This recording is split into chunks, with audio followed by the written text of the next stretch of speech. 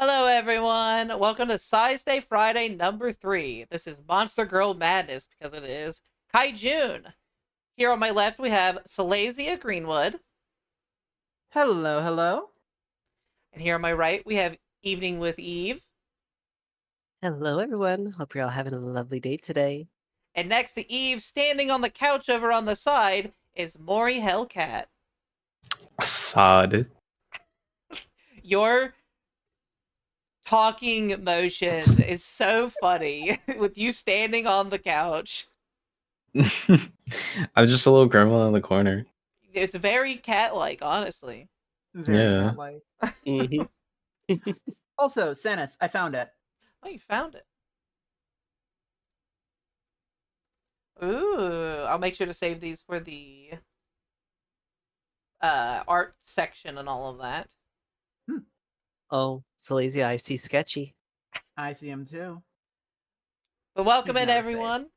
Today is just like every other Friday where we talk about all things size related, big and small. But today we are focusing on the Monster Girl section of it. It's a side that you don't really, at least in my community, we don't really talk on all that much. But even though I'm a kaiju, I mean, it's kind of a big portion of it. A monster, a kaiju. Well, I guess a dai kaiju, but a kaiju being a giant monster usually in media only makes sense for monster girls to have that part of them. hmm Monster. So I'm gonna go again from left to right, and I would like maybe tell a little bit about your guys' yourselves, maybe how you've got where you are, why you like what you like, things of that nature. So Salazy, if you would. Well, I guess as a bit of a reintroduction, hello, I am Silesia Greenwood. I am a Fey Dragon. I just fucking dropped my pen.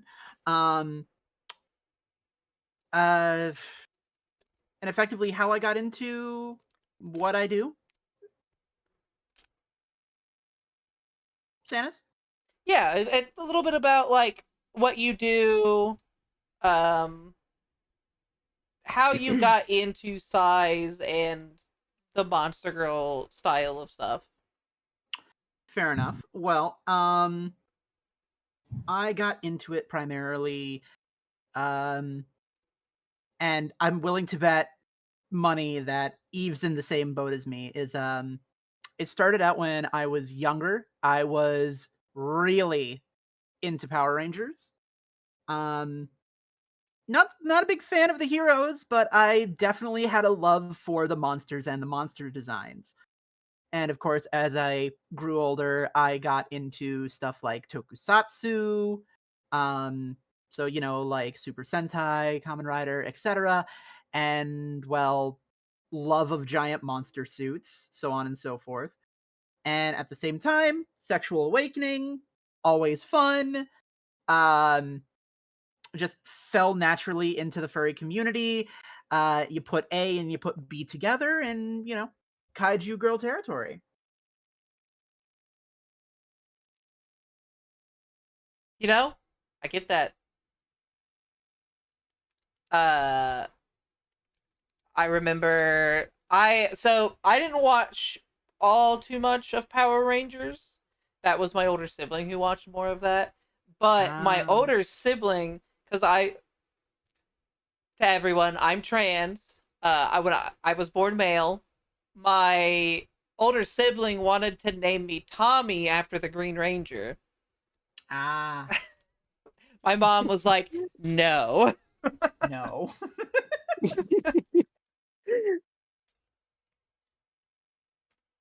But yeah, But that's gotta gotta love the tokusatsu growing up. I mhm. actually didn't really, so I didn't watch a lot of tokusatsu growing up, but I did like Godzilla. But I actually was more of a passive fan of Godzilla. It wasn't No, I get until it. 7 or 8 years ago, because I liked Godzilla, but I wasn't super into it. But 7 or 8 years ago, I started to Mhm. really get into it, and that's when I watched the Gridman anime, Ah, Good, good, okay. good. and that sparked the I really want to do Kaiju more, stuff. yeah, more kaiju. So I watched Ultraman X first. Uh-oh. He said the U word. I did say the U word. And then I got into Gaia, and then I started to watch more and more and more. And it led me down to the path that I'm on currently. But your Well, I turn, guess Eve. I was gonna say, great segue. Yeah. All right, well, thank you so much, Sanis. So, to reiterate, everyone, my name is Evelyn Crane. I'm a pumpkin spider VTuber and retired kaiju. Why that is, you'll find that out later. But as to what got me into the whole monster aspect, growing up, I was heavily into dinosaurs. It wasn't, you know, too often that you wouldn't see me out in the backyard portraying as like a T-Rex, walking on my heels, pretending I'm a velociraptor, jumping on a bush like some sort of wild animal, and getting hurt in the process, obviously. But you live and learn. But it wasn't until one day that my folks came home and they had a VHS copy of Godzilla vs. the Cosmic Monster from 1974, which for those of you Godzilla fans in the chat is actually Godzilla vs. Mechagodzilla. Immediately, I was flung into the world of tokusatsu. I enjoy the effects, I enjoy the camera angles, and of course, I love the kaiju. However, at the time, I didn't give it much thought. It's like, why do I love this so much in terms of size? And, being a young age, I'm kind of thinking to myself, it's probably nothing. However, I then bought a VHS copy of Godzilla and Other Monsters, and that is where I discovered Attack of the 50-Foot Woman. Immediately, I'm like, I need more of this. So, as the years went on, started finding Attack of the 50-Foot Woman, the remake, Attack of the 60-Foot Centerfold, and of course, the 30-Foot Bride of Castle Rock. All my favorite films. However, I was very reserved about it at the time, and I didn't give it much thought until one day in 2020, actually, I decided, you know what? I'm going to go out of my way to be more social. So I booked a ticket for SizeCon IRL. I have never felt more at home with other size-related fans, and at the same time, monster fans, because, everybody knows Monster Musume, Monster Girl Doctor all have fantastic giant women in them. But then I decided to myself, you know what? I want to express myself the way I feel comfortable. And that is why I stream now, because, I get to meet other size enthusiasts such as yourself and kaiju lovers. That's so you talked about watching show or through Godzilla you discovered the other different movies and stuff like that that were related to the Size King itself. Mhm, Uh I I've never seen those movies, but I was into Size. I've talked about this before on my channel. You might have ever heard me saying stuff on this before, but Size actually started out as a fear for me originally. Not like of mhm, someone like being big, but the opposite of being smaller. Being shrunk down was actually like it terrified me when I was younger, but it was something that intrigued me to the point that I would go to different movie rental places and they're they back in the 90s early 2000s they a lot of movies would have covers where like you'd have a giant woman on it, even though it was just mhm, like it had nothing to do with their size thing. It was just like this character is important and she's bigger than this, so she's kind of like her back leaning against a building on it. Again, not a size movie, but that's just kind of how they did their covers back then. mhm. Yeah, I And remember I that. always, as a kid, would like I'd see it. I would do that like hide behind a shelf and kind of look at it type thing, and it Mhm. intrigued me. And then it just slowly became, I guess it just was a natural thing that I got into as I got older, where my mind started to kind of twist and turn, as well as like I'm sure you've all seen cartoons of 90s and early 2000s where almost every cartoon or anime at that time had something size, if not like an episode somewhere in it. Oh yeah. Mm-hmm. Mm-hmm. And those just kind of those episodes usually stuck with me at that age. But Oh, good times. you talking about as well, you playing pretend the way you did reminded me. So while I was into Godzilla, but I wasn't into his kaiju as much. But my cousin, the one who designed my kaiju form, he had Mm-hmm. always been into kaiju. Uh, and one of the things he did anytime we'd go out and play, like we'd play pretend, he always played pretend as Godzilla Jr. It didn't matter what it was. I was into Digimon, so I was doing Digimon play pretend while he was doing Godzilla stuff. Ah. And that's always something that's kind of like you talking about that sprung into my memory. Digimon know exactly what they're doing though. Oh Yes. yeah. Yes, they do. And now that you're back, Maury, your turn. Sorry. You're fine. Um, I feel like I'm gonna be I'm just nervous because I feel like a job interview, but like everyone else did a amazing job, and I'm just gonna you know uh more or less a shit poster, I guess. I don't know. I don't have a sprawling history when it comes to size thing, but I do think they're uh but with like the whole character of Hellcat, it's just like they're kind of a Schrodinger. They could be 5 feet. They could be next time you had them. Um, and as like, I guess my first kind of introduction was through kaiju's is the recent Godzilla trilogy, the Universal ones. You know, I knew of it, but kind of dabbled in. I was just introduced to this community of people that grew up with all the old movies such as Ultraman or um Gamera and all that. Um so it's been a blast kind of and seeing all the weird design. Like, oh, it's an Evangelion mecha or whatever. Now it's a kaiju. Okay. Cool. um although I guess that was more that when I was younger I would watch what's Gurren Lagann that has like a size system. But then there's Evangelion that um, when I watched the original series at like the age of 12, it's like, oh, so this is what depression is? Great. But I guess it also taught me like, oh, this is reality. So it's fine. It's nothing is terrible. But that's okay because you're not.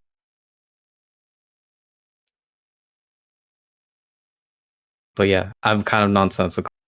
Everyone else is very organized and have no clear backstory. I'm just kind of, hey, I like big.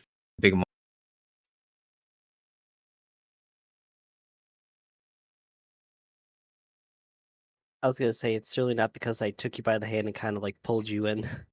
Yeah. Well, it started with like getting me into like what Tokusatsu Tuesdays, and you were there, and then it started being like, well, Tokusatsu. I guess does it include the whole kaiju? You're cutting out a bit, hun. Cut out a Oh, lot. ah, Is that better? Hmm. It started with whole Tokusatsu Tuesday, and Tokusatsu is like a certain demographic or like practice, right? Like using practical Yeah. effects and stuff.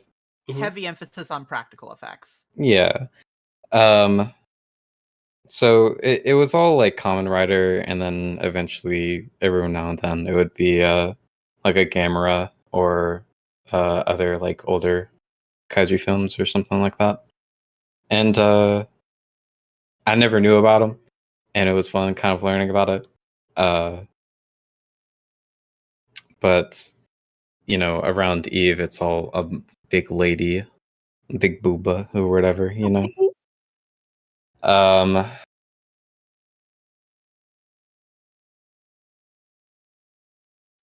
yeah, I'm kind of like that outsider of I grew up with the whole Call of Duty or Doom or other kinds of forms of horror, you know. I wouldn't Um, call that outsider. yeah.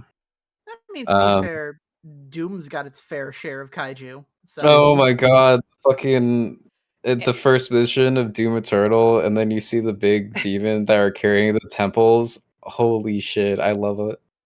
And Call of Duty had the Godzilla crossover. I did not play no. that. No, I did not play that. No, Oh, I I mean, Call of Duty would grab a monkey by the tit if it could. oh yeah. like I understand that whole. Again, I didn't really get into kaiju till 8 years ago. I was very much like you. I played Halo a lot, or I had friends who played Call of Duty around World of Warcraft a lot, and I focused more on my gaming aspect. But Yeah. then when I got into kaiju, I realized like I really like this stuff. This is all a lot of fun and really, really goofy, but like in a good way. Well, what gets me is like whenever it comes to just size in general, it's like the comparison. Like you mentioned Halo, those capital ships, they aren't just like any old human frigate kind of thing, like they have a Mac cannon and everything. No, those capital ships are the size of continents. Hmm. The sheer sense of scale of it. Yeah. Um and I when I was streaming the other week or so, I was finishing up Armored Core Fires of Rubicon.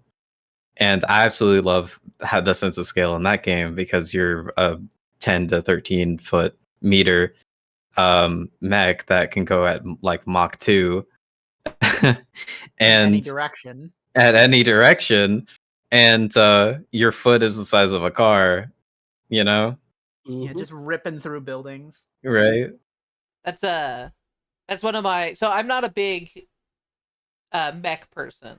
There's some Right. mech series that I like, Pacific Rim for one, but Mhm. I like talking to my friends who are mech people, and I was talking to them about It was Kaiju versus Gundam. While Gundam does Oh have a no. lot of like over the top extreme stuff, I actually think it was more on the lines of Pacific Rim Jaegers versus Gundam, and we were talking on how Jaegers are slow. That's the Mm. trade off with Gundams. Gundams could beat a Jaeger due to how slow they are, but Gundams are built smaller, even though they're still big. They're built smaller for that speed. Yeah. But a Not Jaeger, I believe, can hit harder. yeah.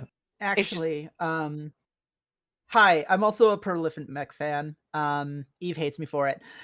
But um one factor that people will often forget in arguments like that is that Gundams were primarily built for um basically space battles. A lot of the stuff where they have the mechs on the ground, the mechs are no faster than a car that makes sense. Because because most of those yeah. fights you see, it's them in the air, or as you said, in Mhm. space. That makes a lot of sense.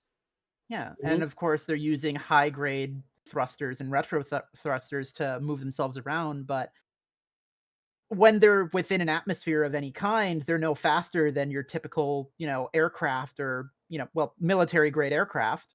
And on the ground, they're no faster than a car or a tank. So it's Mhm. like, even though they lose on, or rather they have a benefit on speed, even then, a Jaeger would still outclass it several fold just due to its sheer scale and mass behind it. Mhm. Okay. You also have to consider, in terms of Jaegers, to us from the ground floor, the Jaegers look like they're moving slow, but actually, if you look at from the Jaeger's point of view, they're actually moving normal. Mm-hmm. It's very true. It's just the matter of mass, conservation of energy, big one, momentum. Mm-hmm. Uh, I mean, if we want to get into that kind of aspect, you can like look at your finger and the whole you have a fingertip, but to us it's really smooth, but to the microscopic scale, they're mountains. Mm-hmm. that's Mm-hmm. true. One of the that brings into a picture someone sent me, and they said, or it was talking about the falling. If Sanus myself, if I were to fall forward at my height, I would reach human terminal velocity, and while it wouldn't really hurt me, and it would just be like a regular, oh, I tripped and fell, it would be horrendous for anyone around.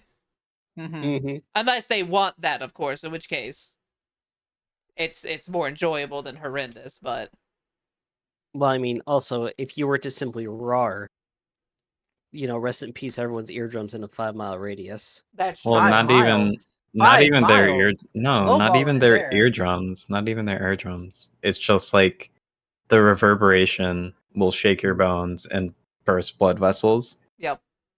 I Damn, turn believe people to meat jelly. I believe someone, I don't know the math anymore, but someone did calculate the math of how much urine Godzilla would create at Oh my Legendary's God. Godzilla, Christ. and it was ridiculous. Why? Just, People like their weird knowledge. I mean, So Americans so love big so gulp. so moving on. Mhm. So we mentioned Pacific Rim, and I mentioned Doom. Um, the creative director for Doom Eternal, as well as Doom: The Dark Age, is the same guy that designed the mechs in Pacific Rim. Oh, that's cool. Well, Yeah, probably part of the design team. So, Mhm. yeah. because it wasn't just him. But I'm splitting hairs. I would love to get more Pacific Rim stuff, at least like with the Jaegers and stuff. I don't. How good did Pacific Rim the Black do? I know the first season I enjoyed, but I didn't Ve- watch the second. The black was Very, actually very good. Okay, very good. I will say, if you are someone that has seen Pacific Rim 2, they do mention it, but you don't have to worry. They don't focus on it. What's Pacific Rim 2? Never heard of it. I didn't think it even existed. Good gecko. it's actually funny. My mother, who is the person who introduced me into kaiju and all that, preferred the second one over the first one, just of how she enjoyed the designs of a lot of stuff more, and how because and the story beats to her felt a little better than the first one, only because the first one was a little more, I don't know how to put it, a little more slow, I guess is a good way to say it, in terms of the characters Hmm. and their Mhm. interactions. Not the fights, because the fights are fantastic in the first one, and they are peak kaiju versus mech fights. Using a It's the gold giant boat is standard. ridiculous. Yes, it is. It's yeah, it's the gold standard. Um, there's just, well, I assume you haven't seen the second movie. I have. Oh, you have. I Okay, have. so you know. So you Yes. know my why I have my disdain. Yes, I know why most people have their disdain for it. Mm-hmm. But in correspondence to that, though, if we go over to anime, it is very obvious that monster girls and giant monster girls are becoming more mainstream media now than ever. Oh, Hmm. absolutely. Isn't there a series? I think it just ended. Of There are several.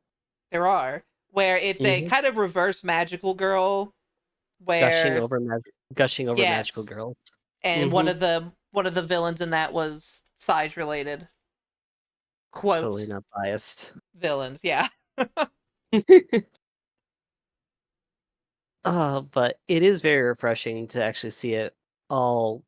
You know, I will admit, back when there wasn't much size related stuff to, go through unless you knew where to look. It's definitely become more mainstream to the point where it's just becoming the norm. It's like, okay, in every anime now, we need at least one girl that's gonna either be a macro or turn into some sort of monster. Yeah. At minimum, 9 to 10 feet tall. Mhm.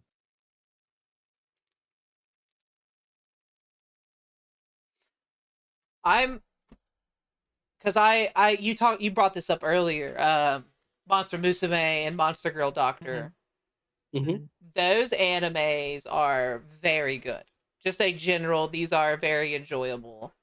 Um, Outside of like, if you, I look past just the horny aspect to them and go Well, you into should. like watching it as the series, and they're very Mhm. good. Oh, Mhm. another thing that not sure if you've seen it before. Not an anime. It's a comic series that I know myself and Eve both read, called Modern Mogal. Not so I've much an not emphasis heard on that. giantess, but very much an emphasis on the idea of monster girls living in the modern day, and not even just monster girls, but just monsters in general. Mhm. I'll I'll have to remember that. I might have you send that to me as a message. That sounds like something Oh, I would done and enjoy. done. Give me 5 seconds. Especially the past week, I've been reading so much manga, and I'm like, I don't know why I'm reading this stuff. I just don't want to be at my computer. It's so hot, and I don't want to be at my computer. I just want to lay in bed and be on my phone. I Done and done. Thank you. Uh, Looking at chat, M Night, you said more like war story taking place after a long fought war. Exactly that. That's exactly with how Pacific Rim is. Yeah. Whereas the second one, the not existing, but it somehow keeps on giving us Vietnam flashbacks. Second one It's the is Mandela effect. that exactly is more of a. I guess that one's more of a. I would consider that more of a, this is just a basic like feels like a Hollywood we want money type movie. Oh, absolutely. It's funny you actually bring that up because as it turns out, Hollywood just did actually Legendary just greenlit a remake of Attack of the 50-Foot Woman directed by Tim Burton. I heard about that actually. I know a lot of people in the size community have been I did excited too. for it. You get some people that are like a little iffy about it, but I think for the most part people are excited. I'm interested that Consider me cautious. Tim Burton is doing it of all people. I'm Mhm. not. I thought like I want to watch it because he is. I'm like, why Tim Burton? Well, no, that's why I say I'm not, because it's Tim Burton. He's known for taking the weird ones. That's true. That you know what? That makes sense. That makes a lot of sense. I mean, I can list 3 movies and everybody will be in agreement of, "Yeah, that's pretty weird. Why did I watch this again? It's good, but why did I watch it again?" But it's Tim.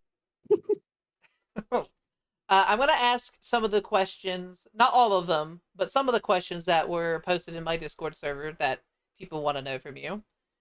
Okay. Um, Mhm. this is for y'all. I believe some you've all said something at least similar, but I would like to get it fully stated. What is the first monster and or kaiju movie you saw? Ooh. Ooh. That's a bit of a tough one, because I actually have to, like, catalog those movies in my brain now on which one was the first. When you say monster, what specifically? That's actually a good clarification, because are we talking monster or are we talking kaiju? There's a difference here. I think it's because it's first monster and or kaiju movie. Cloverfield. Okay. I liked Cloverfield a lot. Absolute first one, if we're going by the answer of monster straight up, would be Young Frankenstein when I was about 7 years old. Okay. I think It's because that's a hard question for me too. King Kong versus Godzilla 1962. Okay. Mine was definitely a Godzilla movie. I want to say it was Godzilla versus Biollante. Ooh, good one. I think that Now, was my first one. Now, if we're going by proper kaiju, then I would also have to say Cloverfield. It's a good movie. I really like. My dad really loved the Cloverfield movie to the point that he was like calling me in and be like, "I want you to take a look at the scene. If I slow it down here, you can see the satellite in the background falling." Oh my god. Oh my He- god, I he- love when people do that. He loved that movie, and he loved like he laughed at the part where they're trying to get to the safe area, and they just saved the guy's girlfriend, ex-girlfriend, and she was like, "What is that thing?" And the guy answers, it's a terrible thing." He thought that was the funniest response ever. It's funny I bring up King Kong vs. Godzilla because now I'm remembering I live in a Kong household. Oh, So of no. course, my dad's like, "Oh, you gotta check this out. It's a giant monkey fighting a dinosaur." And whatever the monkey was on screen, I would just fall asleep. But then as soon as Godzilla was on screen, I'd pick her up and he'd be like, "What's wrong? You don't like the monkey?" I'm like, "Monkey stinky." honestly, if we're going by how the books were, my first technical Mhm. monster movie would have been Jurassic Park, because they are not actual Ooh. dinosaurs; they are genetic Ooh. monsters. Oh, This that is is so. true. That is very true. Oh dear. Because I'm like Quietly Eve, over here in the I corner with the love Diplo. dinos. Yeah, I always dreamed I would be that one scientist that would bring the dinosaurs back to life. I think a lot of us did. Because I definitely Wait. had my dinosaur phase, I will say that. Wait, I'm stupid. I forgot. My first monster movie was Monsters Inc. There you go. Technically, if you remember Frank in the movie, he's a kaiju. This is true. That's very true. Very, very true. I mean, wouldn't Attack of the 50-Foot Woman be considered a monster movie? She de- is actually considered a monster. depending on your view and stuff like that. I see her as a poor, unfortunate soul who got put into this situation. And I mean, let's not forget Monsters vs. Aliens. That's true Oh too. yes, That that. movie did not. That one definitely did something. It did not help me be watching that in the movie theater. I will tell you that Oh, much. me neither. Oh yeah. No one was the Scooby Doo movie, the live action or cartoon ones. Well, the cartoon ones, they're the Scooby Doo movies. I Well, very much watched Jurassic Park before any of the Scooby Doo movies. yeah, no, I didn't really like Scooby Doo growing up. I didn't mind Scooby Doo. Uh, it was not my favorite, but I didn't mind it. I want your sweet Scooby-Doo. bibby. Thank you, Summer. I mean, a poor, fortunate soul that got put into such a situation and talks about 50-foot woman. You know what? That's true Oh, too. when I was in the single digits, I don't remember what the number was. I could not watch the Wallace and Gromit Rabbit movie with like the big giant rabbit and Oh, like the started were. eating at people. Yeah, Oh Night of the yeah, the were Were-Rabbit. rabbit. Yeah. Why not? I don't know. I was probably like 2 and I thought it was scary. I mean, Oh no, I get it. I get it. to be fair, To be fair. to be fair, to being a Monster Girl lover now is like Yeah, I used to have a dreaded fear of werewolves. Like whenever I would watch a movie featuring a werewolf, especially for some reason, if it was either a woman or a child that turned out to be the werewolf, I would like, okay, they're gonna turn. They're gonna turn. I need to look away. They're gonna turn because they were very Interesting. graphic back then. That's This is true. true. Does War of the Worlds count as kaiju? No, it does not. No. I would Mm-mm. I would only slightly count it as mecha because they're in giant robots, but it's alien over everything. Mm-hmm. I I mean, mhm. I was very interesting with the things that I got afraid of. So I actually was the first time I watched Godzilla versus Destroya, I was terrified. Oh right. The microscopic fish creatures that just dissolved and ate you basically freaked me Yeah. out. And did any of you watch the Tremors show? The show? No, I watched most of the movies. Okay. Me. They had a I was gonna. show, and I think it was the second or third episode. Mm. There Mhm. was it was like an amoeba or something that had been like spliced with graboid DNA, and Oh it no. would touch you and pull all of the liquid from your body and effectively mummify you. That freaked me out as a kid. That's fair. Uh, that also used to freak me out too because I remember watching the first movie and the first time the graboid came to the surface and you just saw it open its mouth and all the tongues come out. I always was afraid to like step on the grass for a while, thinking, "Oh, it's gonna come up and just snatch my leg and pull I, me under." you know, I understand that. I especially when I live in an area that doesn't get frequent earthquakes hardly ever, Mhm. but every once in a while, even if you could sometimes feel it, or like if a big vehicle drives by, you can feel the ground Mm-hmm. shaking. And as a Vibrations. child, it would freak me out. Like they are coming. Mm-hmm. Mhm. Of course, now if you go to Google and type in "graboid girl," you get some pretty interesting results. This is That's true. it is. I remember one specifically is like the body of it and the head is just your regular graboid, but the tongues are in the shape of a very voluptuous woman that kind of like hug you and pull you in. Oh, That's like an anglerfish. Yep. yeah. That's an interesting way to do that.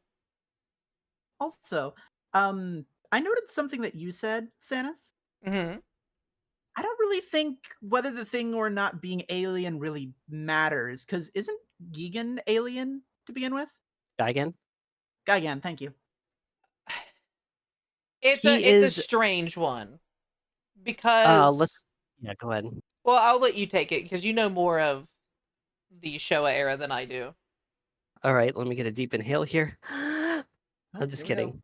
Um, Gigan was built by an alien race after taking a pre-existing organism and essentially pumping it full of space titanium, or whatever you want to call it, turning him into like a cyborg chicken. So Gigan himself Chicken. is a kaiju, but he was built by aliens.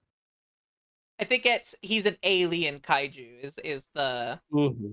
so you have like regular aliens, the more human sized, Yeah. humanoid like, and then you have kaiju alien. I guess like because isn't the term for a lot of the aliens in like Ultraman, aren't they? No, that I'm thinking of Common Rider, where the monsters are kaijin, which they are. It's a human Hmm. kaiju mixture. Yeah. Okay, Kaijin and kaiju are both synonymous and different words at the exact same time. yeah. Um, Japanese but language is fun. but for Ultraman, the Seijin, as they're called, which means alien, just start out as aliens, but once they grow larger, then they reach the term of kaiju. Yeah, Okay, so it's just dependent on size then. Like at that point. more or Mhm. less. And actually, M. Night brings up a very gray area because Titanosaurus in the Godzilla universe is considered a Kyodai, a dinosaur. But then once the black hole aliens have a chance to get him under their control and he starts rampaging, then he becomes a kaiju because it's not in his nature to attack. Hmm. It's a These very are Chinese gray language is area at fun. times. these are things that I would not be able to answer properly. So I'm glad I have you all here. So I actually have another question that goes along with the first one of what were your feelings on your first monster or kaiju movie, and how have those feelings either changed or evolved? Ooh, boy. Hmm.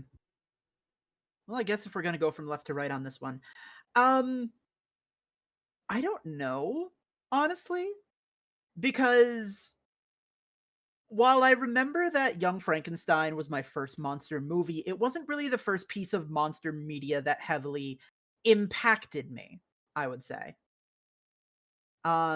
Because that, ironically enough, falls to Resident Evil. Um, the Resident Evil games were kind of like my first foray into proper monster territory, if we're counting zombies under monsters. And it was kind of the first one that impacted me and led me towards the path of just a genuine fascination with creatures and monsters and kaiju and so on and so forth. Um, because I think one big factor of it, it starts out, ironically enough, as a hatred or a fear. And then it evolves into a curiosity about that feared, hated item, and then develops further than that into a fascination and a likeness of them. Because I used to hate zombies big time. I used to have nightmares about zombies. I came up with a zombie apocalypse plan when I was fucking 6. I, for the longest time, had a genuine loathing of the undead. And then that changed. Then it became a curiosity of, I hate them. I want to know how to beat them. I want to know how to outlast them. I want to know how to survive them. And then the evolution into, I want to learn how to use them to figure out how they tick. And then this turned to monster movies later on. And it was like, wow, I'm really scared of vampires. I don't like vampires because I had seen the movie Van Helsing. It's like, I really don't like vampires. They're creepy, they're terrifying. How do I stop them? How do I defeat them? How do I understand them? And it just kept going from there until eventually the fear of monsters was gone and it just became a curiosity of, hey, this monster is similar to this monster. I want to know more about them. This monster is similar to this monster. I want to learn more about them, and so on and so forth. I like that. That's an interesting way to go at it. Uh, becomes a fascination.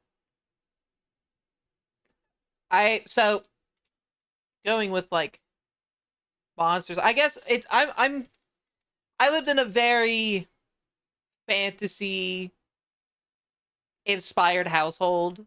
Like Mm-hmm. dragons were a huge part of me growing up. Uh knights, magic, all of that had been like kind of went from my mother to my older sibling to me and built up. I've so the different monsters in the world have always been an interesting subject to me. I was never really afraid of them itself, but it was more going into the specifics that started to really get to me if Mm-hmm. I really did dive into it. Yeah, I grew up in a very sheltered household, which explains why I hated monsters for the longest time, because I was taught to fear them. So, That makes sense. Let me check something really fast before we move over mhm. to Eve and Maury. Hmm. We're about to have an ad break here in about a minute and 30 seconds. So hold off on your answers because I'd rather everyone be able to hear it. Right while we go to commercial, Yeah, right as soon as we about to go to commercial. right after these messages. Next break time on chance. Dragon Ball Z.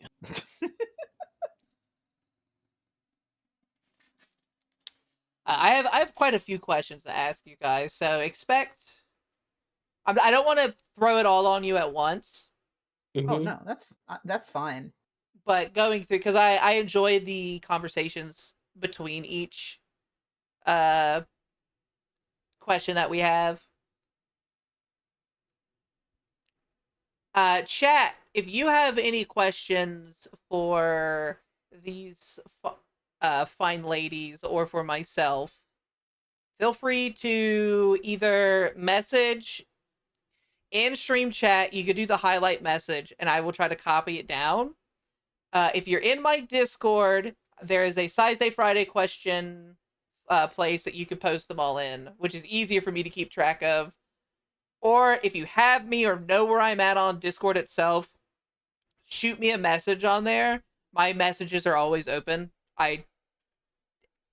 I've used to getting 50 messages a day from random people, so go ahead and shoot me a message and I will make sure to read them off uh for us to all answer. I was gonna say I like this little comment here. This episode brought to you by Kaiju Soda, the soda that makes you grow. Oh, Grow, grow, grow. yeah. I was actually gonna say something about that. Just like a be right back screen that's literally just kaiju themed advertisements to Or play when you have actual commercials going. it's just the four of us taking like swigs of the Kaiju Soda and just bursting out of the room and then just walking away for a moment. Oh, that would be really good. Dang, now I need a kaiju brand soda can to put on the table in front of us. Oh, that wouldn't be too hard. Well, it's funny you Actually, say wait. it's funny you say it because my little squishy boy actually has a radioactive tumbler that he is selling on his merch page right now. Mm-hmm. There we go. That's awesome. I'm gonna post this. Well, there's the ad break. If you go to that link, if you have pictures for size stuff or monster girls, just monster kaiju or something in general that you would like to share for us to show on stream and comment on, please post it in the replies. It doesn't even have to be pictures. It could be a short story. It could be something you say you want. You go, Stannis, I would really like Eve to read this story on your stream. Oh Then my god. I will have Eve read that story on stream. Listen, I'm gonna level with you, Sanis. I do have a piece of fan fiction that someone made for me, actually. Ooh. Make sure it's safe for work, everyone, as well. I mean, for the most part, it is safe work, but they definitely like it when I eat. That's for sure. Ah, okay, okay. Look, I've done plenty of role plays and people have asked me to do plenty of different things, so I understand. I have someone in my community, I have two people who really enjoy pictures of me stepping on buses and stuff like that. Hmm. Or I've had someone ask to be my underwear before. And I did the picture. I didn't care. Doesn't bother me. Oh no, it doesn't. It's not that the pictures bother me. It's just when somebody says, "Hey, I made you this story about you," and it's like, "Oh," and I'm reading it, and you could just see like my facial features just getting wider and wider and blushing harder and harder. I'm like, "Oh my god."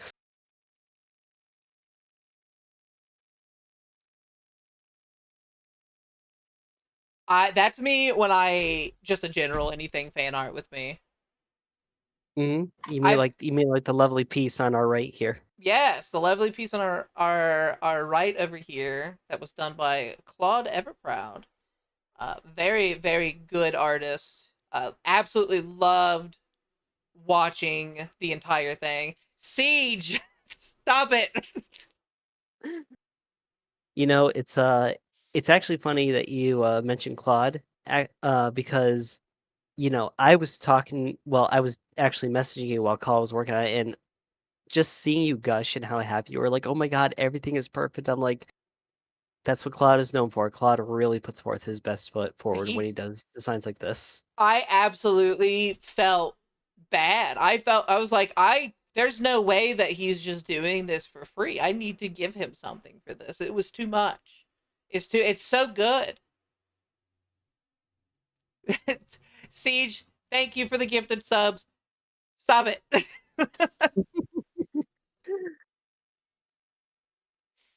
uh, But then again, pretty much Silesia and Moria, I've at least gotten like 1 or 2 art pieces with. Well, a max of at least 3. Or I make a cameo at some point or another.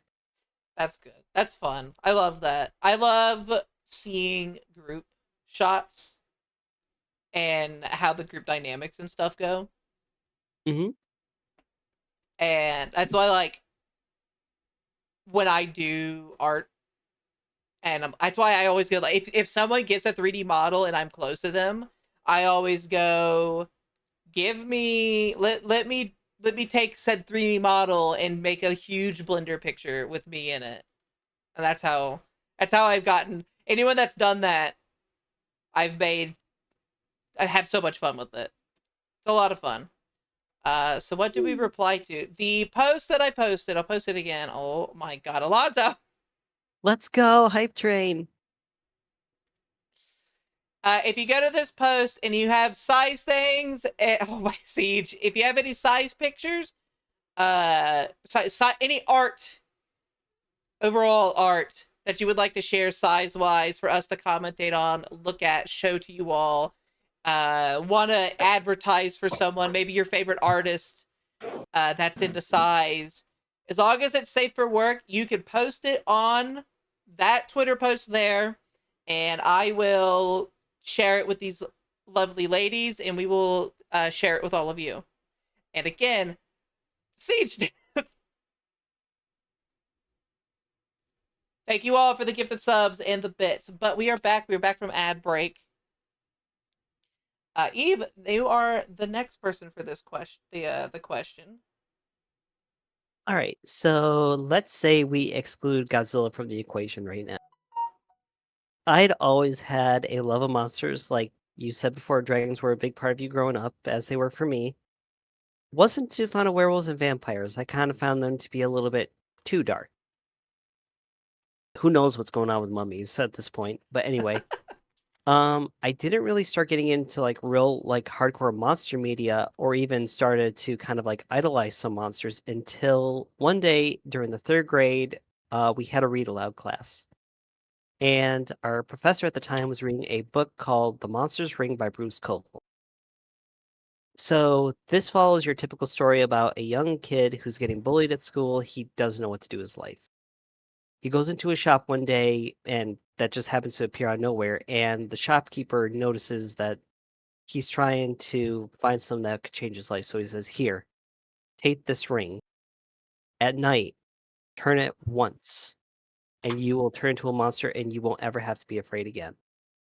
But never exceed 3 times, or you will never change back."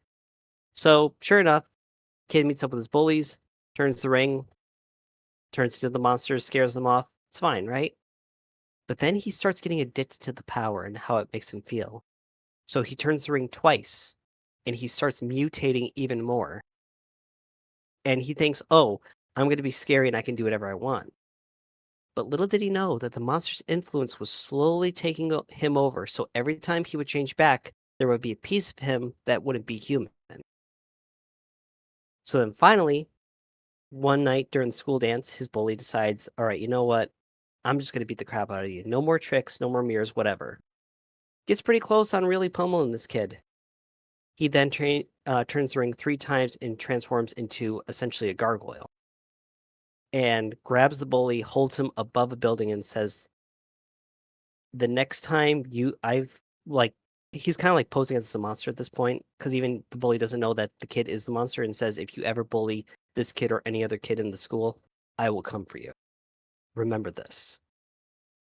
Kind of throws the kid to the side and vanishes into the night. The kid then takes off the ring and leads a normal life. So that's when I started like seeing monsters as more of heroes than villains. To the point where, then you have me. I wanted to go the whole destructive kaiju route, but as Silesia and Mori came to discover, I am anything but terrifying. Mm-hmm. You are pretty innocent and sweet. And innocent So, not in a very different way than what most people think. oh yeah, like I've gotten people that said, "Eve, you're absolutely terrifying too." And I'm like, me, this person right here, you're talking to. So, ho- so I essentially made it canon that, oh yes, at one point Eve was considered to be very unapproachable because her monster form was either too intimidating or she just didn't like to associate with humans because as a kid growing up, I was very isolated. But then I started wondering to myself, what if I actually was just more compassionate and caring like a mother? And that is where I started going from destructive to caring. So now instead of seeing this 604-foot woman destroying a city, chances are she's just lying in a meadow somewhere with a bunch of people like running all over her, or, like sleeping on her chest or something. Because it really does bring a sense of warmth to me. Da, da, da, da, crooked moon. They don't stop. That Yeah, for dancing. that absolutely describes you. Everything about what you said is very much the feel that I've gotten since meeting you. You Mhm. are you've got I don't want to say motherly. I'm going to say more like you're the the aunt that everyone you're the Maternal one. instinct. Yeah, the maternal instinct, the wine aunt. You sit there and you drink your wine and you just smile, you have fun. You're the fun aunt and not like a boring one. I think a lot of us have that energy. I could see that. I could feel that from you guys. And very much like you, Eve, Sanus. So I kind of took the legendary Godzilla approach with Sanus's lore, where her family, the Sangrias, are a neutral. Mhm. They're not good, they're not evil, they're neutral. They just want to keep the balance of their world. So they're not going to go out of their way to destroy stuff. But if there's something in between them and their target, they will just go right through it. They need to get to their target first. Mhm.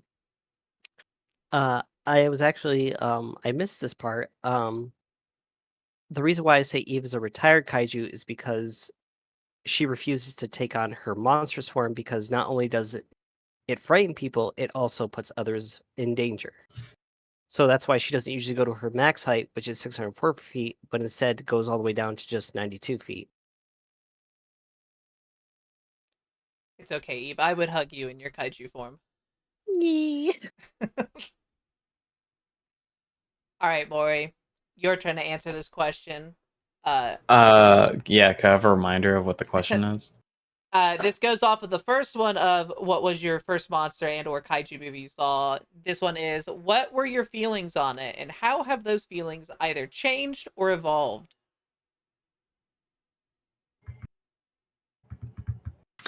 Well, my answer was Cloverfield, and I thought it was annoying that they didn't show off the actual monster enough. And it was like all the perspective of like the people, and it was like a moving camera kind of perspective, and it was like a kind of an artsy film, you know. Mm-hmm. Um, but I just wanted to see the big horror monster, and then we only got like a leg or a torso. You know what I mean? We don't like have an honest depiction like in a Godzilla film or a Pacific Rim film of like, wow, these are very well detailed and horrifying monsters to look at. I always thought that was like, just let me see it. I want to see it. That's it. But like that kind of goes with the weird chemistry of making a film that's engaging to the audience. You have to like put them at the edge of their seat and basically for lack of a better word, edged with seeing the monster and all that.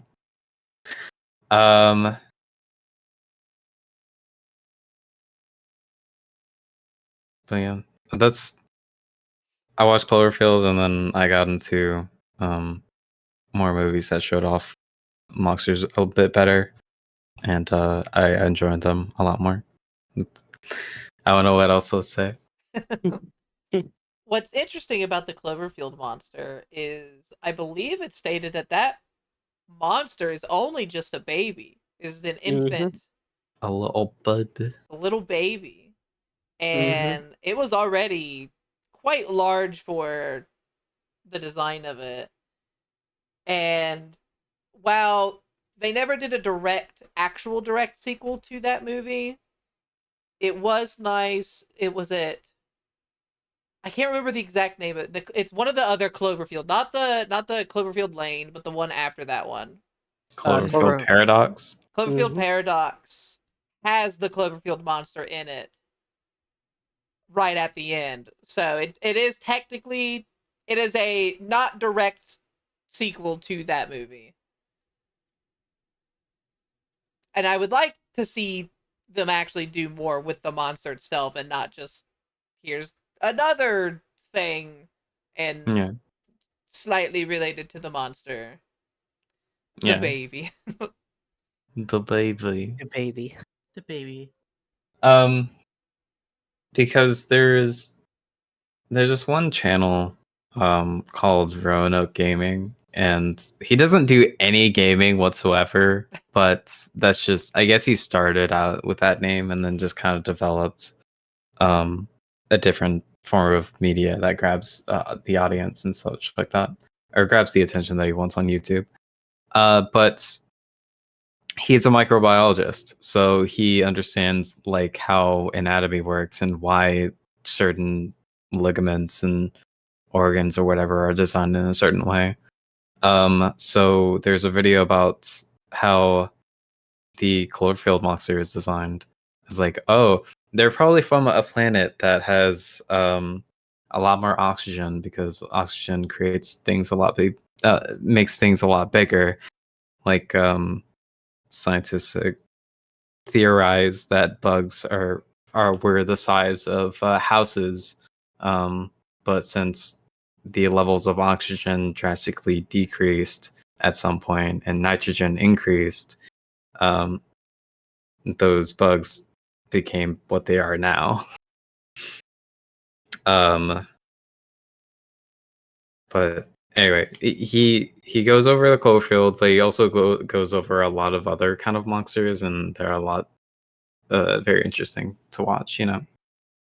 Um, like why it's bipedal, why its arms are formed in that way, why it has a separate set of arms in its stomach to grab whatever. You're really Uh, scratching that. You're scratching that zoology part of my brain. That's yeah. really I love that stuff. And also the parasites that are the size of human beings, but to the monster, it's probably like an ant or nothing, A flea. Mm-hmm. Yeah. That's really cool. I really like going into that kind of stuff. I back when I went to college before I flunked out, I was going in for biology. I wanted to become a herpetologist and study lizards and reptiles and stuff like that. Mm-hmm. So that is always I love learning more about reptilian biology. Mm-hmm. And whenever you go into like the monsters and stuff like that, it's really cool. Like I've watched a lot of Jurassic Park videos where they talk about the different monsters and what they were like, how they would be, like the difference between what they really are versus what the Jurassic Park versions of them are. Uh, the like Blue in the most recent movie being able to reproduce without a mate because she has monitor lizard in her, and monitor Mm-hmm. lizards can do that. That's just something they can be hermaphroditic if they need to be. Yeah. Mm-hmm. You're my boy, Blue. But I think Blue is a girl. I don't know. She Blue is. is. Yeah. Blue can be whatever she wants to be. Mm-hmm. Oh, that's really cool at night. I love that. I absolutely love reptiles. The only reason why I don't have a reptile now is because I have 2 dogs and 3 cats in this house, and that's already too much. And it's also expensive as hell to keep a lizard, or any Mhm. reptile for that matter. Trust me, if I had the funds and if I lived in a place where I could actually house one, I want a blue tongue skink. Aw. I'd get a I really want a crocodile, a crocodile skink, red-eyed crocodile snake. Ah. Absolutely love Yeah, those. little baby Godzillas. Yep. If I had the room for it, I'd just go, and the money, of course, as you said. I'd just go all out and do monitor lizards, big ones. I was I gonna love say them. Yeah. my little brother when we were younger, going through our dinosaur phase, he's like, "Can we get a Komodo dragon when we get older?" I'm like, no." I gotta show this off because I just got sent an image by Claude, Oh Uh-oh. God. and it is very good. This was a very quick doodle, but it is a very good quick doodle. Let me then scale it.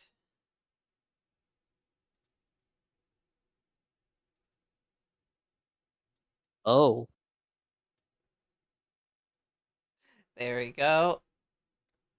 Claude, I love this. You are so good. Well then. Hmm. Hmm. Guys, we got stuck in the hallway going into the room. It was really rough. Yeah. This was like the first 20 minutes before we went live. My chest still hurts. Well, I mean, there's an easy solution for that. Oh, and what's that? Yeah. Get bigger, forehead. Oh, but then everything is going to get stuck. You know what they say, if you're stuck, just grow out of it. Oh, Exactly. gotcha. Figure it out. Figure Claude, it thank out, you for forehead. this piece. It was very, very, very cute. Oh my goodness. They're pulling a gold member in the cart. Yeah, Claude's a sweetheart. Claude Yo, send is. it to me. Send it to me. I'm gonna mark it as like first Claude art. I Because everyone has Claude art but me. I'll post it in the group chat. And then every time they like set up like my commissions are free now. 2 minutes later, they're full. Oh yeah. I will not deny this. It's a good piece. It's a good piece. And Mhm. it is in the Claude folder now. Good, good. I should make a Claude folder. I should just put the 2 pieces, that one and the one before with the emote in its emote folder. Thank you so much, Claude. Let's go to the next question. This one is something you all should be able to answer pretty easily. What Mhm. was/were the biggest inspirations for your models? Ooh. Ooh. Ooh. Okay. Well, I guess going in order. Mine is actually an old inside joke. Um, so this was from back in my DeviantArt days. I used to be part of a community and I went by a different username, right? And so one day when I was hanging out with a friend of mine, uh, they had said, "So, why is your name Salad?" What? Why is your name Salad? I what? Well, your username is Sla, SLA, because the first part of my username used to be SLA. And they're like, "Yeah, like your name is Salad." What do you mean my name is Salad? Well, in my language, because they were Dutch, they said, "Yeah, the word Sla in Dutch means salad. And I'm like, I didn't know that. And so for years upon years, I was salad. And eventually I met a friend that I got very, very close with. And at the time, I was very into dragons. She was very into dragons. And so she drew herself and myself as dragons. Um, and so they made this little creature with like a sunflower seed striped belly, tomato wings. And they're like, look, it's you. You're a salad dragon. I like, why do I love this? And of course, they were also they were a strawberry dragon, and so we kind of stuck with that for a while. And then they vanished from the internet, and I could never find them again. Oh, I you have such Um, a unique design. and then from there, the idea just kind of kept evolving and evolving and evolving. This is actually a thing that I've never shown anybody, but I actually had a quote war form because, I was very into like Aragon at the time, and there was a differentiation between dragons and war dragons, heavily armored up, ready for combat, so on and so forth. Um, and originally, that war dragon form had effectively crouton styled body armor. So, like these massive square slabs attached to the wings, the tail, the legs, a helmet, so on and so forth. And then eventually, I kind of started getting into streaming.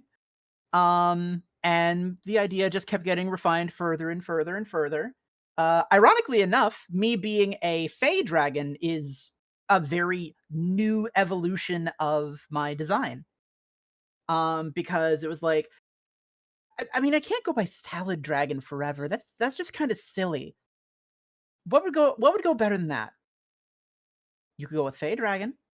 Well, what's a Fey dragon? And somebody gave me the pages for a Fey dragon. It's like, this is literally just me. What the fuck? How have I never known about this?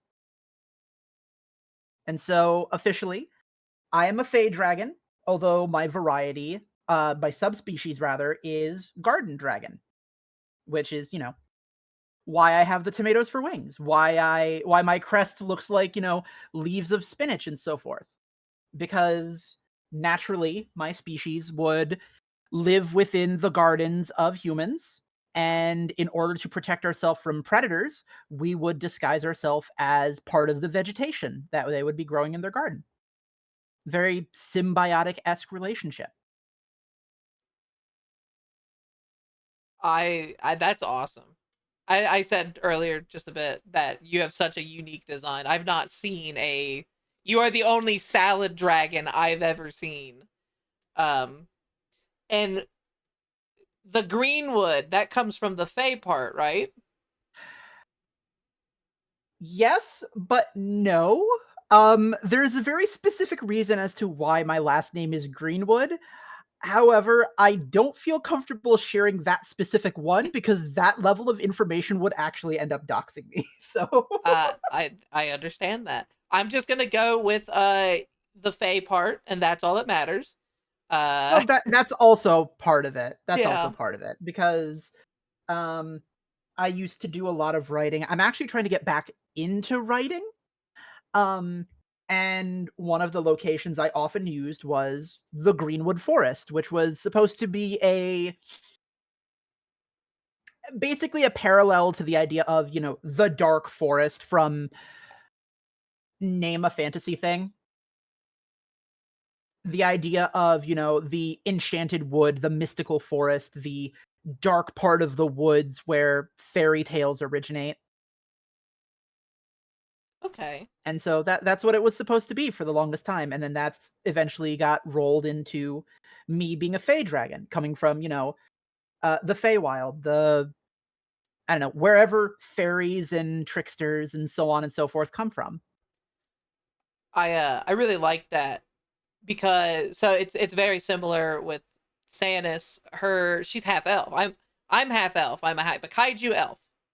Mhm. Um and elves descend from fairies. They come from the as you they're the world's fairy realms, Mhm. um, which are descended from the butterfly kaiju. So in a way, while I'm half elf, I have I have two kaiju bloodlines that do mix up at some point. That I've gone very deep into. Elven lore is one of my favorite lores, along with Fae stuff. A lot of times you'll see them mix. Elves will be descendants of fairies or some sort of fairy-like creature, or they are just a type of fairy. Mhm. And going like you said, you're a fairy dragon or a type of fairy dragon. A Dragons, subspecies of Fae. Yeah, it's Fae yeah. dragon. Dragons in this setting, because a lot of settings you have dragons are a lot like opposites of fairies in ways. Mhm. Dragons in my setting are very horny.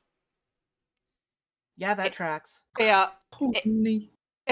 in that they can breed with every race and actually produce offspring. Their DNA allows that to happen. So that's where the different subspecies of dragons come in. So fairy Mhm. dragons, which dragons are also a descendant of a kaiju far in the line, would Mhm. be a dragon would have shapeshifted itself to look like a fairy and would have reproduced with a fairy, and that's how you would get a fairy dragon. They Yes, the good old Zeus maneuver. Yes, and that yeah, very much. But they don't. It wouldn't be like a terrible as the Zeus maneuver. It would be more of a these two actually did fall for each other and Yeah. reproduced. Yeah. You'd have the power of a dragon, but the trickster, the youth that fairies have. So kind of a horrifying mixture. Mhm. So I really like your lore on that. Very cool. And I like how deep you went into with them being symbiotic with humans because they live in gardens and stuff like that. That's really Mhm. cool. Well, the biggest thing that I would say regarding that is that by definition, fairy and fey dragons are small. They are very, very, very small. They are at most 2 feet in length from nose to tip. So when you're that small, the problem is that you have a lot of predators. Hmm. So what's the best way to deal with predators? Either be evasive or find something else that takes care of the bigger problems for you. And what better way to do that than the monkeys that refuse to die? Very true. Very true. All right, Eve. I think it's your time to answer this question.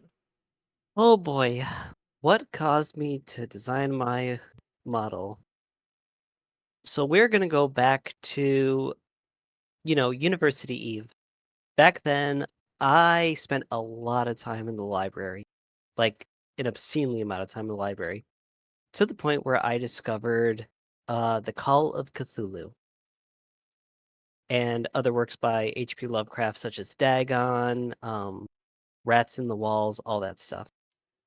So for the longest time, I was more eldritch in nature, or that's how I wanted to portray my character as just this blob of just thriving teeth and eyes and just something that's going to dispose as a human, but once you get too close, it's going to snatch you up.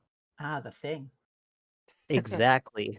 But at the same time, as I became more social, I realized this isn't me. I'm not happy looking like this. Like, I'm not happy portraying myself as this because there were times where people are like, yeah, you know too much about this stuff to the point where they kind of found me weird. So I started thinking to myself, how could I be more approachable? To the point where I started looking to one of the things that made me the happiest growing up, and that was the season of autumn and the holiday of Halloween. So I thought, maybe I could be a pumpkin. Or maybe I could be something like reminiscent to Halloween in nature, like a skeleton or something. But then I'm like, that's too simple. So then I started looking up insects on the internet, and I came across the marbled orb weaver, aka the pumpkin spider. But it was adorable, and believe it or not, when pumpkin spiders are scared, they will actually hide in leaves and roll them up like mini sleeping bags to try to hide themselves from predators. And of course, Sizeday putting out the fact that I like to run half the time from everybody.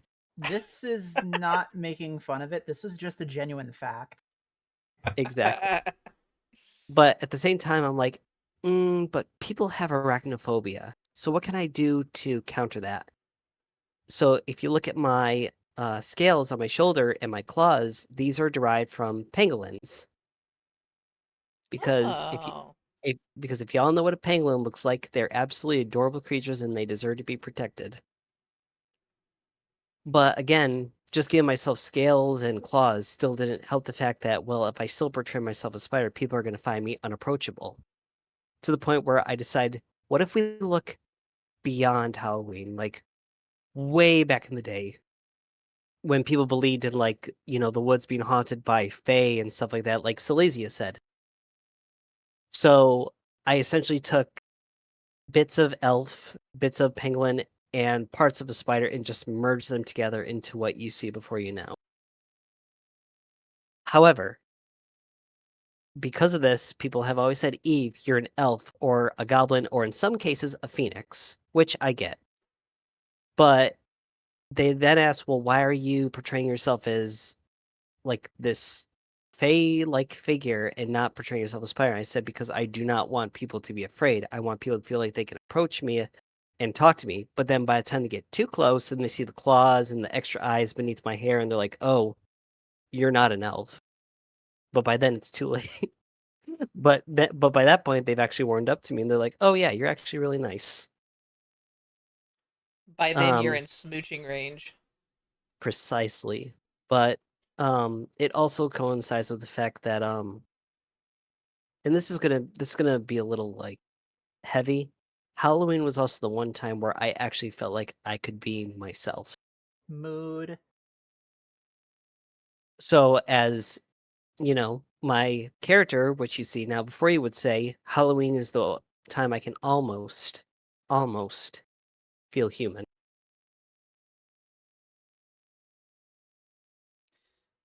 Well, that is all very, very sweet and very interesting, especially with the how you took the different bits and pieces the way you did. Personally, I guess this is just a personal thing for me. Mhm. You would always be approachable, even if you used your kaiju form that you're getting uh set up. I think you'd still be approachable Yeah, I because mean mhm, it's not just through the looks; it's also through the personality that makes someone approachable for me. mhm. You I mean could you could have the prettiest design in the entire world, and if you are if you have the personality of a rock or an idiot, I'm not gonna be able to approach that. you know oh, wait, I don't have it saved. Never mind. Oh I no. was actually I was gonna post my derp emote in your chat. Derp. I'm like, yeah, not a thought going on in that head. But, nah, I mean, I'm glad that people have received it very well, and, for the most part, people don't seem to mind the way it looks either. And, I've gotten so many are saying, "Well, we wanna see what you really look like," and I'm like, "It's not ready yet." I mean, canon-wise, I have made up stories how people have seen it in passing and they've made artwork of it, but it never captures what the real thing looks like.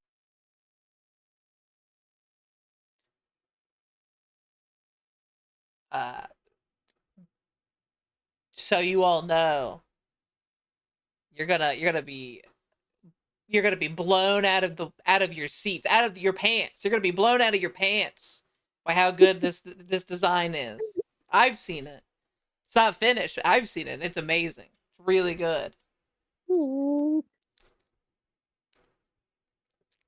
No matter what form Eve takes, she will always be cute, beautiful, and adorable, no matter what. And I will approach her in all forms, says Keyblade Knight. If it's Eve, I have no Is it supposed to say no thoughts? I want to say that I want to think that it says no donuts. No doubts. I'm sticking with no donuts. If it's Eve, I have no donuts. But in fact, I actually have sugar donuts right here. It's because you took the donuts. Ah, Thank you for sharing. Maury, it's your turn. So it's kind of like a snowball, but it's a real quick snowball. It started out with my name of Undead Skeleton because I couldn't really think of anything cool at the time, and skeleton is kind of related to my last name. Good luck trying to find it. And then I started playing Final Fantasy 14, and I was a Makote, and then a friend of mine, drew my Makote, but like as a skeleton, but they still kept the hair and the ears and such like that.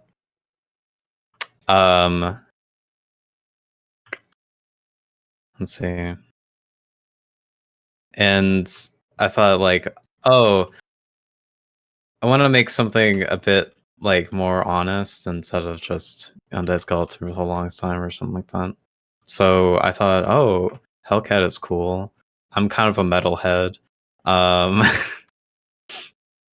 So Hellcats kind of came into fruition. It started with one name, and then eventually I changed it to Mori because I found it on TikTok and I thought it was cool. It started with like, I'm gonna name my first daughter this, and then I thought, nah, fuck my non-existent daughter that's not born yet or whatever, you know. I'm taking it. It's mine now.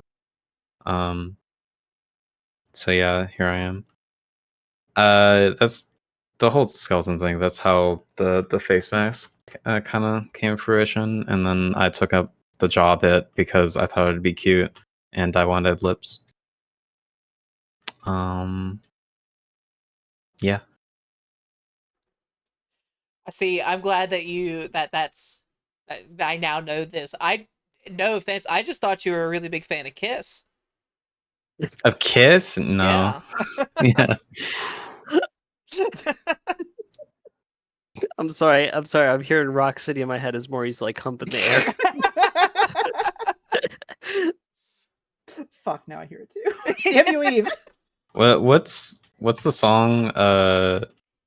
We party all day, and we work all night, or something like that. Or I we work wanna all day rock. and party all night.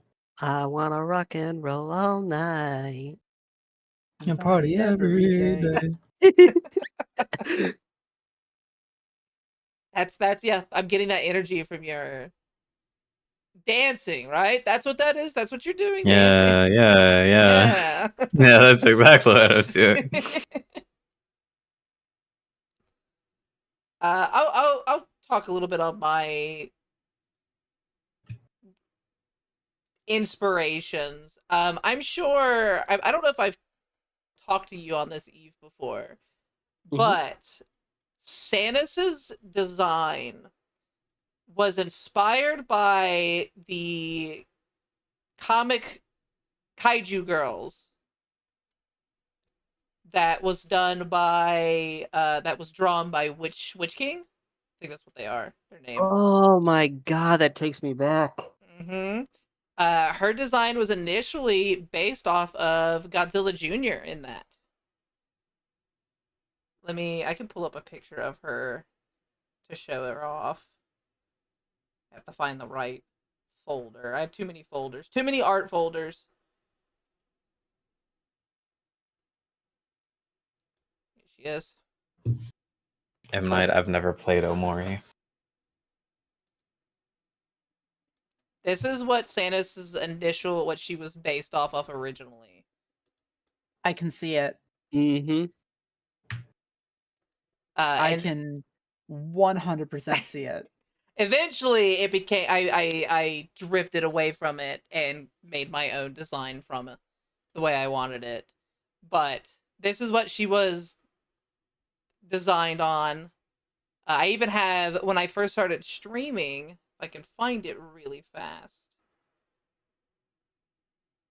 I got a piece of art where Stannis actually met Godzilla Jr. It's a very cute piece. Here it is.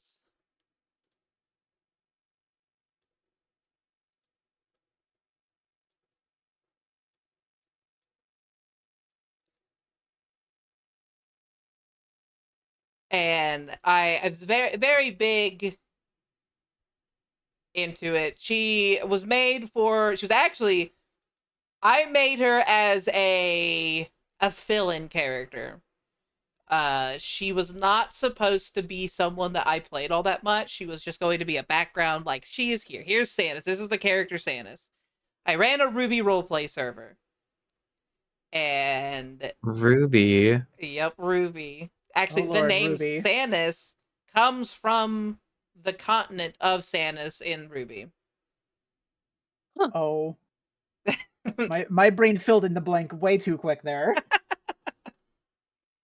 uh, so all of her family had a name related to the continents or the world of Ruby, which Remnant was her mother's name, which is the name of the planet. She has a younger sister named Animus, which is named from Anima. Uh, there's Solas, uh, with his, which I think is Solitas is the continent, and her twin sister, Manny, or full name Mandarin, is a word based more off of Menagerie, because Menagerie is not a good name for anyone. But these characters, Sanus was originally not one that I cared all too much to play. I, at the time, was playing another character that I was heavily invested in, and one thing led to another. A lot of terrible people in the server did terrible things to Sanus as a character, and she eventually kind of just took my focus in playing her. And I slowly over time I took the design from the Kaiju girls and made it into what you see now. The Fair. green hair tips were actually done because her twin sister Manny dyed her hair blue in the role play to match her boyfriend, who also had azul hair tips. So she's like, well, to make our mother not mad at you, I'm gonna dye my hair tips green, and it'll be more like a sibling thing rather than a relationship thing. Mm. So Sanus did that, and eventually that just became a natural trait that her hair, the longer it grows, it starts to turn green, which is reflective more on her now, the setting she is, which is all my own and stuff. Uh, the hair tips are different for the siblings, any of the family, because it's based off the element that they're closest to. Sanus is closer to the element of nature. She is more in one with the Fey side of her than she is with other elements and stuff.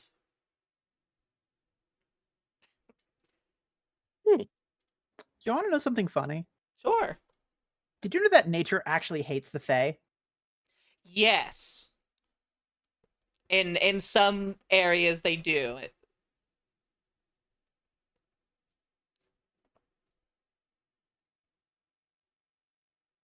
Sorry, I'm reading the chat a little bit. No, you're fine. I just I just thought it was a funny thing to bring up because it's just like you're Fae, I'm Fae. In a way, Eve's design took elven part to it, so there's Fae with Yeah. that. There's a little bit of Fae in there. The lizard and Maury and Eve. The I lizard. guess. That's a funny way to say gecko. Okay, Gecko. Where's my Gecko. 15% or more?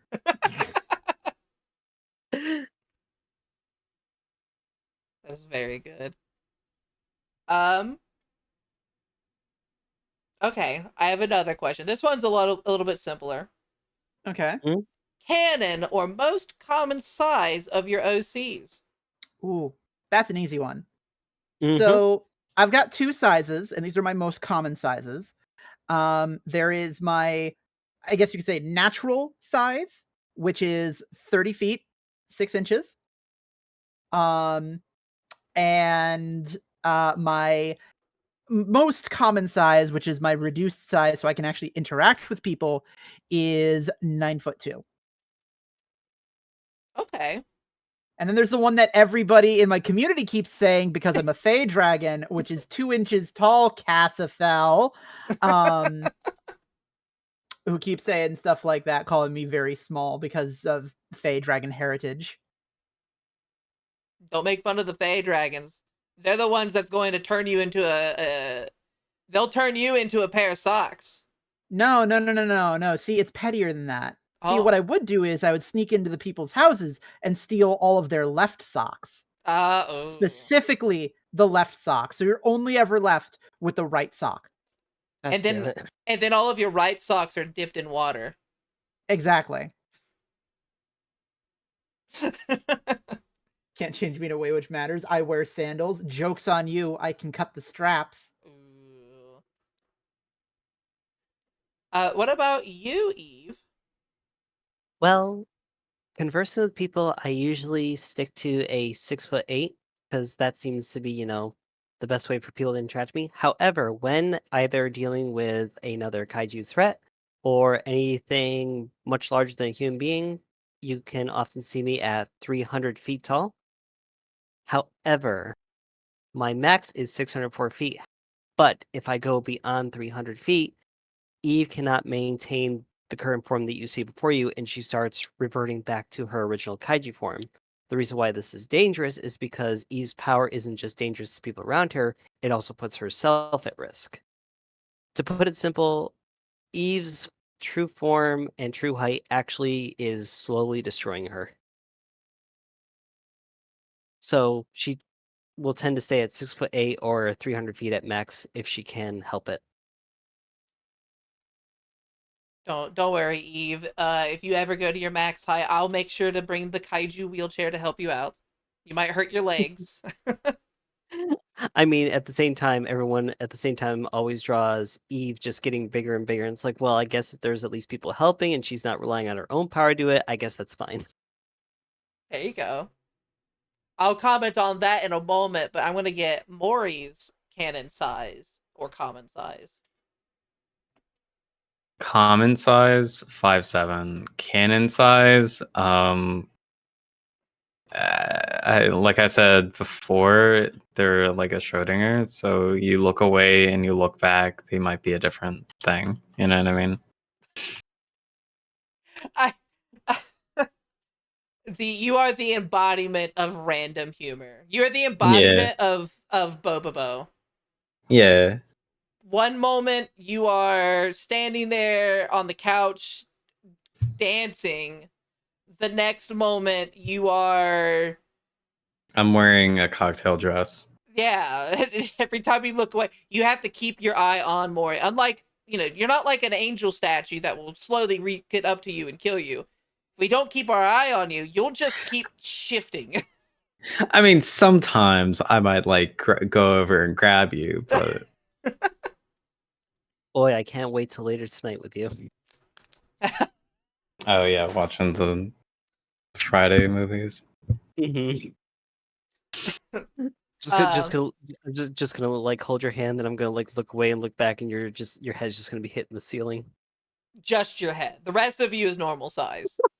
Oh yeah.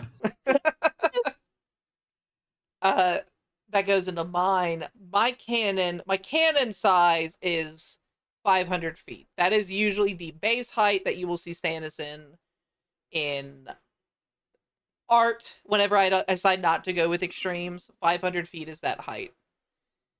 if I'm interacting with people smaller than me, like a proper interaction, she actually takes on 5 foot tall. And when she has size manipulation magic. So not just herself, she can manipulate other people's sizes. Other I people mean, who takes doesn't more these energy. days? Yeah, right. It's actually in her world. The only people who have it now are the Sangria family because there was a big thing that happened where humanity was trying to make kaijus of their own, and the Sangrios were like, "That's going against all that's balance in our world," and basically removed that knowledge from humanity. Uh, but Eve, as you said, without help, technically, size magic just got to make you a little bigger. Sprinkle a little bit of size magic. Well, when you put sprinkle a little size magic into play, let's talk about Oct for a split second. This little I squishy knew it. boy that is hold on, hear me out. He is exactly 3 She feet won't stop tall. talking about him. D- Every time she's on Hold my stream, she just has to go, Stop. ugh. Octon is just Okay. so dreamy. I'm trying to make a point. Listen, this goes for everyone in chat. Listen, if your significant other is, 6 feet tall, if they're 100 feet tall, or if they're 600 feet tall, or even as big as a galaxy, remember, the bigger they are, the harder they fall. And Aten has proven that time and time again. This little 3 foot goober with his shit posting music Goober. managed to make me buckle at the knee and just, just feel absolutely helpless. That's cute. So remember, everyone, size doesn't matter. Goofy goober. Exactly, Claude. Before I continue on, what time are you doing movie tonight? Oh, me?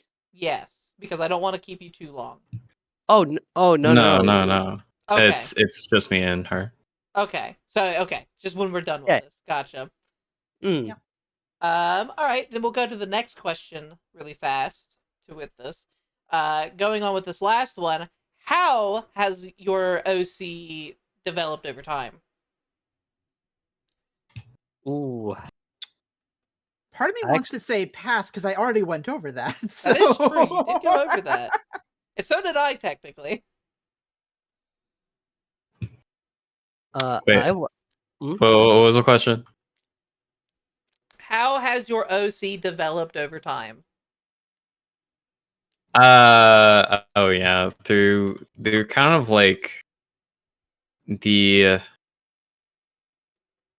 the interactions of other people, honestly. Like I was just a skeleton, and now I'm a cat person now. And I started developing like a whole lore of like this is my version of hell, and like they come from the circle of violence, and it's like a whole like neon hellish city kind of thing, not like a fucking battlefield or some shit like that or something. I don't know. It's and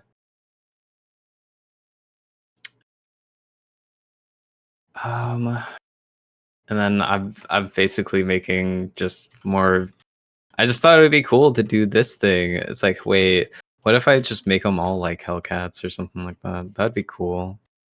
But yeah, um, I guess the lore with Hellcats is that they're takers of souls or keepers of souls, because in Hell, at least in my version, um, there are demons and that use souls as a currency or a food, depending on the demon. For Hellcats, they take them into each other, and then they become one another, and like it's another like personality kind of thing. But at the end of the day, the more souls that they have, the more dangerous that they can be.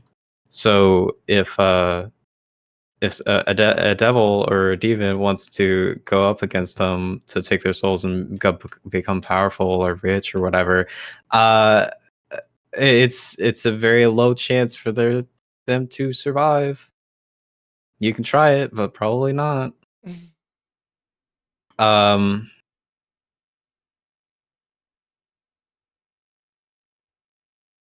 I don't know. It started out as one thing, and then it just kind of develops like, oh, that's a cool idea. That's a cool idea because I always like to write every once in a while.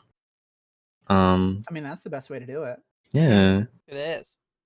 I Yeah, and I feel goofy when describing things or describing the lore because it's like, oh, what if it's all lame and I think it's cool because it's just through my perspective. But every time I would talk about it, and it's like, no, this is actually pretty cool. Uh, think that's I'm everyone's. I'm totally like a nervous wreck of like I'm at a pitch meeting and I'm trying to pitch this idea, but I'm doing a terrible job at it because I'm not confident whenever I tell it. But I mean, yeah. hey, that's where we share something. So, Oh yeah. hi, perfectionist when it comes to writing here. Exactly. Mhm. I want to make sure that I like it. I want to make sure that other people like it. I want to make sure that people that I know like it. I want to make sure that their friends like it, so on and so Yeah. forth. Yep. And Mad Mhm. Nut makes a good point. I really love the saying of keep it simple, Yeah, keep it simple, don't stupid. blow it, count your money. God. Uh, That's that. Yeah, I get that. and actually, Sanus, I posted in the call that we're in actually where Eve started to where she is now. Would you like me to show this off? You most certainly can. Let me save You know what? them. I'm gonna find mine then. The quote unquote baby pictures. We're going through the baby album. The baby album. So the first one that you're going to see, it is very witch inspired, and if people recognize the skirt, it actually is derived from Monster Hunter's Halloween armor, Oh my god. Yep, I can see it. but it still held aspects like the coloring and such based off of the marbled orb weaver spider. But we also agreed that after the people I was living with a couple months ago actually met me for the first time IRL. We agree that both the designs that you see on screen right now just they were too soft. They didn't really capture like my demeanor. So then after we met and we did a bit of working around it, that's when we developed this version of me that you see before you. Through the years. Oh, we're Few having an ad years. break. Dang it. I didn't even realize. Oh, oh. It's fine. We can hold off on this. I'm gonna take this time. Everyone take a break if you need to. I'm gonna take this time to search for my Sanus through the years picture that I did. Uh, Baby pictures. these are cute. These are cute. I really like Sounds great. the first dress. Is it? Yep. It has like a candle on the top, the tip of the hat. So, fun fact about that. It when I first showed up on stream with this, people were like, "Wait, oh my god, Eve has an actual form now." And it's like for the longest time I really like held that design close to my heart. But then people were like, "It's kind of too bright." And at the same time, it didn't really speak spider-esque. So then we tried workshopping her outfit to look more in tune with like the marbled orb weaver, but then we agreed the design as a whole just is too human. It's too elf-like. And so, give her sharper claws, give her bigger proportions, a big fat abdomen on the back, and some scales, and there you go. I think you should keep this design, and then in the future, when you get a model, possibly do that as like a an alternate outfit in the future. I I will. think that would be very cute. Fun fact: Claude actually drew me in my old outfit, and it does not fit. Oh, I will post it here. I don't think you can post. Well, I mean, it doesn't really show like boobs or anything, but I'm not sure if you can post it on stream. But I don't know if it fits in a literal sense. yeah, exactly. Hold on, let me see if I can find it. Oh, found it. so even better is what you're saying. No, Yeah. stop. Let's see here. Where is Tight it? fitting old outfits. Let's go. Exactly. All right. I'll let you be the judge of that, Sanus. I can show this. This wouldn't bother me to show. Oh my god. It's like trying to fit in like your old t-shirts. I've shown way worse than this, and all I did when I was doing my macro March tier list, I showed off someone who literally was completely naked, and the only thing covering them was two black bars that I edited on the screen. Oh, that's Ah. right. And yes, this is by Claude Everproud. Mm-hmm.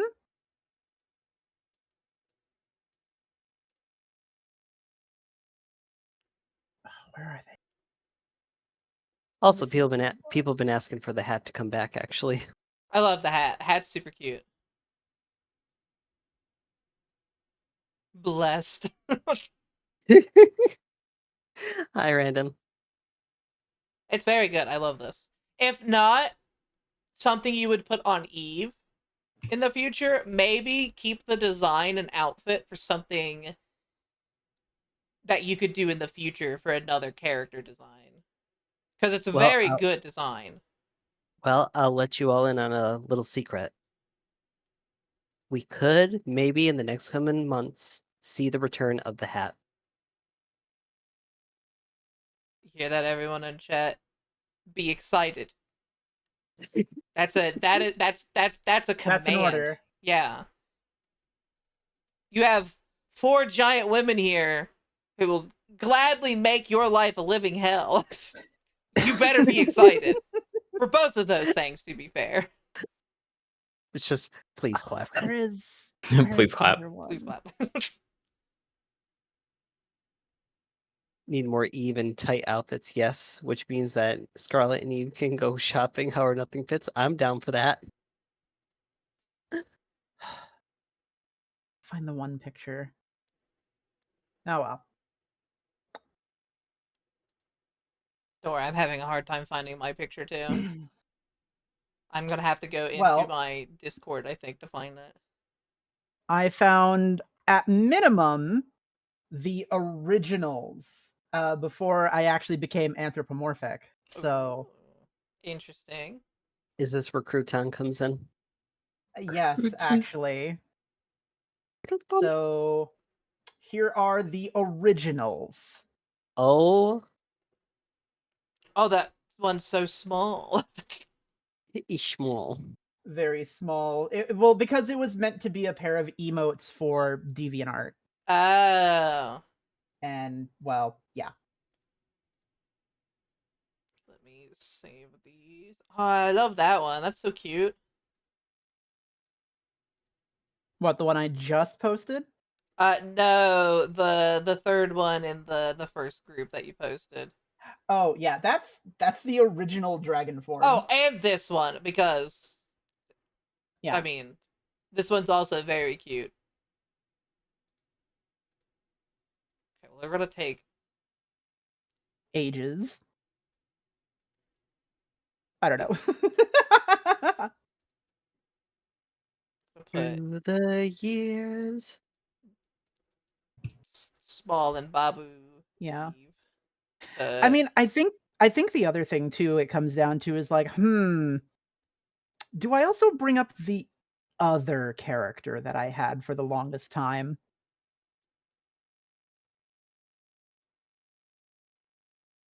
Nah. Yeah. Nah. I would say like a goat. Nah. Nah. Fun fact, actually, if I didn't decide on a spider, I actually was debating on turning Eve into a sheep. Wait, I'd is believe that. is Silesia not passing the booth? Nah. If I was not a kaiju, I would have been a dragon. Join Wait. the club. Yep. I just really like dragons but kaiju from the beginning should keep kaiju. Mm-hmm.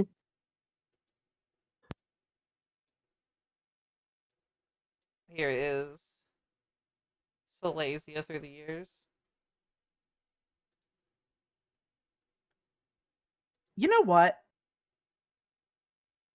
Should I get the prototypes, Eve? The prototypes. The prototypes for my 2.0. Oh. Would you like that, Sangria? Anything you are willing to share, I would love to share it off. Then allow me to go ahead and dump it because right now I'm in the middle of actually a redesign that a certain squishy boy may or may not be working on. Isn't that right, Eve? Yeah. And so these are the prototypes that Bpuns provided for me. Oh, I here we do go. remember these. Oh. Let me save this. And then save that. Oh, I love your hair in this. Yep. All right, we're gonna show off the prototype first. Yep. We'll call it Silesia 1.5.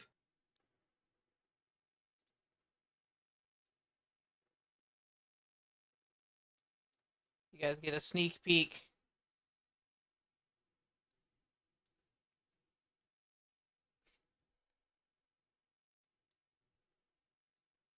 Also, damn, salad looking stylish. Every season. Every season. That's actually something that I haven't really been able to do for a while. Did you know that I actually change colors and fruits with the seasons? I knew that only because the size list where you posted it and you had posted the two that you did, which you posted earlier in the chat, and one of them is a different coloring, and I kind of suspected with you being a more the garden salad stuff like that, and it has you have Harvest Festival written across your bust, and I'm like, all right, that makes sense.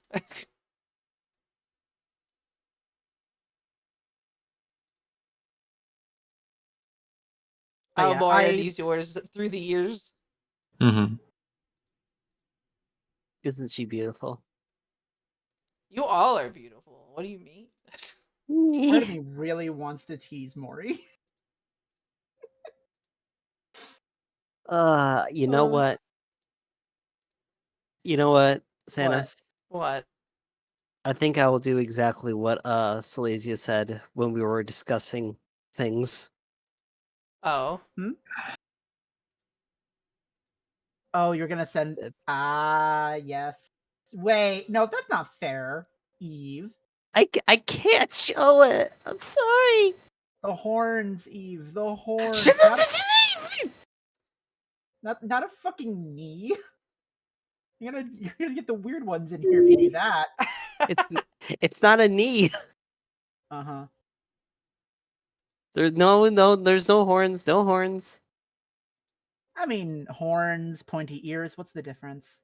I'm gonna Oh, show you mother! show off Maury. We're gonna fill up this screen with our pictures. Exactly. I'm doing a better one.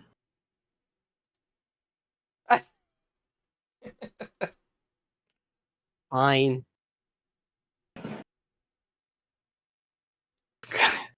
This bitch really just gave us an expendable or appendage or whatever. I don't know. No. Wait, who put Maury? No. What? I was gonna get the horn. Oh, I okay. You know gave what? you the Fine. hands. Man, You know what? I will say, Eve has always been very proficient in keyboard smash. I will. You know, I'm gonna look at my. I'm gonna look at my air conditioning. I'm just gonna see you running at me. Sprinting at her like the fucking Cloudy with a Chance of Meatballs meme. No, this is you right here. Oh, that one. Here is Maury through the years. All right, Maury. Gosh, At I least let love me know. our end of the year graduating school book, everyone. I know, right? All I right. mean, to be fair, VTubers always talk about graduation, but where the fuck is the school yearbook, huh? That's true. That's true. Oh, really is true. Also, Maury, I'll make a better one. Hold on. It's gonna be what you posted. Don't worry. I'm Eve. I'm not gonna Mm. show anything. I'm gonna show a knee. I thought you're. I thought that's what you're supposed to do. No. You show something that's like interesting, not Yeah, like not your fucking knees. Yeah. show tits. Siege over here says with a blushing emote, Maury, so amazing. Mm-hmm. And Richie typing Eve keyboard smashy. Fine. Here. I'm Oh calling you wait. out, Oh, Siege. I like to call you out. I almost sent that to the wrong person. Oh, I will let you do that. There you go. I'm gonna save this, and then I'm gonna show it right after I show the thing that I'm about to show. That way, this is like the big sneak peek, and I want to clear up the screen first for it. There is a lot on screen right now. There's a lot. It I want to really show is. off my Santas through the years. This is actually not up to date. This is back when I still used Koikatsu a lot. This is how my design changed through the years.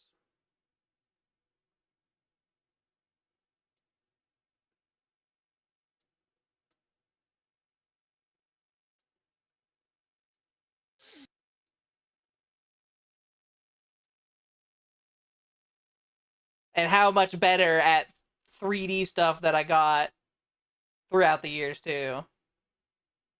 I was not the best when I first started, and that's not even a first start one. I think I had one before that. I just couldn't find it. Aww. And one more thing to show. Then I'll clear up the screen and we'll show the sneak peek. Also, actually, Santa's, it is the 2021 version that I was introduced to. Oh, what is because of gifs and stuff that I've posted? Movie, like short videos and stuff like that. Yeah. Mm-hmm. I still find it. I love when I hear someone say, "Actually, I found you through this community. Someone shared your post," and I go, "What? Someone shared me? What do you mean?" I never actually thought I'd actually like meet you until like Sylvia can be like, "Hey, do you know who Sanus is?" And I'm like, "Wait, the Sanus?" She's like, "Yeah." I'm like, "Okay, I guess I will put my name in there." You're But making me blush. I was like so nervous to like actually like even submit my pieces, and then as soon as you respond like, "Oh my god, I love your design," I'm like, "Oh my god." I had that exact moment when I met my friend Fairy Dooney because I had seen her stuff on other websites before, and then my friend Saru was like, "Hey, I know someone who might like your stuff," and then tagged them in one of my posts, and I was like, "Wait, I know them." Oh, where is the stupid picture of mine? I want to share it because it's super cute, and I never share it. Again, I'm not organized with my PC. I have like I think I have 10 gigabytes worth of pictures. Ooh, Is it in this folder? No. I want to check one more folder, and if I can't find it there, then I'm just going to give up. I don't want to take up too much time doing this.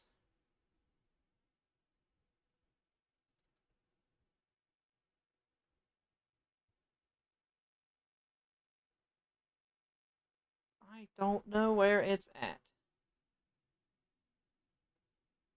I wanted to show off child Sanus. I actually have a picture of young Sanus. And I don't know where it's at. Nope, that is a porn folder. It will definitely not be there.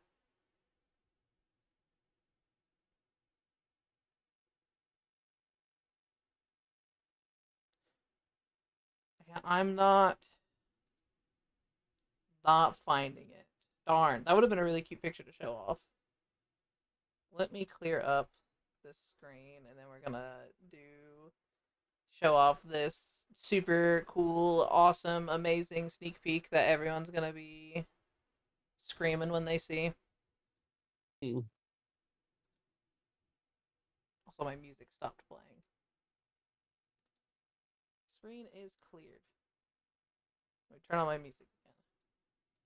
I don't know. I guess when I first started VTuber, I guess I felt it's like, no, you need to treat this like an actual job. You need to be secretive with your projects and only give out little bits of it. And I'm like, but I want to show more. But then my self-conscious is like, no, putting in too much work into this.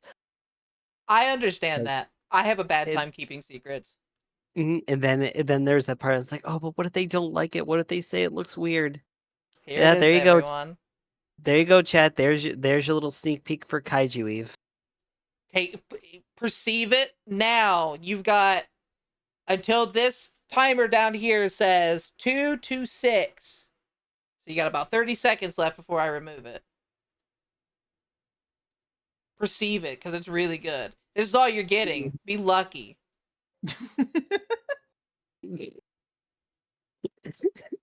This is really good.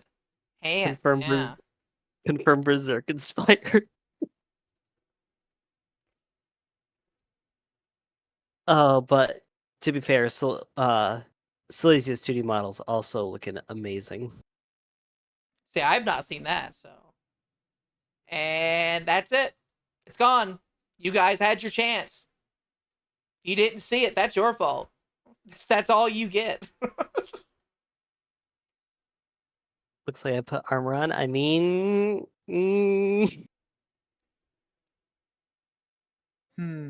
You're a I mean, at that point it's you're a spider, so it only makes sense. It's like it's chitin.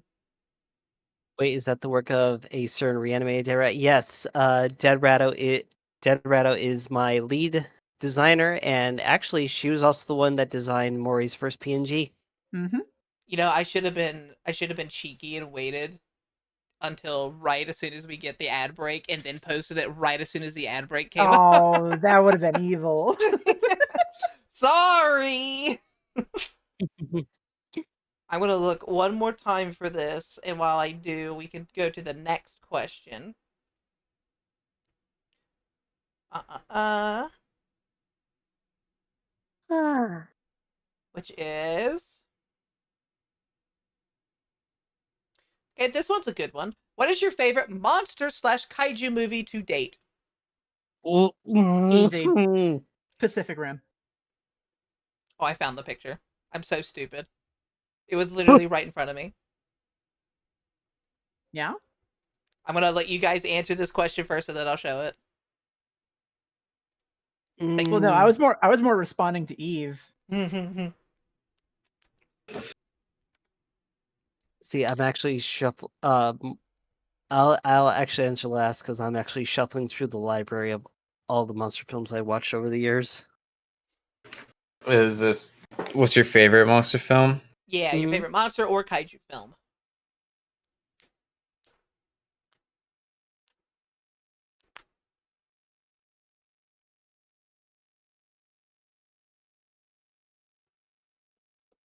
It's a hard question for me too. To be fair, Godzilla Zero To be kind of fair. fucks.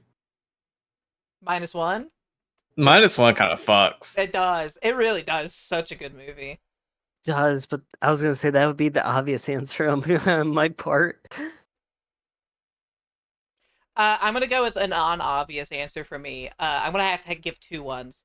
This one will be my non-kaiju movie. I love the second Tremors movie. I love Oh, that yes. movie. Such a good movie. The Shriekers, I know, such a good design.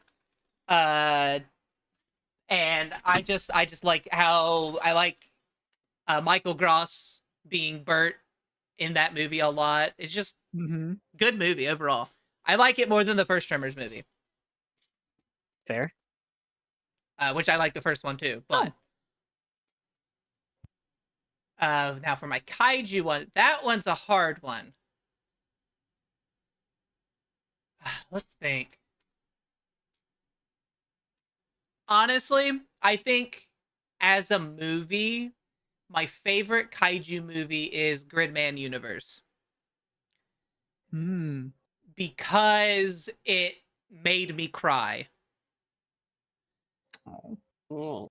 It was very emotional. I liked seeing both of the animes come together. I liked the interaction that you got between Akane and Auntie after Auntie has grown up. It was all very sweet, and it gave me the inspiration to do my sangria monster universe. Hell yeah. I guess my favorite non-kaiju film would have to be Bram Stoker's Dracula. It is a very artistic film. The prop work, the setting, and the moods that it brings is just it's value all around. But if I was to go with my favorite kaiju film, that would actually have to be a very underrated kaiju film called Colossal. Oh, I know that one. So, for those in chat, Colossal is essentially a film about a middle-aged woman who's going through a hard time, and then all of a sudden, she falls asleep. She wakes up the next morning in Korea. You see a kaiju just standing in the middle of the city, and obviously, the whole world's freaking out. But then she realizes, wait, when she puts her hand on her head, the kaiju puts the hand on its head, and it turns out it's actually a part of her. But that's all I'm going to say in the matter. It is a great film. It is 10 out of 10. Go watch it if you have a chance. It's a good one.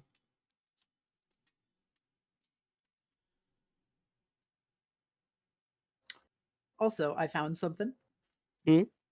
I have found a couple of my photos from the past year or so with my, my dimensional upgrade. Ooh, fun. Mhm. 2D to 3D. It's nice getting that extra dimension. Mm-hmm. Extra dimension. Maury, what's your favorite or your favorite monster movie slash kaiju movie?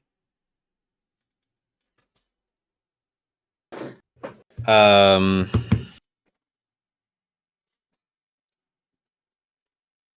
God, I gotta like remember the catalog, kind of like Eve.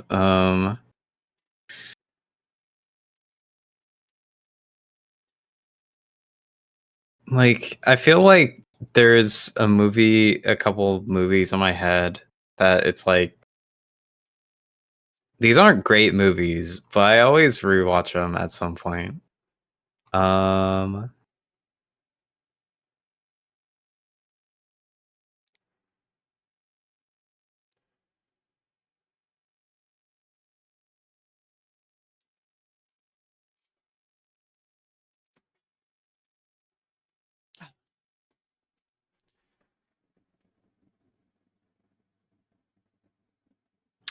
oh, uh, what was that?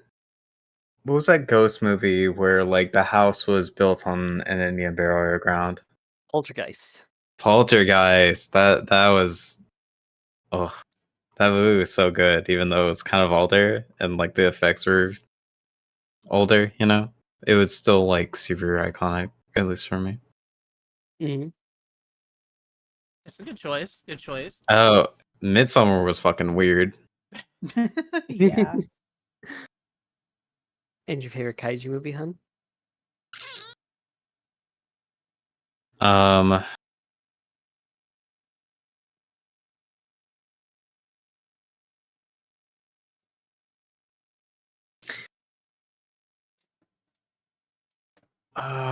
what is there? Like, I always think of like Godzilla, Pacific Rim, and um, specifically, ooh, King Kong Skull Island was really good. Uh,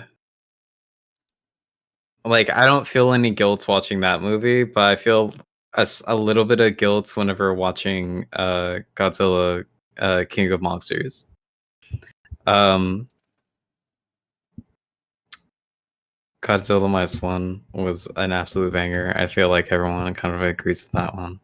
Mm-hmm. Um, I was gonna say, except for 3 people on Rotten Tomatoes. except for 3 people. Liars, all of them. Exactly. They probably watched the dub, which is actually not good What? Well, to Why quote, is it not good? because a lot of the relationship between the main character and his love interest is not Mhm. there at all. They skip a lot of it, and it removes a lot of the impact that the story has because of it. I was gonna say, to quote, one of the people that reviewed the film, they simply said, "Godzilla minus one lacks the junky fun of what a Godzilla film should be." Oh, No. so they wanted. Okay. Imagine being wrong. So I don't remember if it was we were talking about this before stream or like at the very beginning. Um, we were mentioning like games or franchises that we want to come back. Mhm. I think Silesia had something that she mentioned. But my idea was Rampage. Other than excluding the Rock movie with the albino ape, the wolf, and the crocodile or whatever. I really want like a genuine monster movie or monster game that's just good fun, you know, because it was a side scroller, and then you just climb a building and punch it, you know. Even the wolf was like, "Oh, I'm gonna climb a building and punch it." Yep. You, the Terror of Hermosaur game is basically that. We Yep. Terror know of that. Hemisphere. We know that, Terror of don't we, Lazy? Hemosaurus. Hemosaurus, that's what it is. Yep. Yep. Even I actually played that last October. Uh, that actually caused 2 art pieces to be made, but those are not safe for work because Yeah.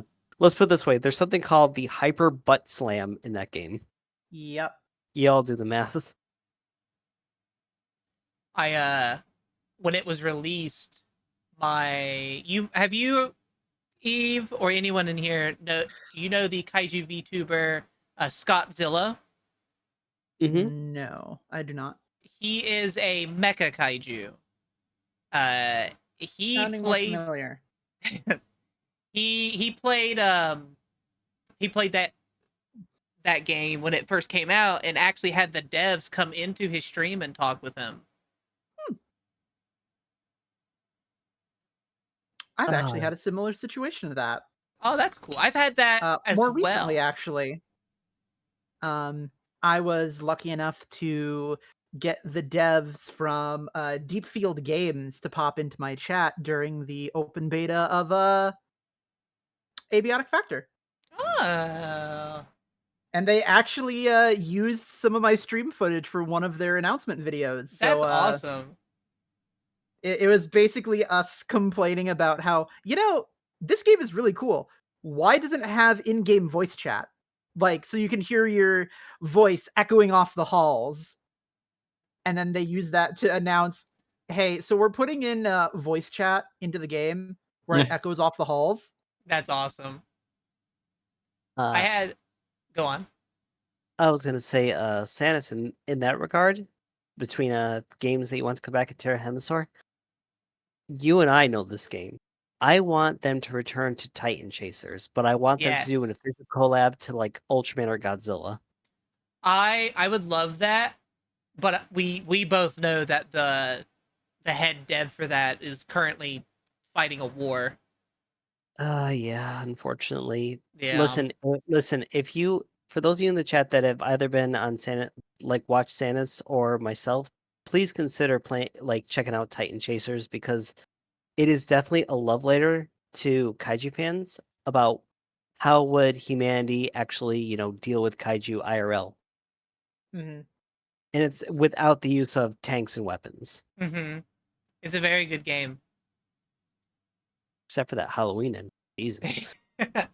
I had a dev come into my stream. So last summer, I was part of the Gamers Outreach. They did their summer fest to donate to charity, and during that, they released Paleo Pines, and Paleo Pines Oh, gave me a develop. They gave me a code, an early access code, so I got to play Paleo Pines while streaming for charity. And they came in and watched and chatted in chat for a little bit, and it was very Oh, made me feel good. oh, that's very sweet. all I can say is lucky. It's a good game. If anyone in chat also, if you haven't played Paleo Pines, if you like Stardew Valley like games and dinosaurs, go play Paleo Pines. Sorry, I want to be right back. Okay. Mhm. I'm gonna show off this picture really fast. I was talking about it earlier and I had just found it. This is young Sanus. Small, There's small very child small. Sanus.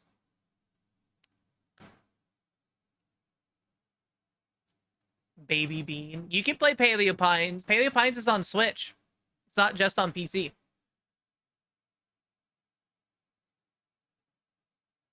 I need to play Gigabash at some point with you all because I have had that game. It was gifted to me and I've yet to touch it.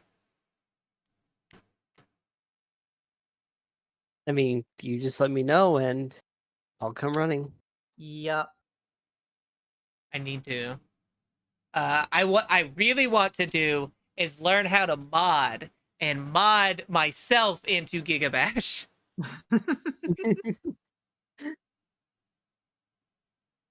Cause I've modded what's that one game? Uh oh my gosh, it's P. I've modded property damage with my models in it. I had somebody buy that game for me.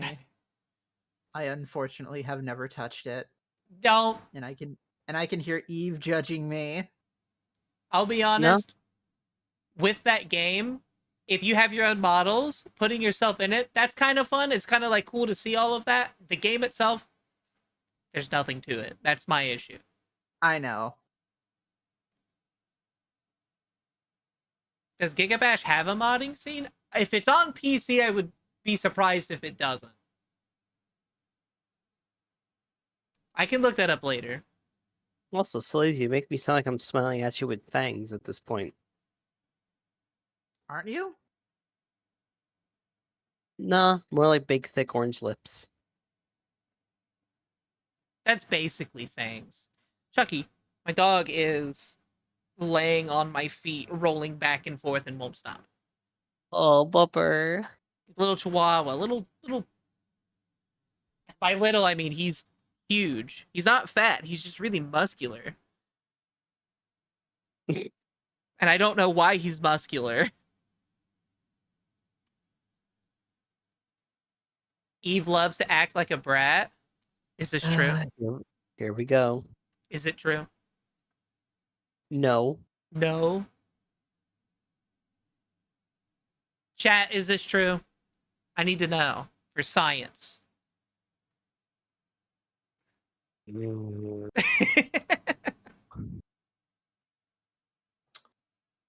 I have no comment. No comment. Do you want me to show this picture off that you posted, Silesia?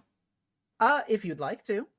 Or this is the extra dimension that you found, correct? Yep. Guys, everyone knows that 2D is great. I get it. 2D is pretty nice. But when you add that extra third dimension, you it gives you something that you can actually think about grabbing onto. Mm-hmm.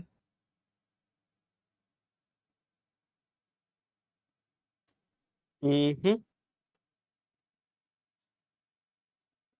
Is this the VR chat stuff that you talked to me about, by the way? Yes. This one was actually taken about actually at this point about a year ago, maybe a little over a year ago, while I was still getting used to the model. And before I got word from my model maker, which was very recently, about getting this thing upgraded because they've learned a Ooh. lot of new skills, a lot of new techs for model making. And after seeing their most recent model, I was like, I just want to upgrade with you so much. Like, there is so much that they've learned that would make the model 10 times better. So I'm very similar. I make my own models and I love doing it. It makes me feel like, oh, I've accomplished something. But then I see all these really good model makers and I'm like, but I really wish I could just spend all the money and have them make it for me because that's so nice. See, that's the thing too. It's really tricky for me because this whole model is from scratch. Mm-hmm. Like, my artist used a base, but it's their own base that they made from scratch. So it's like everything is from the ground up, which is practically necessary for me because I can't just like go, oh, I'm just gonna pick an anime girl model and build off of that. It doesn't work like that. Not with the dimensions that I have, not with how I'm designed. Because ironically enough, there's not a lot of models that have good snoots. So You know, that's the one thing that's driving your 2D modeler up a wall right now. It's like, how do I you know get it a snoot? is. I know Uh it is. That's why he's talking with Rado. hold on. So I have to make models for some people due to Mm-hmm. my donations for uh Macro March. I still owe people models, and one of them is a furry style model, and I've Ah. never done furry, so I did a practice with one. I think it's actually Mm-hmm. in Queen's DMs. See, I 'Cause I was really showing want it. to learn how to model. See, I use uh Vroid, Mm. so I have to go off of what I have in Vroid and what's capable, but then I take it from Vroid and I'll put it into Blender and edit from there. Yeah, I'm trying to learn how to do Blender. The problem is that I'm ADHD as hell, so I understand that completely.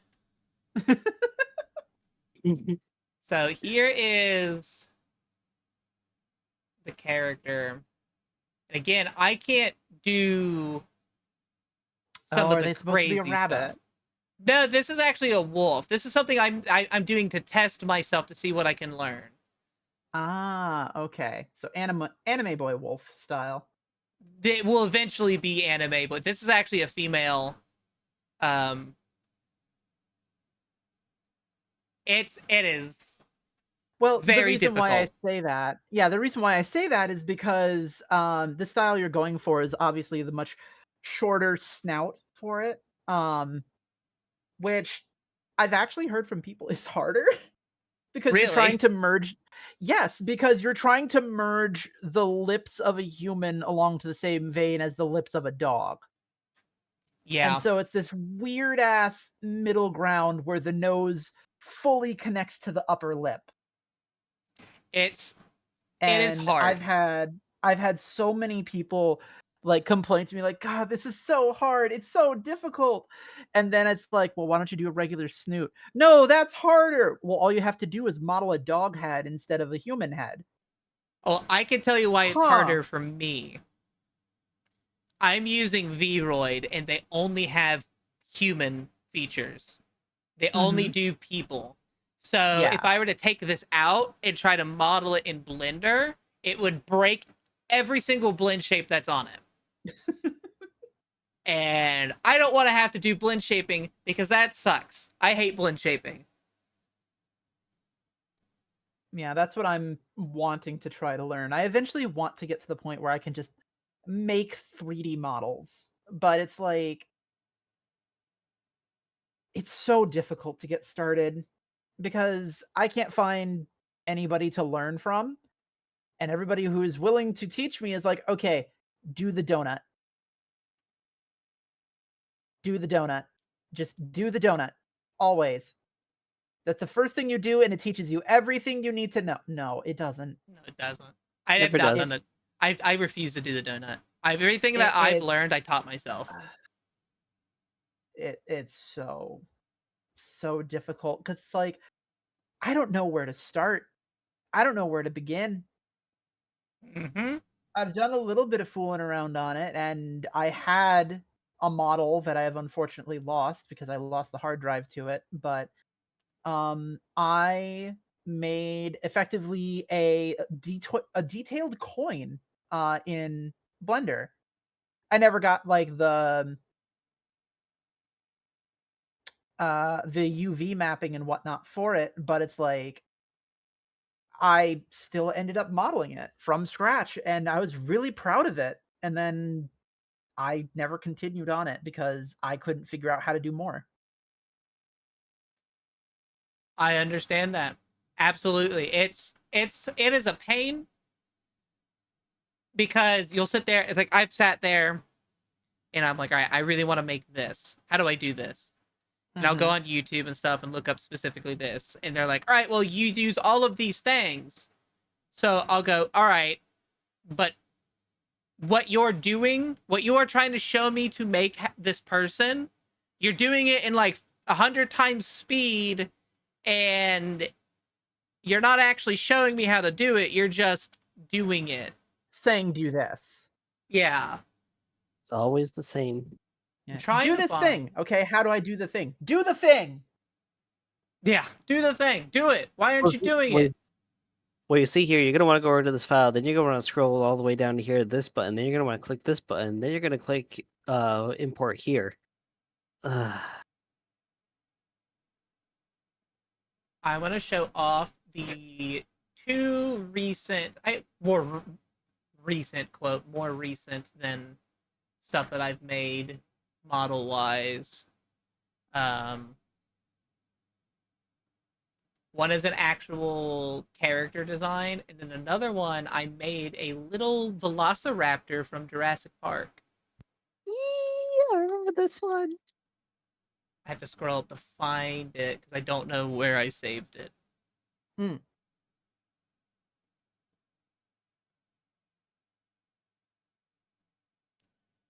Uh,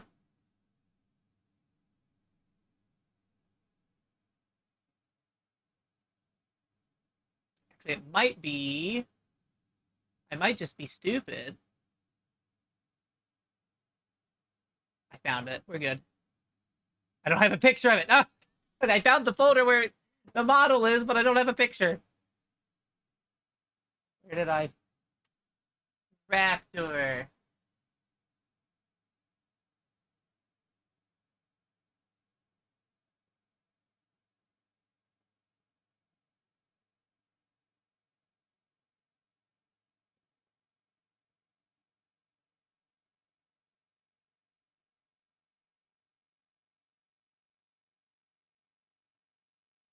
How do I not have a picture of this? It should be right here.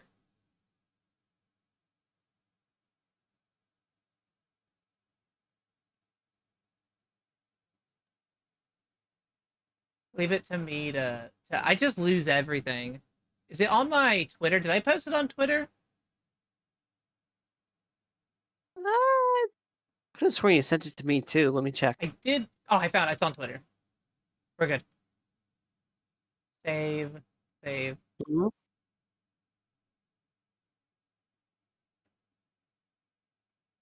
Okay. So this is the character I made. Again, this started out as a Vroid, but I bought bases for stuff from another Raptor like design, and I edited it. The legs, for example, are actually from something else. I paid for them, and I'm allowed to use it for stuff because of it. So here she is. This is her. Made a little raptor girl. And then this is my little raptor pet. This one was made completely from scratch. Look at him. It looks Oh, like that's he's. really cute. It looks like he's looking up at you, Slazy. I Mama. got that. Hold on. There you go.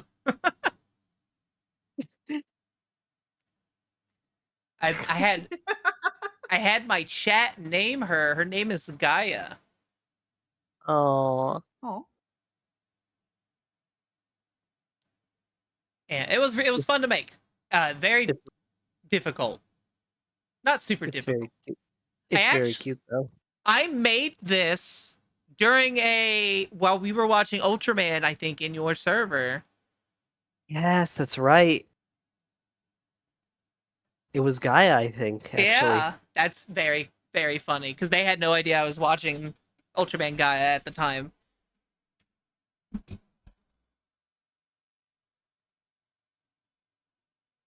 I hope Mori is okay. I still have a Yeah, lot more questions to go. Uh, also, I feel that that the last 4 pieces I posted in the chat are actually, pretty obvious that I'm not a brat. no comment. Yeah, uh-huh. I think the first one you posted makes it seem like you're more of a brat. No, what are you talking about?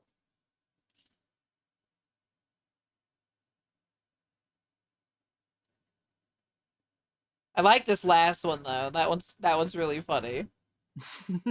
GI, what who's that with me? I don't know. Look kind of familiar though. Yeah. Mhm.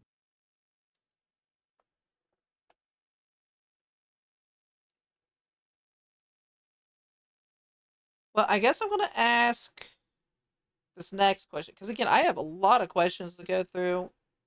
Well, yes, And of course. we might have to, because I don't want to keep you guys too long. I guess it's only been 3 hours, so we've got a lot more time to go. If you guys are fine with it, what I'm time down. would you all like to stop? Well, that's entirely up to you, sweetie. Mm-hmm. I could literally go all night. That's the scary thing. Well, I mean, to be fair, I ended up like my plans for Fridays ended up being changed because of this. Oh, Because normally I do movie nights on Fridays, but it's like tonight's special.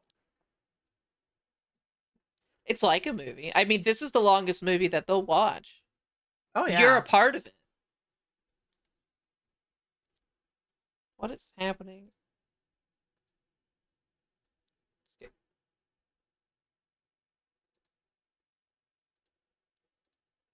All right, then I'm going to ask the next question. We'll come back to Mori when they're back for them. Mhm. Um. Hello. Oh, you're Oh, back. There you are. Perfect timing. wow.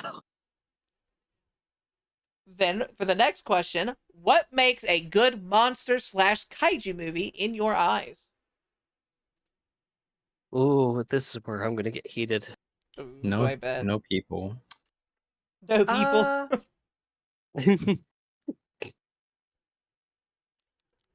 repeat the question one more time. What makes a good monster slash kaiju movie in your eyes? Hmm.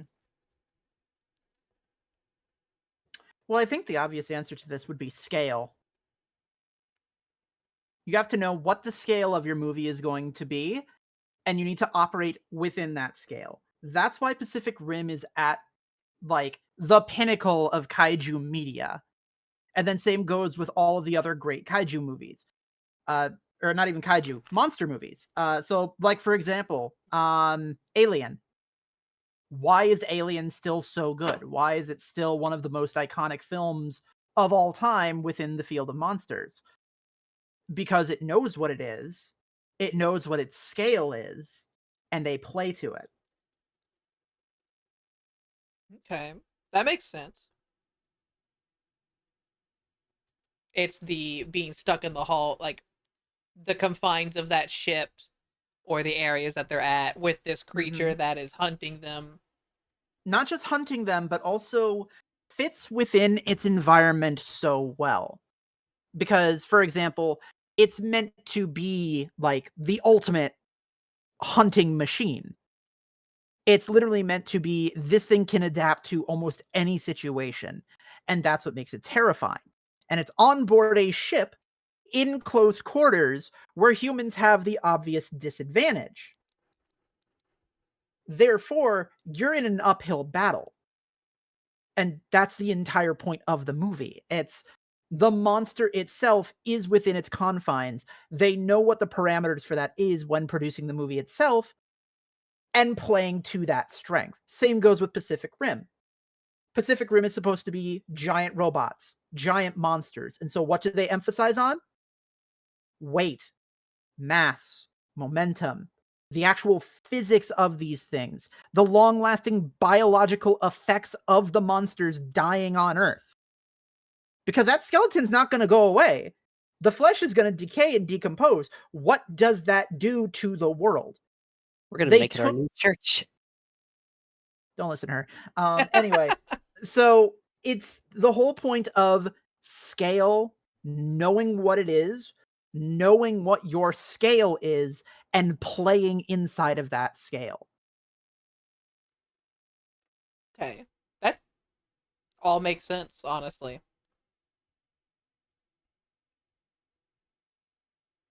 Eve? Yeah, Eve. All right, so Santa's gonna have to step on your toes here for a moment.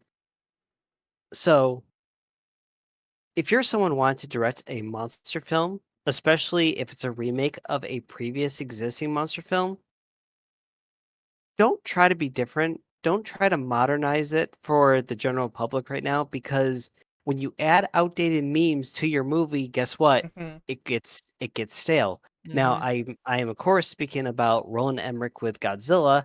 I will explain why that's also one of my favorite kaiju right now. And two, Pacific Rim 2 with with Godzilla 1998. Essentially, the whole 1994 part that got scrapped, which had an amazing story. It even had two giant monsters duking it out in the middle of New York City. That's perfect.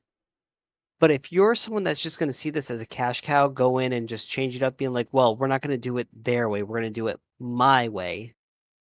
And then say, like, well, the general public just doesn't know what they want. It's like, no, you took a classic, iconic being and you change it into something that is unrecognizable in name only as to what it's supposed to be. However, I will give Toho props for this. They managed to take Roland Emmerich's design and fit it into the Godzilla universe as a subspecies. And now it is the more agile species of the Zilla branch. And I'm like, that's perfect. That's wonderful. And one of the most dangerous, according to the books. Yes, for the reproductive values. That does not step on my toes, I should state. No. I know people don't like that movie. I know people don't like it because, well, it's not their Godzilla. As a movie, though, if you removed the name of Godzilla, it's a good movie. Make it Yes. Big Lizard.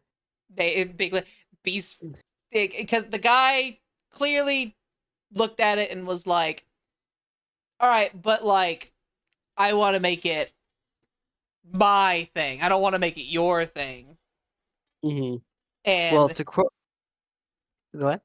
I was, and it just didn't hit well with the fans of Godzilla because it wasn't what they wanted from Godzilla. hmm And I think that's the thing. A lot of people need to realize, like, just because you have the power of the name doesn't automatically make it good. Because there's been so many cases where it's just, hey, this new thing is coming out and it's got this name attached to it. And then it's nothing like it at all for what it's supposed to be. The first Dungeons and Dragons film. And like that's just the thing. If you just remove the name, if you remove the brand association, the whatever with it, it becomes an amazing product, movie, game, whatever. hmm But because it has that name attached to it, even if it's a good game and a good name, the two of them together don't make sense. hmm And in correspondence to Pacific Rim, like I get it. You can't replicate Del Toro. Del Toro is a master of monsters for a reason. He is. But you can't just simply take out everything that made this universe perfect because you think that your idea is better. Mm-hmm. Case in point, no weight to the robots when they move, aside from like a few camera shakes here and there. Don't get me wrong, I love Obsidian's Fury design. I think it's one of the best Jaeger designs since the first film. And that's big praise coming from her.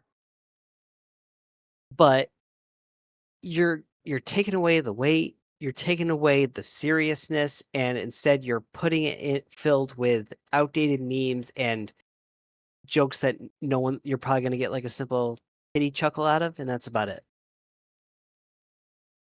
I got no quarrel with the Mega Kaiju though. That baby's beautiful. This is true. That And also doesn't step on my toes either. Actually, great point on that too, because the fucking atrocity that broke my heart. The Monster Hunter movie. Oh, I forgot about that. So I Yes, can you talk on did. this one a bit too. I'm Mhm. sure it's But very opposite of what yeah. you guys are going to say. Maybe, because obviously the best thing in that movie is the monsters. But What? No, the best thing in that movie is Ron Perlman. That's also true. Same thing with oh, Pacific you know Rim, to what? be fair as well. That is Yeah, also that's true. That's true. That's true.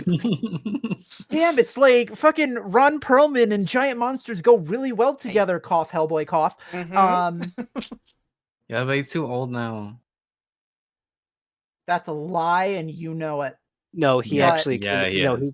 he came out and he said if he had gone into the new role of Hellboy, he would have actually died. Oh, as Hellboy, yes. I'm talking about movies and giant Oh, just in monsters in movies. the Yeah, in movies. general, So, then yeah. Oh well, he was in the TV series on Netflix, John Doe or Jane and John and Jane and John, something like that.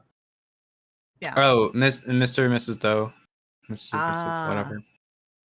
But they're like secret spies, and he's yeah. like a rich guy they have to protect.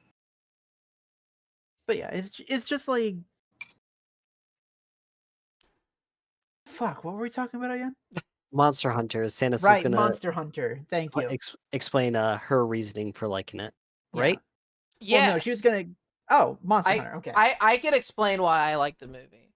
I have Yeah. two explanations for why I like the movie. The first one is I'm Mhm. very easy to please when it comes to media. I can watch something that most people like. This is the worst thing I've ever seen. I'd be like, I enjoyed it. Which has gotten me into plenty of arguments with my friends because they'll be like, "How could you enjoy this?" I'm like, "I just thought it was silly fun. I turn my brain off when I see this, and I just enjoy it." Mhm. And Um, that's fine. with Monster Hunter, I watched it with my friends.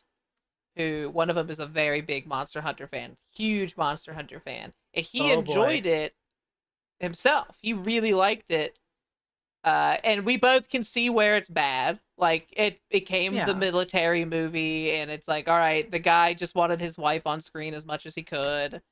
Mhm. And He does that all the time. that's with Yeah. every movie he makes, and that's Mm-hmm. the part that spites me the most, because it's not just Monster Hunter that he did it for. Resident He Evil. did the he did the exact same thing for Resident Evil, and that's where it hits really hard In the for me, darkness or because the dark, it's whatever. it's he's so obsessed with his not wife, and no, they're not married, that's the thing. Um he's so obsessed with her that he puts her in every single project that he does. And that's the part where it gets me. I can see where that would bother you. Cuz he butchered the entirety of the Resident Evil franchise. And Um, that's really hard to do when it's Resident Evil, where it's already overly campy B movie as shit. yeah, It's really hard to botch that, and they somehow succeeded at it. it's it's weird and odd. I don't get it. The Monster Hunter one, again, I enjoyed it as like a I liked the I liked if you removed her from it and had the characters you had, it all felt interesting. I don't know why they decided to go with the isekai approach. To include her in it. I guess, yeah, that's the only reason why I could see it.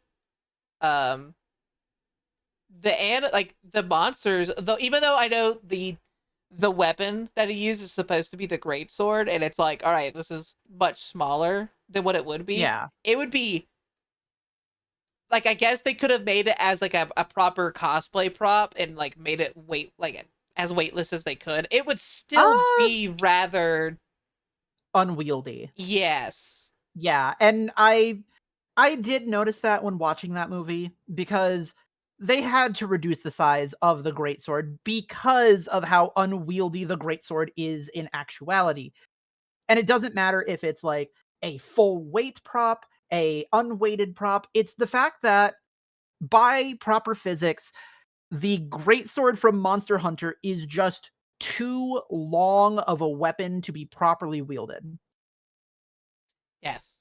because it's so Absolutely. long and so wide that feasibly swinging it around, you still already have a considerable amount of weight, but it's also the fact that it's not at a proper fulcrum for it. Mm-hmm.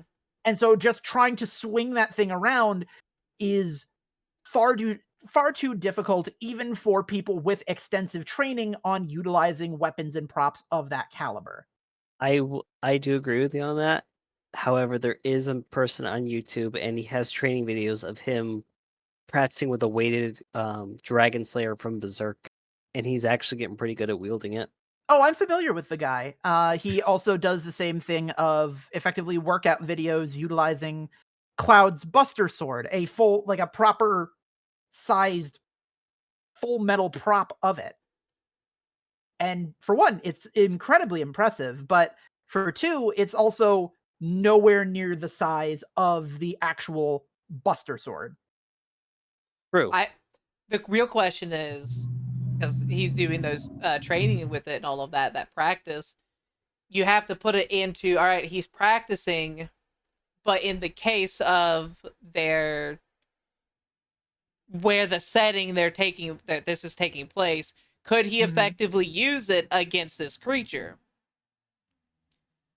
Uh, so going into the movie, all right, this was too small compared to the actual game. That's fine with me. Mhm. Doesn't bother Yeah. me. The monsters were awesome. Yeah. Mhm.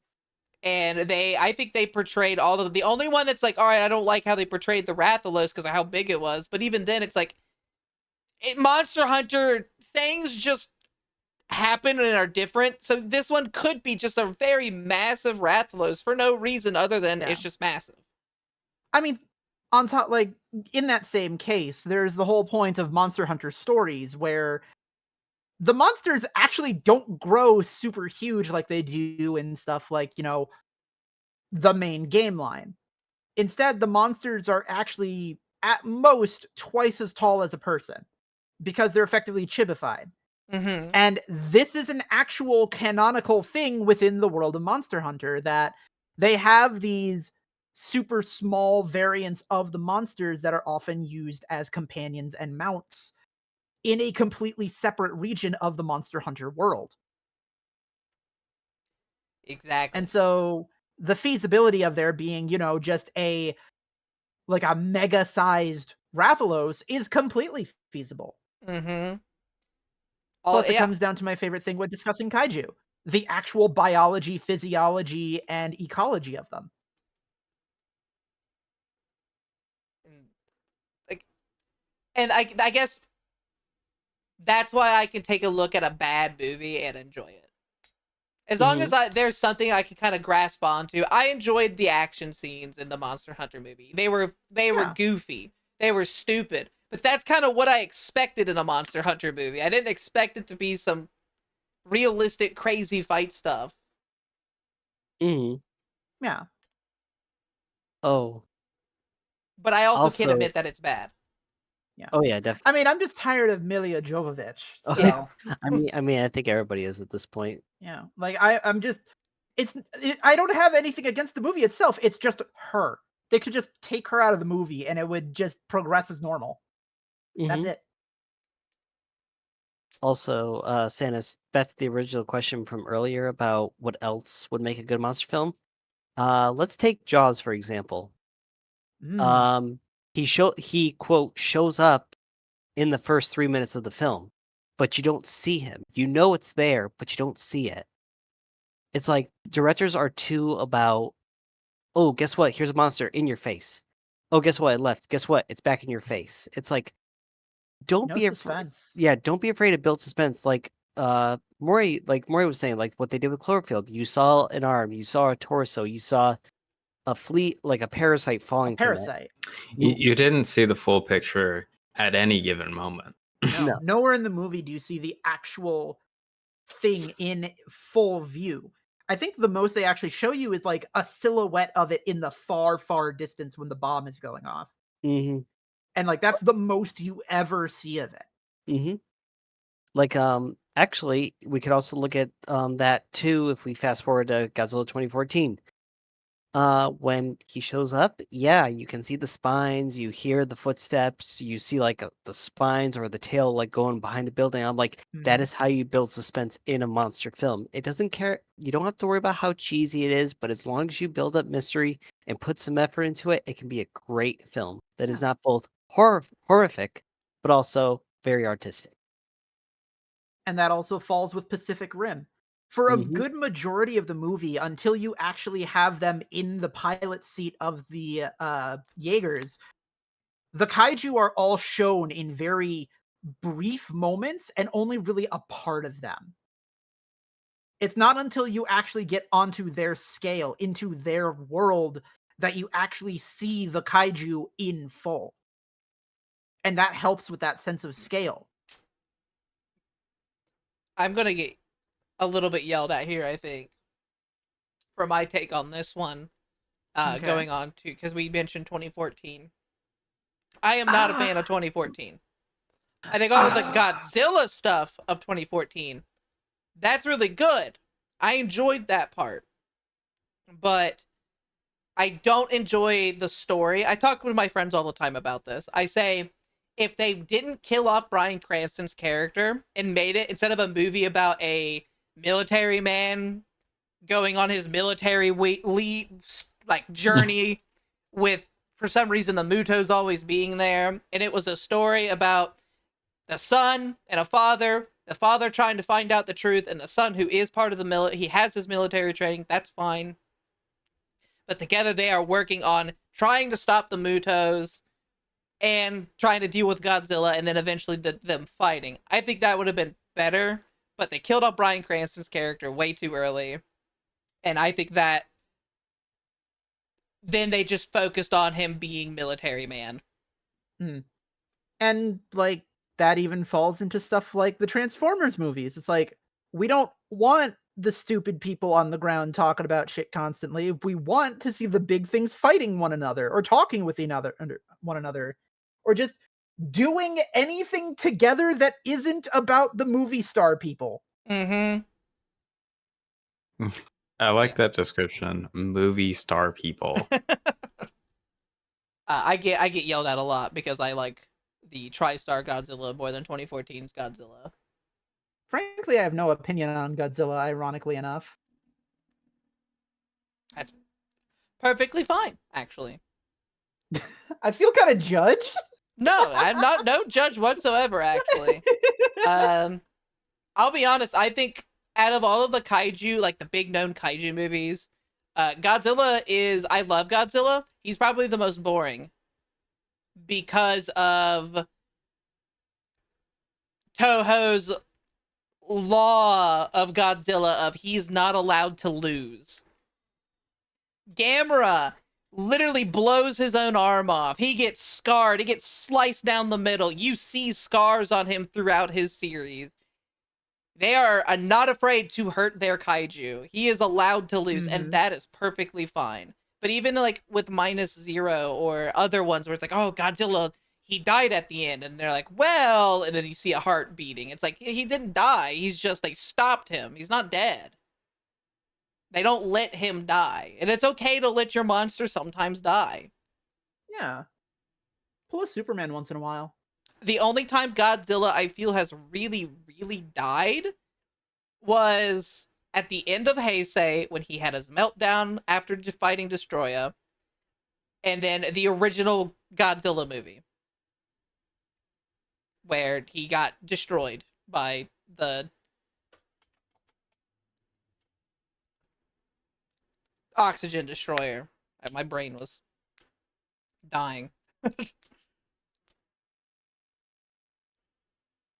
Yo, they killed him with the Oxy Destroyer.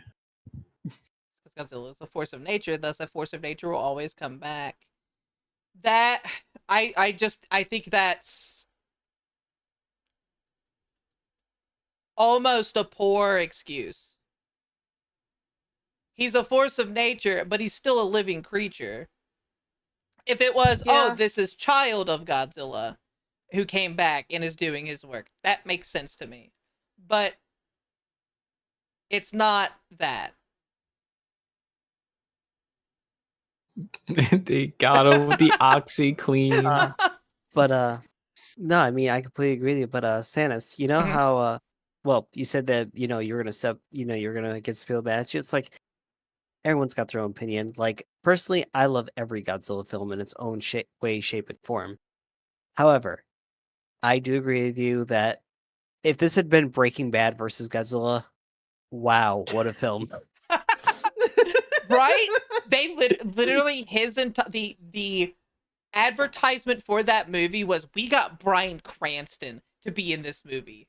The Breaking Bad guy, he's gonna be in this movie, and it's like, oh, cool, he's a good actor, and then he dies really early. Well, shit. Who do we have now? We've got, I don't care for the actor for the main character. He's very bland, and then we got Scarlet Witch. She's there. Jesse, Oh Godzilla. yeah, true. She is in it. Well, it's Scarlet Witch and the Silver Surfer, no, he's not Silver Surfer. Quicksilver. Quicksilver. Quicksilver. Thank you. Yeah.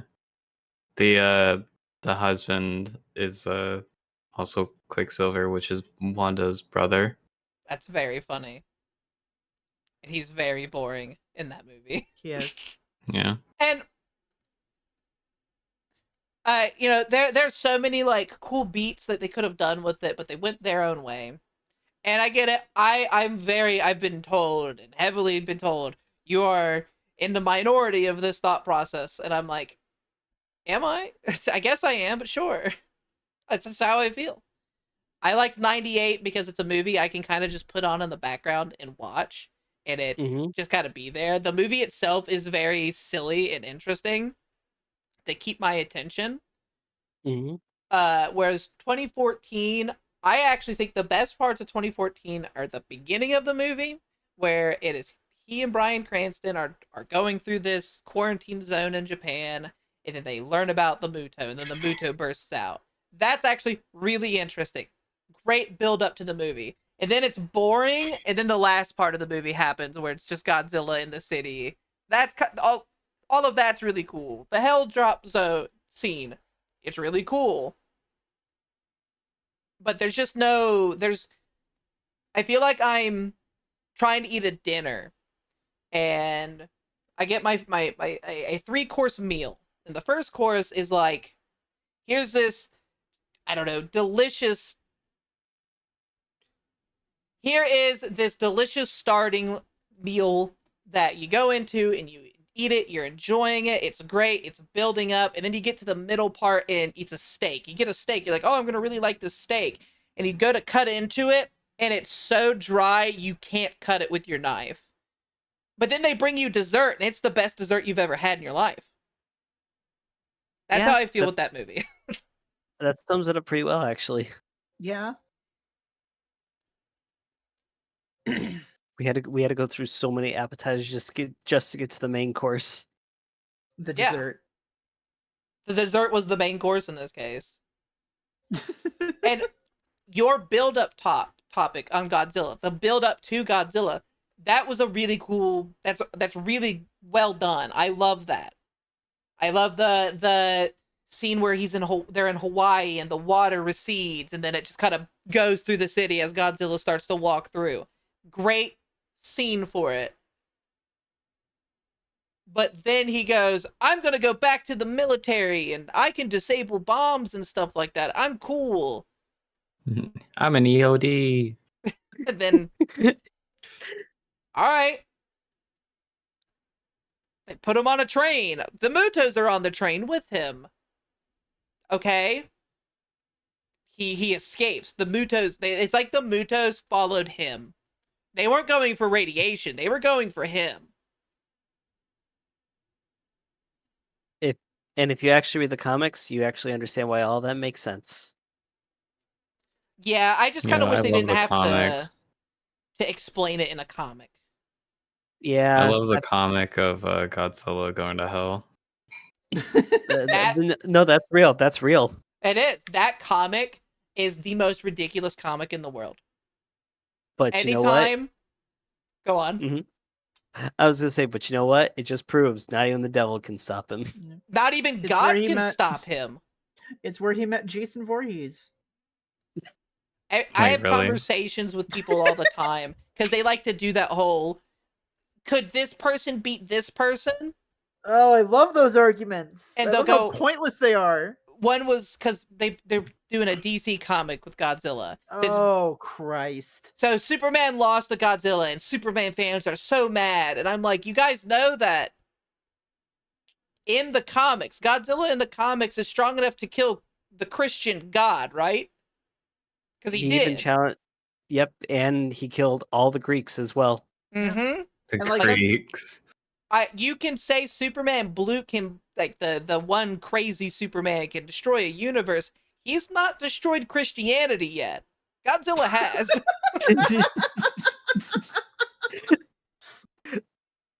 It's like, the clouds depart. God says, Godzilla, I forgive you. Godzilla just literally roars back in anger and just blasts him. Yeah. It's crazy. No. So Godzilla is Kratos before Kratos. No, Kratos and Godzilla are homies. They are.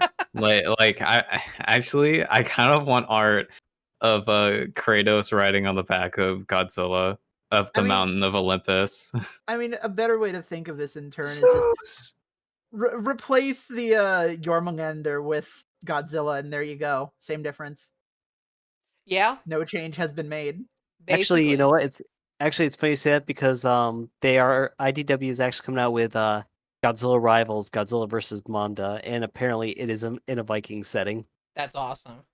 I'm not gonna lie. A picture of Kratos effectively jumping off a cliff towards Godzilla would be just a fantastic piece.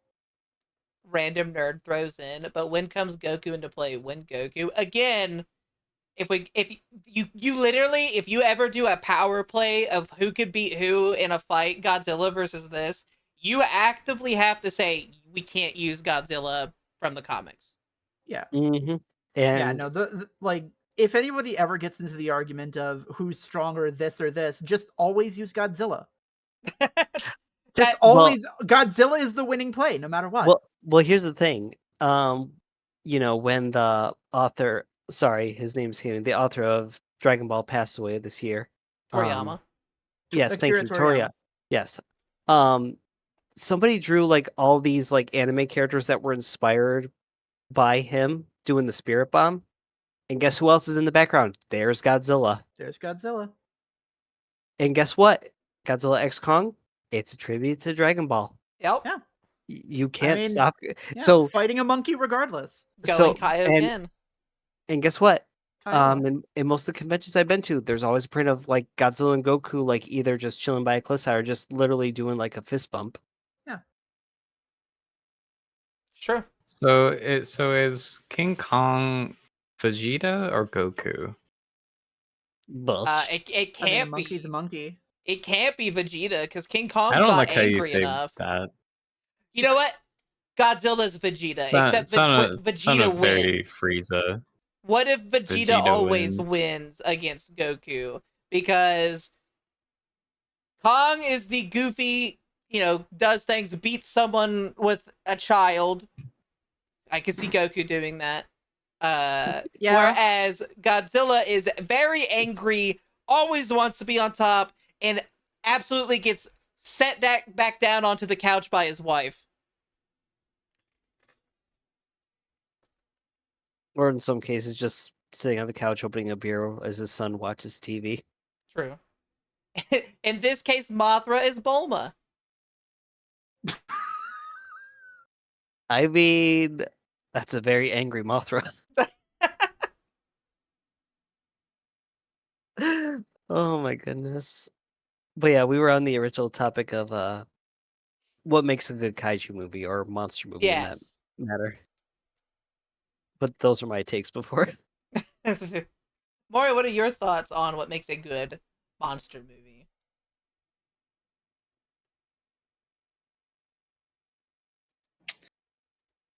Um, I I think it needs three things. One, the monster needs to have a cool design. Two, build up the monster.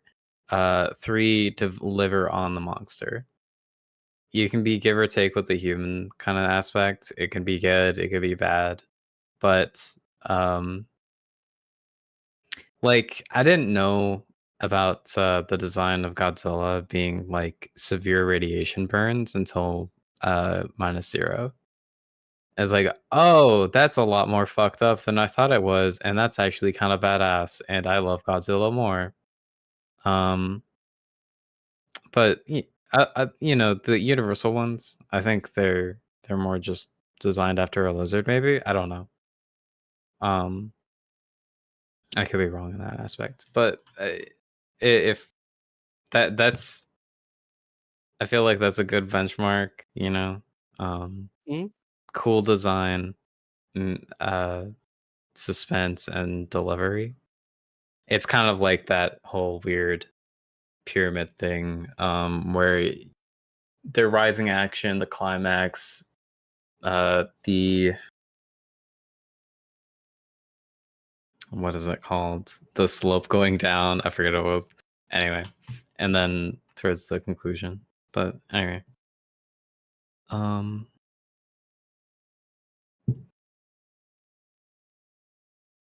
I can see but that. you could also say like just make a good movie, because if you have like that kind of benchmark, then you can kind of translate it to anything. Like, um,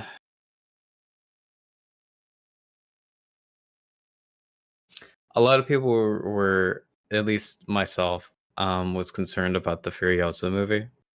I'm not gonna spoil anything, Please but don't. I was going into it kind of like, okay, it's not Mad Max, so what's this new character gonna bring to the table? And I wasn't really disappointed, because they didn't really try to take a point and then sell it onto you and force it down your throat. They just made a good movie. Um, I keep mentioning it, like Godzilla minus one. It's like they do have a point. Like, hey, this is the implications or the effects of, say, survivor's guilt, or just like how people can be affected by a devastation, or Shin Godzilla. Whenever how society, that whole movie was a depiction of how society was reacting towards the devastation, which was the tsunami, Hmm. or, right? Hmm. And then they kind of translated it to you know, a more monster that's constantly evolving and then causing destruction and stuff like that. Um, so like if you have a point, it doesn't have to be up in your face, but just make the movie kind of fun, you know. Mm-hmm. Um, and it every single second, it doesn't have to be, oh, this is about the point. It could totally just be like of fun for the sake of fun, you know. Like in Shin Godzilla, he was like doing the whole atomic breath and purple lasers and shit like that. That didn't need to be there, but it was fun to do. It was fun to watch. Yes. Um, Let's see. Or in the thing, hey, the monster didn't need to like open up the guy's belly and chop the arms off, but it was fun to watch. Yum. Interesting. Meow. I think what you're saying is a good example of why the original 3 anime Godzilla movies didn't work out too well. Because the first one I think worked out better than the ones after it. There was no Oh yeah. The first one had implications. It showed other monsters that were kind of like the Servrime, something like that. Those monsters were really cool. It had all of these like build-ups and stuff like that felt good. And then it's like, oh, at the end, well, Godzilla we killed wasn't actually Godzilla. It was just a piece that fell off that evolved. No, the Godzilla that we're at, like, we hate is this huge mountain, really. And then it explodes. And it's like, that's the end of that movie. Right. And then they didn't really build up to the movies after. It's like, all right, well, the second one is the Mecha Godzilla City one. It's like, all right, here's a cool concept, but we would much have rather have seen Mecha Godzilla and not just these like robot suit pilot things. Those are cool. I thought they were neat. And then the third one, the third one went into a direction that I just don't understand. Ghidorah's cool, but there was nothing that really wowed you in them. That's why there are fan animations of like, here's the full body depictions of the Mecha Godzilla or Void Ghidorah fighting against that version of Godzilla, and they are really good compared to the actual movies because that's what people want. Well, that's why every time when I get the chance to show those animations, I'm like, no. Listen, you can hate the trilogy all you want, but imagine if it was this for a moment. Yeah, And everyone's like, these are amazing. I'm like, I know. it's crazy. I believe that guy made them in, was it MMD? Yep. The fact he made it in MMD is ridiculous. All really good, and you are right. All of you, like, there has to be something that like hits for the movie. It needs to make sense for what they're going for. The size of all of it, the scale of what they're doing needs to make sense. You know, is this, you know, in the original Alien movie, is this because the original Alien, it was more of a, it couldn't really, you know, I wouldn't put it as a city-wide like destructive force, but it is that like this could handle a small group of people or a group of people easily by itself in those confined spaces. So they put it in a good spot where Godzilla is a giant monster, a massive creature that would be a countrywide problem and would have to be dealt with by your country.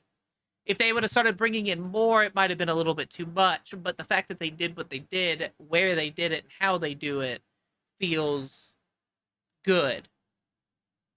But then when they blow stuff up too much, like they did with the anime trilogy, there was just, it never felt like there was hope. Everything had to reside on the main character's back the whole time, and it wasn't a good feeling for it.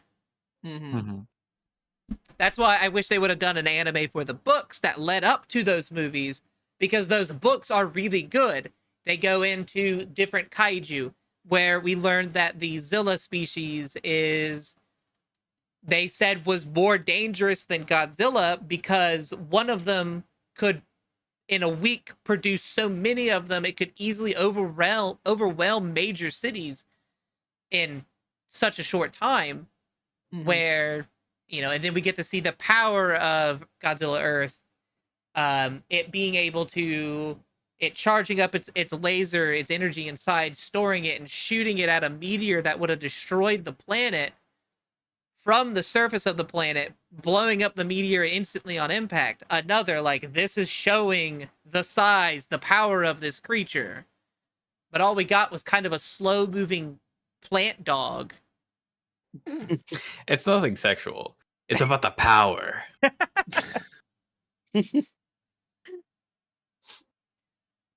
Let's get into the next question. What is your favorite aspect of size related to monsters? What is your preference if you have any? I'm guessing this question is like, do you prefer giant monsters? Like, what's your favorite aspect to that? Ooh. Favorite aspect to giant monsters? Or just size related to the monster? What is your favorite aspect of that and your preference? If you have any preference. Once again, I'd have to say the scale.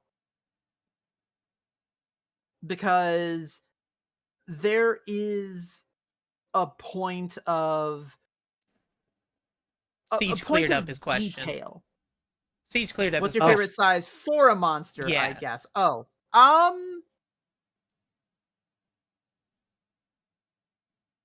Ironically enough, anything in like the 20 feet or below range. Because one of the big things that I think is kind of lost very heavily when it comes to macro scale monsters is that like the way that they interact with the world is very different than how people interact with the world because of that sense of scale. Um Obviously, when you have monsters at such gigantic sizes, they have to interact with the world a lot differently, and therefore there's far different consequences. But when you're in that 20 feet or below range, or even 30 feet for a better example, there's still means for them to interact with the world below, but then they're still interacting with the world above, if that makes any sense. That makes sense. I get that. Um, it's hard to picture creatures that are 100 feet tall uh, caring about anyone smaller than.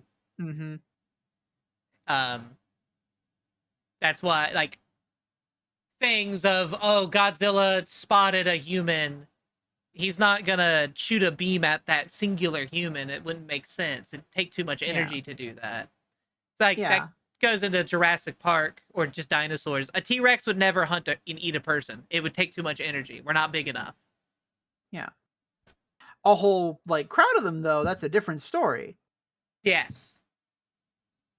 Raptors, in this case, I guess we'll use the Utah Raptor as the actual, would be the size of their Velociraptors, would go after a person. We're big. We're big enough for it to want us to eat us. Yeah.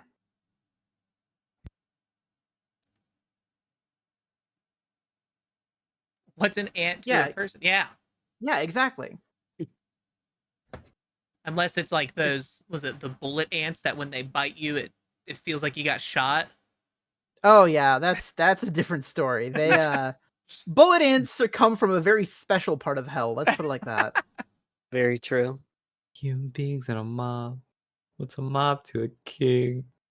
What's a king to a god?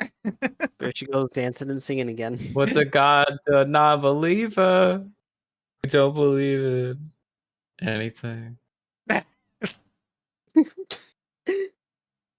But yeah, it's that like when it comes to monsters, the sense of scale is always going to be important because the scale determines how they interact with the world and how the world interacts with them.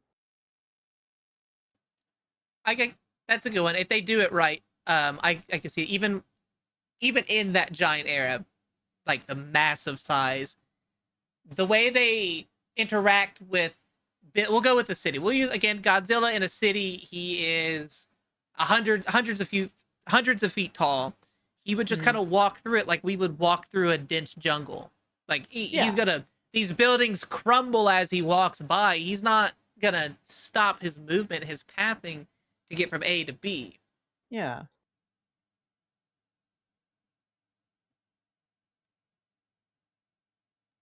Eve, what's your thoughts? 7 feet. 7 feet, just specifically 7 feet. Well, let me put it this way. There's an underrated kaiju film called Gargantua from 1998, which is essentially what happens when a family of monsters has chosen a coastline as their home. Now, the parents range anywhere from 40 feet to 60 feet tall. Their offspring range anywhere from 4 feet tall to 7 feet tall. The reason I say 7 feet tall is because it's just slightly bigger than a human being, but it's fast. And not only that, but the fact that it's not on the giant scale gives it easier places to hide and also possibly hunt. Okay, that makes And sense. and like you were saying, Godzilla just walking through, that's one thing, but this thing ran into a village and essentially like people are like, well, where is it? It's either in the dense jungle or it's hiding somewhere below the city. It's like we can't just simply find it.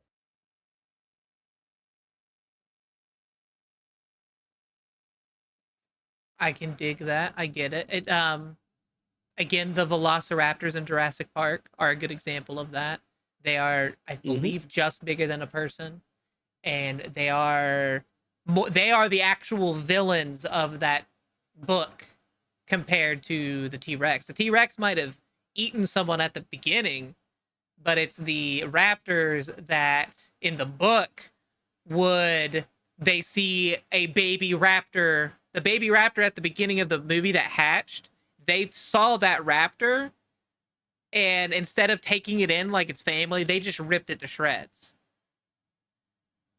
They were the real monsters in that they were stealthy, they were smart, they hunted, but the T-Rex couldn't, outside of Rexy being weirdly stealthy and slowly like creeping up behind people and eating them randomly. Mm-hmm. Rexy, the steps in that movie, every time it took a step, you would see the reverberation. So it couldn't really hide like the raptors could. Yeah.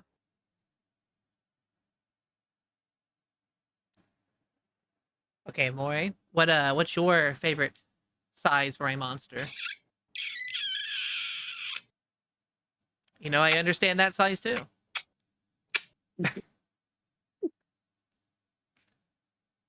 Do you get it? Was that a good enough answer? Exactly, perfect. Yeah, yeah. Dab me up, sister. Anyway, um,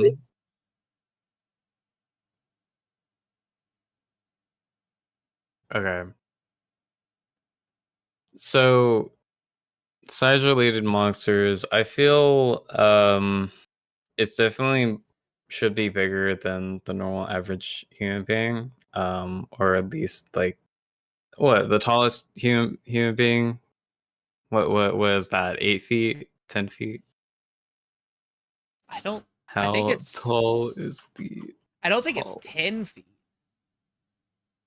Oh, 8'2", Okay, that eight makes foot sense. three. Okay. So I feel like if it's 10 and up, that's a good monster size because it's still like an imposing figure. Um, like whether it be lanky or bulky or whatever, it's still like they can clearly overpower that person. And would likely be big enough to clamber over walls or destroy them entirely. Um,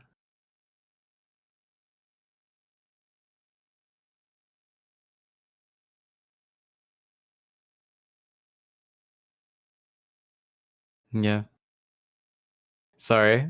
Yeah, It's like, hmm. they don't have to be sorry. Yeah, yeah, yeah. I get it. Yeah, because you would want that scale, like your monster. I Yeah, get wanting your monster to be bigger than the people, to look yeah, down on these. Oh, they're basically morsels. I'm hungry. yeah. But it just in the general monster aspect, say like Chucky, for instance, or I don't know, the Leprechaun from the Leprechaun series. Yo, shout out to Leprechaun Goes to the Hood, by the way. Um, God damn it. those kind of monsters are able to, move around quickly and hide much more easily, so they can creep up on you. And that can be terrifying because we all had that kind of um those moments where we're just laying in bed and we stare into the shadow and then maybe we get freaked out by it. You know what I mean? Mhm. Like there could be something in the shadow, but there clearly isn't because this is the real world. But we saw that one horror movie that we shouldn't have seen, or like we saw our parents watch, or yada yada yada. So now our mind is going to weird places. Um,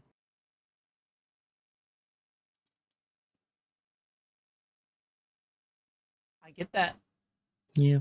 I would say for me, it really just depends on. I don't know. I don't think I have a preference to size when it comes to a monster, because first off, horror. I guess if I'm watching a horror movie, something that's supposed to be generally scary, I would be like, all right, I would want it to be more like smaller, not like small, like as you guys said, 7 to 15 feet maybe would probably be what I would want, because then those sizes would be, as you said, it could hide, it's more feasible to believe in your mind than a 100-foot monster as a horror monster. Mm-hmm. But in the like the kaiju style of stuff, I would much rather a bigger monster. That those are more action films to me than they are horror films. I know that like the original Godzilla was more horror than it was not, but Mm-hmm. it did things a little differently, I would guess. But it like a monster is just a monster. It could be something like a microscopic monster could also be horrifying. It is a Oh yeah. virus, basically, is that. I mean, let's What's not forget the other movie, Virus. Oh yeah, God. That was something. like parasite like creatures are also horrifying to think on. They are the ones that you would sit there and think, all right, well, I'm scared of this big monster. You don't think about these tiny, almost insignificant creatures that could get inside of you and destroy you from the inside out. I think, was it Slither was one? Was like a parasite movie? Oh. Yep. Mm-hmm. Yo, shout out to my Parasite movie. Of like, what was it? Just a normal human family sucking the money and food from a richer family. Oh, there we Oh my go. God. Ah, yes. I guess shout out to Baby from Dragon Ball GT, that horrifying parasite. In that case, Baby would be more, if you remove the power scale from him, like the Dragon Ball power scale, and went more of it is a parasite that when it hosts someone inside of someone's body, it takes a part of them and it learns and it starts to evolve as it goes on. Mm-hmm. That is a creature that you just don't want to deal with. That like, as I said, there it's size is hard to go, man, I prefer this size. It just depends Yeah. on what I'm going for in the genre. Mm-hmm. Mm-hmm. All right, let's see. This one's a fun one. These are some fun questions. Best size to rampage through a city. Nah, Ooh, that's a tougher one. 30 feet, Um, 5 to 6 stories. skip me for a moment. I need to do a minor amount of research. Okay. Do you have one, Eve? Mm. Let me scratch my head here. Then while you think, I'll answer really fast. A perfect size Yeah. for rampaging through a city. If it's just rampaging through the city, I would want it to be not taller than the tallest skyscraper, but taller than most buildings. Because if it's a rampage, if you're too big, it doesn't feel like much of a rampage. At that point, you're just stepping on an anthill. Yeah, you're just kicking sticks at that point. Yeah. Mhm. But if you're big enough that you're a problem, just you're walking around, Mhm. you're lumbering through stuff, your foot brushes against the ice cream shop down the street and it's completely gone. But like the other buildings are still there near it. It kind of gives more of that sense of I have power here that I can have fun. I can play with this and have fun Yeah. with it.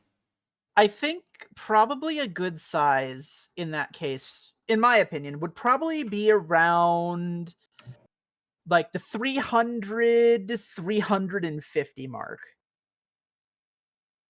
So 100 meters or 150, I'd say. Hey, that's good. I would have to agree with Silesia on this one, just because, at first, from the sound of it, it's like, oh yeah, 300 feet is you're absolutely gigantic. It's like, no, because if you look at Shin Godzilla is only 118 feet tall. Mhm. But at the same time, he's got enough space to like walk around. And at the same time, if you step out of a tank, guess what? You're gonna feel it. You will have that sense of power that you want. Yeah, And with that every, true Lego feeling on your foot. don't ruin this fantasy for me. It's not often I get to be the one rampaging. Well, you're just reminiscing about the past. You Yeah, said you were a exactly. retired kaiju after all. Uh-huh. Yeah, Uh, that I, s- she I, gets s- I uppity. said I said too much. Yeah, no, she's like, "Oh, yes, I've retired." And then it's like, "Yeah, you don't want to see me go rampaging, but aren't you retired?" Shut up. Shut up! Well, Shut up! I see, said Quiet, too much. you. nowadays it's not her rampaging. Nowadays it's her walking down Main Street and needing to sit down, sitting on the nearest building and it crumbling underneath her butt. Mm-hmm. Damn, they Yep. wish. True. Yep. Skirt. Yep. Yep. Well, there goes another skirt. I have a while you all are still thinking on it. I have a question for you, Eve. Um, Yes. when walking and navigating, does the pumpkin part on your back, your bottom, is it harder to kind of go through places and stuff because of it? Oh, she's like Aunt Fanny. What? It's, And why do they No, call her Aunt dance when they Fanny? say that name. Oh, it's so why good. you booing me? Oh. I'm right. Cause you. Ugh. Listen. Okay. Listen. When I'm trying to wedge through buildings, sometimes, Sometimes, because just like sometimes. with a having a reptilian tail that has if you base it off of actual reptiles, a lot of them can almost squeeze their tail a little bit more and get through places. You have the unfortunate problem of it's round, so it starts smaller the closer it's to your body, and then it gets larger and then smaller again. So, and I don't think I'm guessing you being a spider, it doesn't have the ability to contract like a reptile's tail. So I expected that it would be hard to squeeze through buildings, or say like you're out again at the city and you're hanging out with friends and one of them yells your name and you do a quick turn forgetting the building next to you and your spider butt knocks into it, knocking the building over. Yeah, you're right. Especially around the springtime, I have to be a bit more careful with the abdomen because it does swell in size because it's spring, and I am a female spider. I didn't know that about female spiders, and now I do. Egg. Egg. Mm. I Okay, guess you know what? egg sack, mini eggs. No, no, Santa's. Look in the chat. I'm looking. Uh-huh.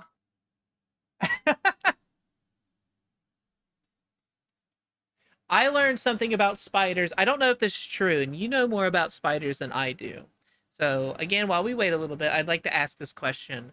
Is it true that spiders, the closer it gets to the actual like center of the web or the nest, the less sticky it is.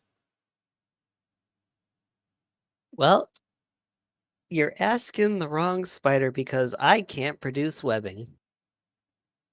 Nor do I know anything about webbing for that matter. Dang. I'll have to look this up myself then. If you're a fan of hot wax, though, I can help you with that. Horny. Horny. I'm trying to remember. It'd be I the do hot, think I've used hot wax before. be the hottest kiss someone would ever have. Under what context? What Let me. get big Never webbed? mind. Never mind. I'm just gonna retreat into my little pumpkin patch. There she goes. No. We're doing an interview. You gotta stay. What do you can't leave just yet. Well, I'm just saying, you're blocked out. The only way you're going to be able to get out is either through me, which then you have to go through Silesia, or through Mori. And you already talked about how tight of a squeeze it might be getting in and out of places. You might as well just stay until we're done, right? I mean, when you put it that way, damn it. She's got to change the bulb in her abdomen. Yeah, every year. There's no bulb in there. Light bulb. Do you So what other two? questions you got for us? Okay, let's look. I can see. We have. What's your favorite version of Godzilla? No particular one. Pass. Okay. Godzilla 1974, because my god, was that a beast of a kaiju. Literally gets his ass handed to him within the first part of the film. Literally goes full Saitama. Gets electricity absorbed directly into his body as if he's juicing up, and he gets right back in there and he tears that head off. Oh my god, what a man.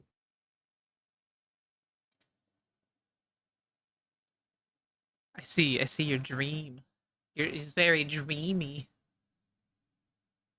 Maury, what's your favorite? Version of Godzilla. Mm-hmm. Uh, the one that does the scream for the rap song. I don't know what that one is, but all right.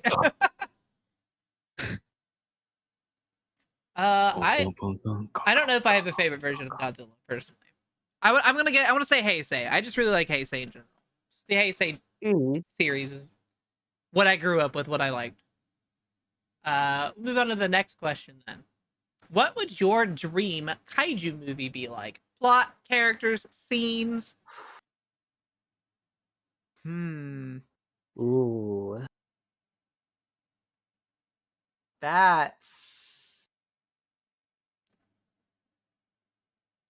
That's really difficult.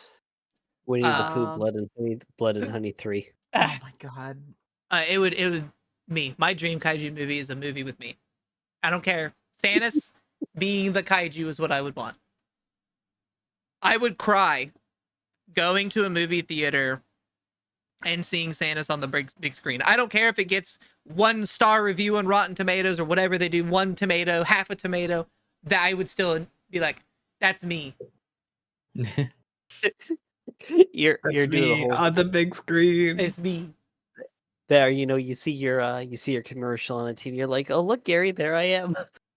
That I would probably cry because say like I don't have children, but Sanus is basically my baby. Mhm. That was my Ah, answer.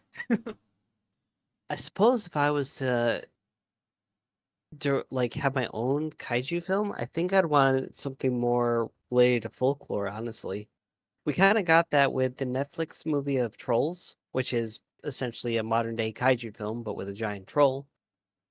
But talk about like how the ties it has to land, the fact that it's here for a reason. Don't make it like some sort of like genetically altered monster that all of a sudden someone is like, "Oh, yeah, this thing has been our local legends for years." It's like, "No, it just showed up. Don't give me that smack." Okay, I like that.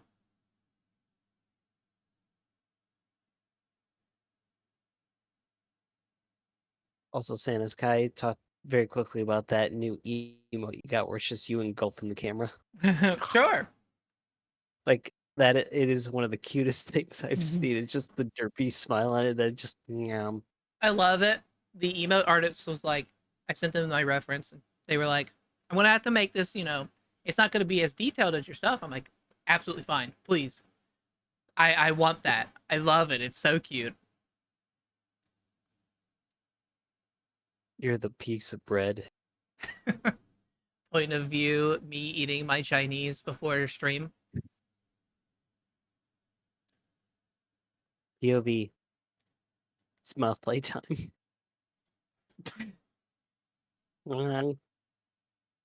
POV, you meet the new Elden Ring boss.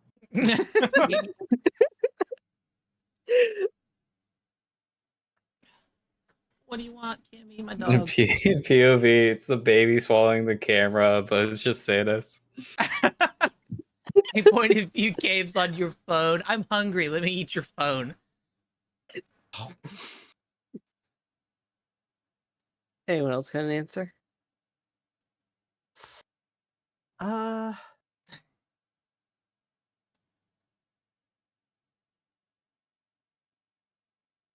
I honestly can't give you one.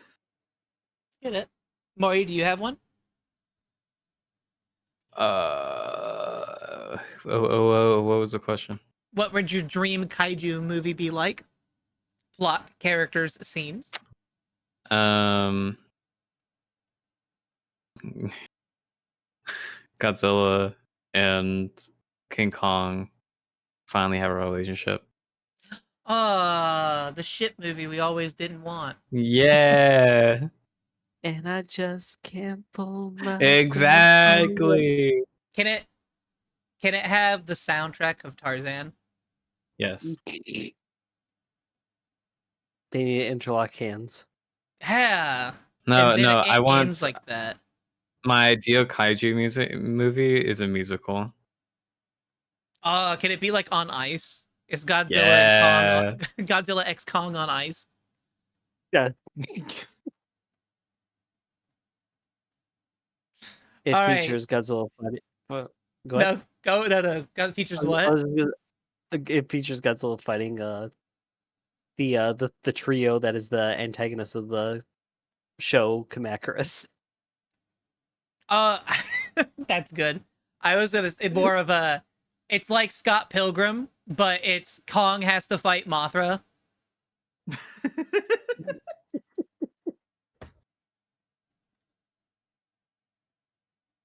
Once this ad breaks over, we'll get to the next question. We have 1, 2, 3, 4, 5 questions. I haven't read any of them to see if it's something that we can skip or not. Um, and then we will do the question for the week for the chat so they could all answer it. And then we'll show off some of the art that's posted. And that'll be the stream. I was gonna say we managed to make this go for 4 hours now. I It's am very very nice. happy that we did because I didn't get a lot of artwork this time. And I was really worried about it, like, oh, I don't want them to feel like they, let down because there wasn't as much artwork to look at. But the fact that we were able to have as long of a conversations as we have really changed that. Well, I mean, it's a little Mhm. harder because, well, gotta keep it wholesome. That's true. That's true. I wish Twitch So didn't we'll get hate through me. these questions and then we'll meet you on the Funny Blue site. All Oh right. yeah. Yeah, funny Yeah. blue site. That one will Yeah. be in VR Yeah. chat, Facebook. everyone. Really suitable as well. Watching Maury just absolutely go at it while mentioning the funny blue side over there. Just Yeah. absolutely perfect. Maury's been prepping for the last 4 hours. Yeah. Exactly. I've been working out. Oh God, help me. Help you. This is what you want. The Yeah. fuck? Oh shit! I knew I forgot to grab something. Hmm? The sneak peek that I promised. Oh right. I just can't pull myself away. These Twitch ad breaks are always the worst. I Always. do it for 3 minutes every hour because of that's the only way you get the full hour of no ads. Uninterrupted streaming. Yeah. And I hate that I have to do it for 3 minutes. No one likes 3-minute ads. No. Need a break from the ass. Hmm. You know, it's a great way to fix that though. Hmm. Super easy. Just go to that nice little purple button down there and subscribe to Santa Sangria. Oh yeah, No, 100%. That'll definitely cure you. I mean, don't do that. Only because don't give Twitch your money. Instead, Fair. Give Sanus your money. give me your money and make it that I don't want to have to stream on Twitch anymore, and I'll stream directly into Discord. Then I can do NSFW streams and not worry because it's my Discord. Hey, Oh, exactly. God Monster gotcha. God monster, thank you. Yeah. By the way, chat, be sure to tell people about Santa Sangria. She's only 90 followers away from her next goal. I just Oh, is hit my that last true? goal like 2 days ago. Hey, nice. I like that hitting there's I get a lot of like dry spells where I don't feel like I get anywhere. And I think that's everyone goes through that. And that always yeah. brings me down.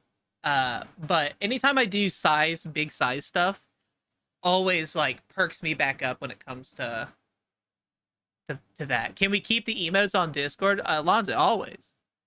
You just go to the Discord, you could use them. Actually, There's NSFW versions on there.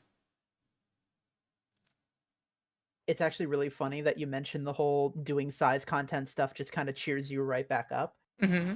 Because I actually did a photo shoot for my modeler Dodally. And for reference, I was the photographer for it, not the modeler. But it kind of made me realize how much I love doing photography because I actually used to study photography back in high school. And I was like, wow, I can't believe I still maintained all of this skill. Because as you could probably guess, there is somebody in this voice call who very much enjoys the work that I managed to put together. Is it me? Is it me? Damn, I don't know. Eve, who do you think it is? I have seen so many scale photographs that never worked. But holy crap. Oh, You know what? Sanus, I'll send these to your proper DMs rather than in here. Cause yeah. we're putting stuff in here for what's gonna eventually go up on stream. So Gotcha. Please do. I've done some photo shoots in VR chat for other people, not for myself. And there's not a lot of people do the incredibly tiny size photo shoots, but when you get your models down to those size and do them, you get some incredible stuff. I have photographer blood that runs through my veins. My mother is a professional photographer, and she has always stated that I could take a better natural picture than she could. She could take better quick ones and then edit them. One of her favorite pictures, she hates pictures of herself, but I took one many years ago, and she's like, "This is the only picture that I think I look good in, and I didn't have to do any edits in it." No, it's fun. My friend, they were in here in the chat earlier. I don't know if they're still here, but Willow VR is a size VR chat modeler, and she does NSFW stuff. And she has actually asked if I would like to learn from her, and I was like, absolutely. Teach me how to be a little VR. A large VR. I was gonna say slut, but I feel like that's too much of a Too much of an insult. I want to be a. Oh yeah, teach me how to be a VR slut. I'm okay with it. I'm insulting myself. Also, I've sent them to you so you can get an idea of what my photography is like so far. You're not sending it to me. Okay. Oh, You've already seen it. I've used this this map before too already. Uh-huh. I'll Have send I? you what I've done. Again, as you said, can't really post it on show it on stream. If you want to see any Yeah. of the pictures I've done, go to my Discord. Here's the Discord link. I post everything that I do in my art section or my fan art section, depending on what it's about. And Sanus, do you also have a blue sky? I do have a blue sky. I don't have a link. I can go grab it really fast. Gonna say follow Blues. her on Man, follow wouldn't it her be on Twitter funny? and blue sky. Yeah, wouldn't it be funny if there was a website other than the Horrible Bird to put all your No, stuff on? no. They killed the bird. It's the X now. Right. Forgot about that. There's my blue You know, sky. Intentionally know- forgot about that. X, but it's not X from Final Wars. This is Kingdom Hearts. It's Key. It's key.com.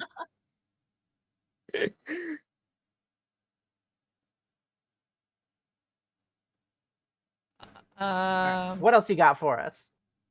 Give me 1 second. I want to send these two pictures to you. These few pictures. I'll just send these two for now. And then we'll get to the next question. Okay.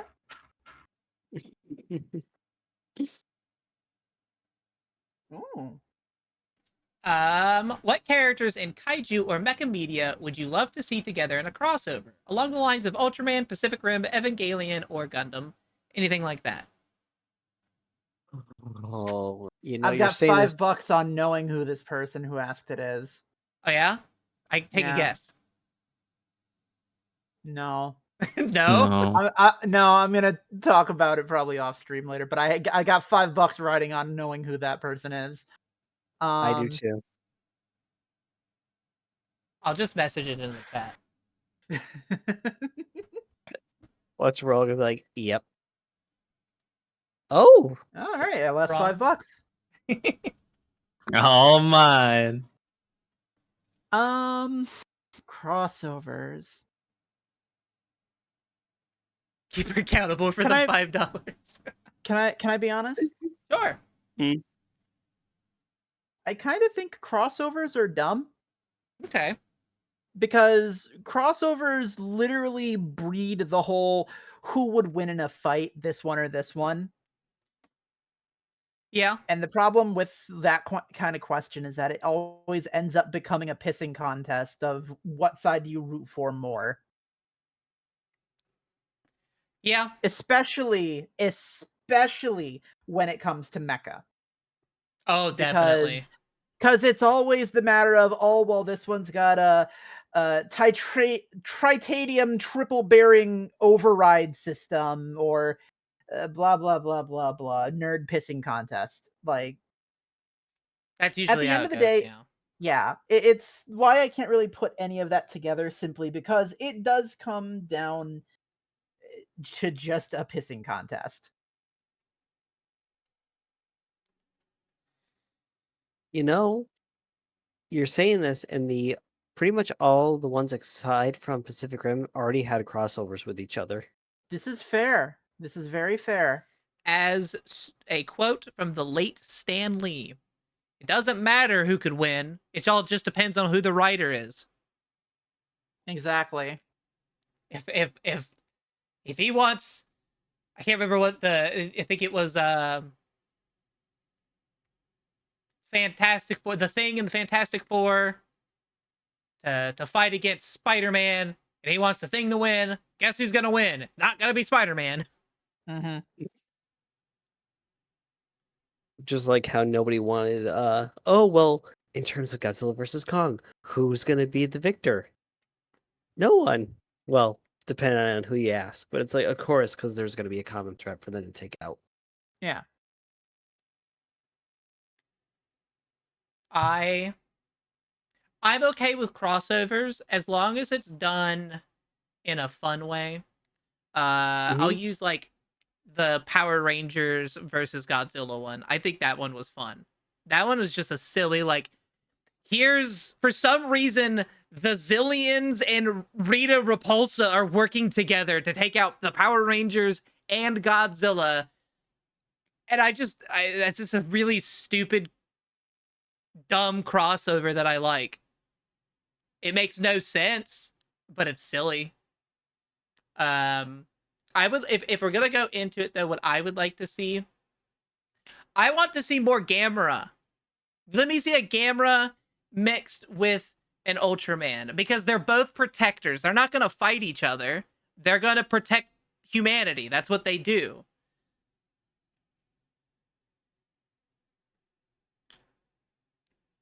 That's just my thoughts. Mm-hmm. Gamera, Gamera, Gamera is nearly me. Gamera is full of meat. Full of meat. It's the MST3K Gamera song Oh my god. because they don't know the lyrics in Japanese. That's That's See, precious. see now, I will admit, Samus, in the last couple of months, we have seen Gamera becoming more mainstream because Gamera Rebirth. So Oh, good. that was amazing. But Mhm. we also see that Gamera Rebirth actually got a crossover with Godzilla Earth in their Godzilla mobile game.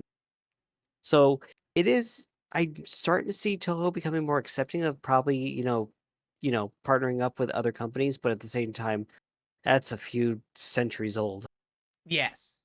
Yeah. because Toho's like, well, by our rules, Godzilla can't lose. We can't have someone else that the fans can root for. mm-hmm. And it's like you're missing out. Mhm. That's why I like it with Ultraman because even if they did fight, both sides they're okay with both sides losing. They would just both get up Hmm. eventually and either fight again or fight against the greater evil that they have to actually go against. But with Godzilla, it would just be Godzilla smacks the crap out of Gamera and he's down on the ground and there's nothing about it, nothing else on it. Ah, you're not wrong. I mean, to be fair, in the Lost Gamera film, we will never get to see it To be because it actually showed what happened when Gamera actually, sees humanity as the threat to the Earth. mm-hmm. To Mm-hmm. be fair. To be fair, Parlay. Now for mecha, the only mecha that I know of, I've watched one series of Gundam, which was G Gundam. Love G Gundam. Just it is that over the top thing that I just really like when it comes to anime. And Code Geass. Those are the only two that I've watched that are mecha. hmm So I can't really be like, let's put these together. I've seen some Evangelion, but I'm again gonna make some people go, "How dare you?" I'm not a big fan of Evangelion. I can't watch it and enjoy it. There's another mecha anime, Eureka 7. That one's also a really good one. Where do you land on mech for Scryed? Escryed? I can never know how to say that anime. I hate that anime. Magic Mech is really cool for me. Knights and Magic is a magic mech where a guy gets isekai'd and this fantasy world uses mech. They use magic to pilot mechs, and I think that's a really cool concept. And I would absolutely love watching more of that if they do a season 2. I mean, personally, I happen to be a fan of the mech wielder, the ambassador of hell, Spider-Man. I The forgot about that ambassador. one. Shut Yeah. up. My favorite Shut version of Leopard up. on. Spider-Man is Italian Spider-Man. If you Sugar. This is true. Holy shit, it's a crocodile.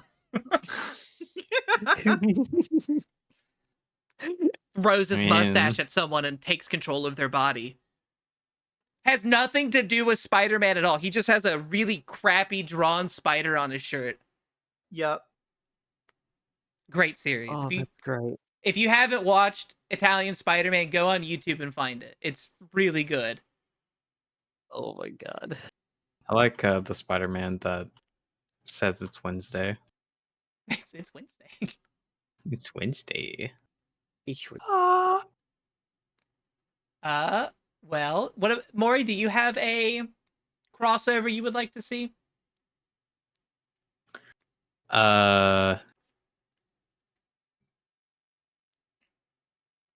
Doom Guy, Kratos, and Dante. That'd be a fun one. Just a general. Yeah. Like Dante from but Devil May Cry. yes. That he'd be the odd one out. He's strong, Yeah. but he's so goofy, and the others just would not understand what's happening. Yeah. Jeez, and I thought I was edgy.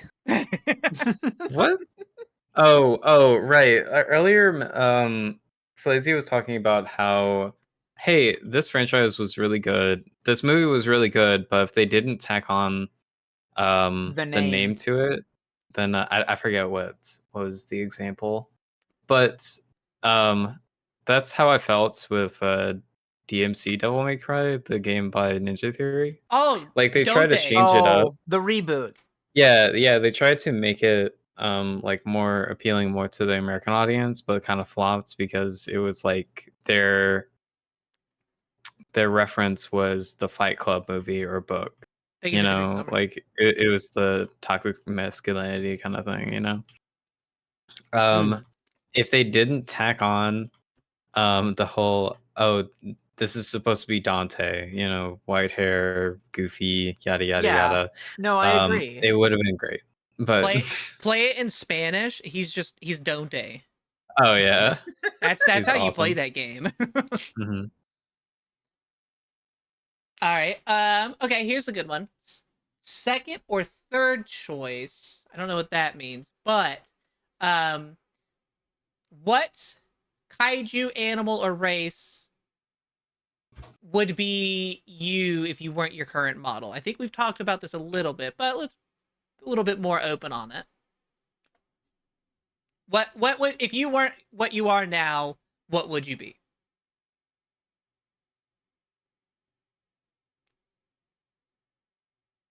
Summer, thank you for the bits. I don't have the ability to take a shot with you right now.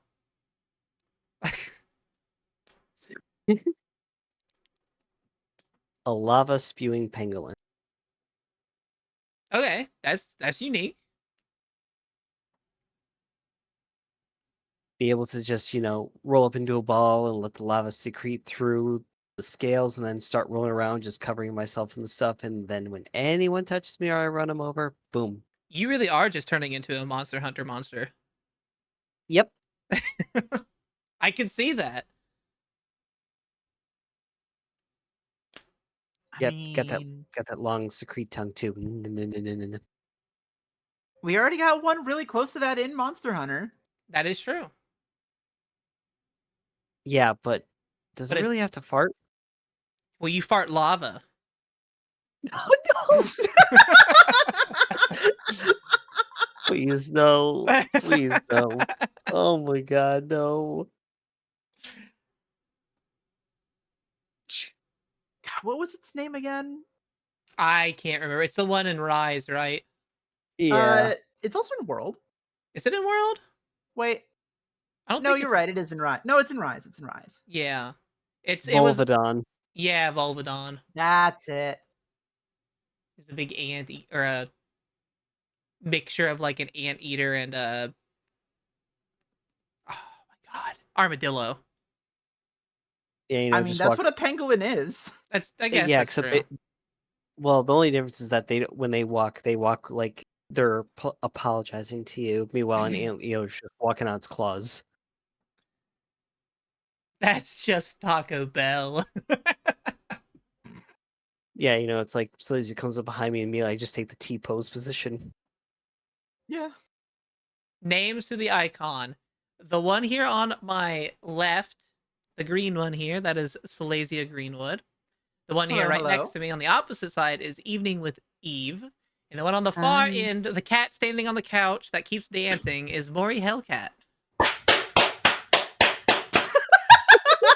Some pretty good dancing. I wasn't ready for that.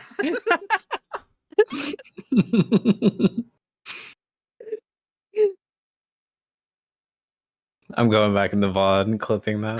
Do it. Someone clip that. Put it on a shirt. No, don't clip it. I'm clipping it. Put it on a shirt. Market it. Put it on a shirt. Maurice Dan's like plat plat plat plat. Well, if no one else wants to say anything, I would be a dragon. I've already stated that. Be a dragon. Yeah. When the Wait, cat. what was the question on this? What if you were not the race, species, animal that you are now? What would you be? Ooh. Okay. Give me a second on that. Eve, if you got one, go for it. I did. Pangolin. Oh, you did? So Right. Lava fart. if pangolin. you were something else other than like what you are now, Yeah. what would it be? Yeah. I'd probably be a dog. Ah, Oh, you- Hellcat to Hellhound. Hell dog. Or heaven dog. dog.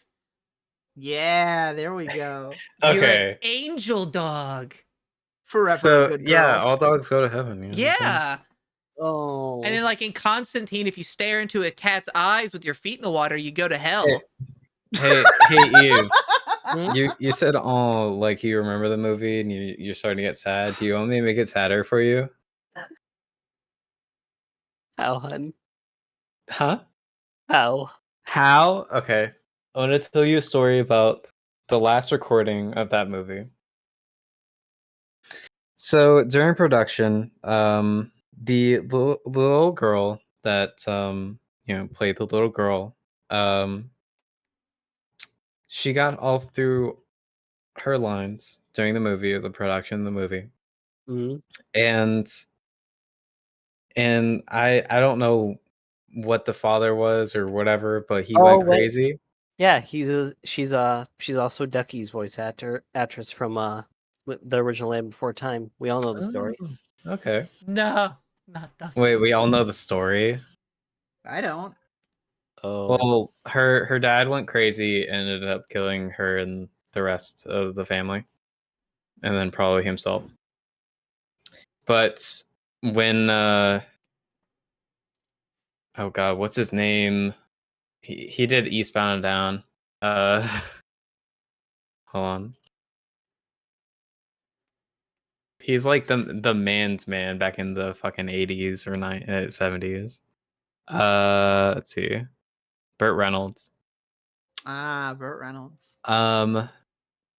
Mustache, cowboy, Oh, modern right. cowboy. He went eastbound and down to get some beer, and then westbound and down, Smokey and the Bandit. But anyway, he was doing the last recording, like doing the last scene and everything. And Burt Reynolds requested everyone in the studio to leave, and it would just be him and the sound guy. And all he had to do was take like maybe 4 lines.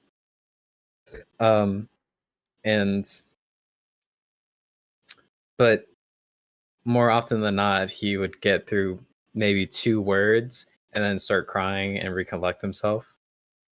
And Oh. time and time, he might add in something that it's like the animator said, that's a really good. We got to leave that in. So they went back and reanimated it so it can fit better. But basically, it was like how the movie was. It was the dog saying goodbye, but if anything, it was more Burt Reynolds saying goodbye to the girl. And if it tells you anything, being a man isn't all like toughing it out and never Not about the crying. machismo. Yeah, it's all about being a respectful individual. What about cheese mill? What?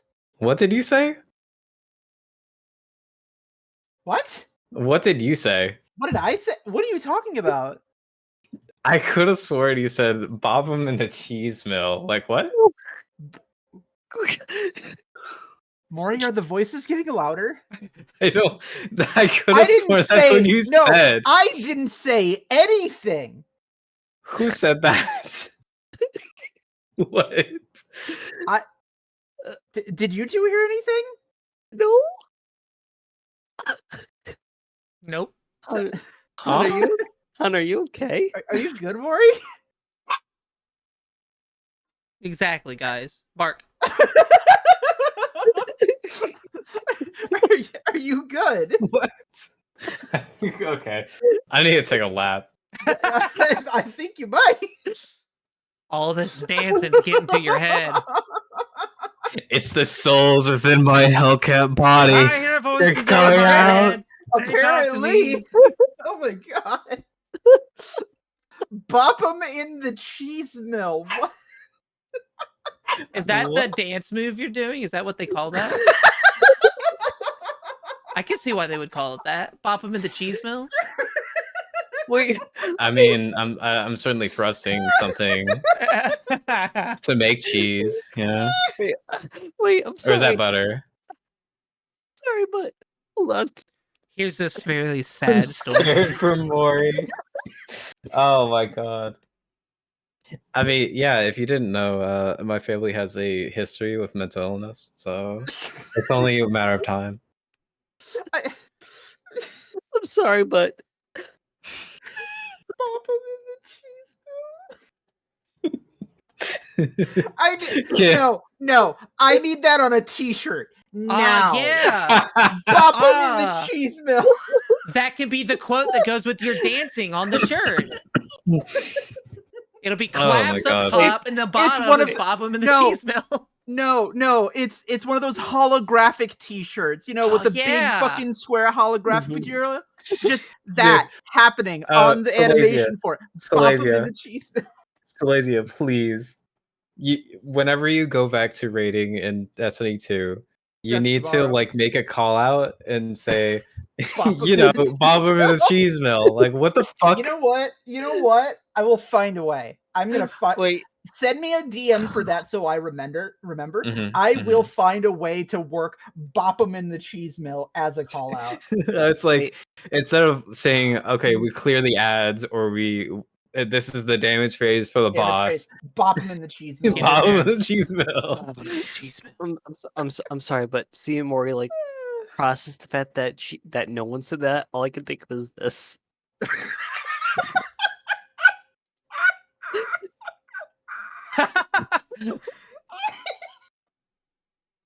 I love you. I love you, hon. Oh my god. Oh, Someone clip that too. Well, you're clipping please. the claps, please. We need it. Oh my god. I want that, and then whenever I raid someone and it shows a clip, I want that to be the clip that plays. This is the one I made. No one understands what that means. They're just like, what? Bop Who 'em in are the- you? Why bop did 'em you in the raid cheese me? mill. Oh. Okay. I'm done. To answer the original question, which was if I was something that isn't what I am, what would I be? So if I wasn't a dragon, probably some kind of avian creature. I've always liked birds. If I wasn't a dragon, I'd just be a salad. A salad. That's it.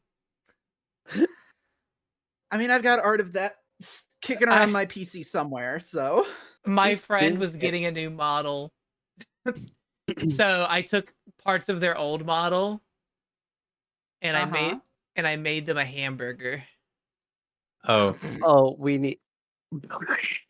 here's my real answer to like what I would be. I would realistically, I'd probably be like a lich, and then there would be a whole thing of like, are you the succubus from V Shoujo? I am a lich from I hope that is your that would be your slogan. You would start Yeah. stream as like, hey everyone, it's Maury Lich. No, not Vsojo. I'm a I am lich. a Yeah. lich. Oh, Well, it's fruit. That VTuber from VShojo Mhm. is always mistaken as a succubus, That's and silly. then she has to scream at the top of her lungs saying she's a lich, not a succubus. no, Maury, you wouldn't be you wouldn't be a lich. You would just be that entire sentence animated. Oh yeah, I Oh would be. I yeah, would be like the foot, just a pair of eyes, and each letter is like kind of levitates. I like it. I like it. See, we're mentioning liches now, and I'm tempted to post my own Draco Lich form now. Ooh. Yeah, post the titties. I know it's one of Eve's favorites. So, I'm sorry. You know what? Here, let me get it. Maury's just oh my Bob with the cheese mill. I'm in the cheese Oh, mill. you know what? Ooh, I like that. Yeah, you know what? I Fuck feel it. I'll like post the seasonals. Please Bob do. and the Cheese Mill is like the equivalent of the Key and Peele sketch of put the pussy on the chain wax. It's like what? What? Excuse me? What does that even mean? What does that even mean? Yeah, exactly. Papa That's in the great. cheese. Papa in the Late cheese mill. paramedic. Um, Oh Cheese my mill. god. The next question: if you like rampaging, what's your favorite way to destroy a city? Which kind of goes into the question of the week. So we'll get your guys' and then we'll do the question of the week. We're almost done. We have 2 more questions after this. So how would we rampage? What is your favorite way to destroy a city? Oh, Easy answer: oh. hip check or sitting. Those are both really good answers. Because it's one thing if you just, kick down a building. It's another when you smash your hip into the side so hard that you just get that momentary rumbling delay, and the building just drops straight down. If I would be honest, so 100% honest, accidental tripping. Front forward, breast crushed buildings in front of me, all of it's gone. I'm not actually rampaging. I just didn't meet and I just tripped. It also just depends on the size I am. These craters look like a meteor hit them, but they're right next to each other. Yeah. What are the odds of 2 meteors hitting in the near same spot? And why Huh. why does it directly in the center just go deeper for some reason? Just Exactly. Also, See, yeah. Here you What's go. that Some weird white alternate stuff at forms. the bottom of that hole? I was gonna say thigh crushing. that's a good one. I could go really into it. It all just depends on the actual size that I am. It depends on if I'm doing like the massive size difference, planetary size difference, or like my regular size. It all just depends. Agreed. Well, I mean, if you hip check a planet and knock it out of alignment, well, I mean, I hope I get to see that thing sail off into the galaxy. It would be that. See, to be fair, I think that'd be a waste of a planet. You could do so much with the planet. There's a lot of holes to fill. True. Hmm? But we're talking on a sense of destruction here. Not horny. I mean, that could be both. To be fair. To be fair. To be fair, To be Uh, fair. actually, not just thigh crushing, but also licking up the city, That's like a good really one. slowly. Mm-hmm. Thing is that you got to be really big to make that work. I've got your back. Don't worry. Thank you. Fair. I was about to say, I'm pretty big. Mm. Uh-huh. Billiards with the planets. That's a good one. Playing. I like the if you're going planetary, it's always fun to do it with another person. Playing the planets This with is another true. person is good. It could be kind of problematic because of gravity, because like if you're too close to the pool table, then it just starts moving. But that to would the also hole. be really fun. Imagine knocking as hard as you can and watching the planet spin around you because of your gravity. It'd be really True. funny.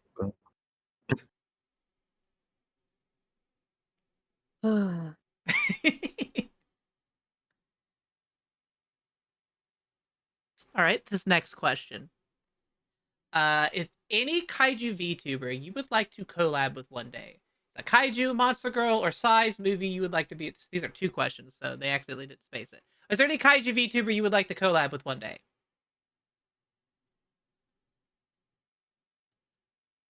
I have two actually. Okay.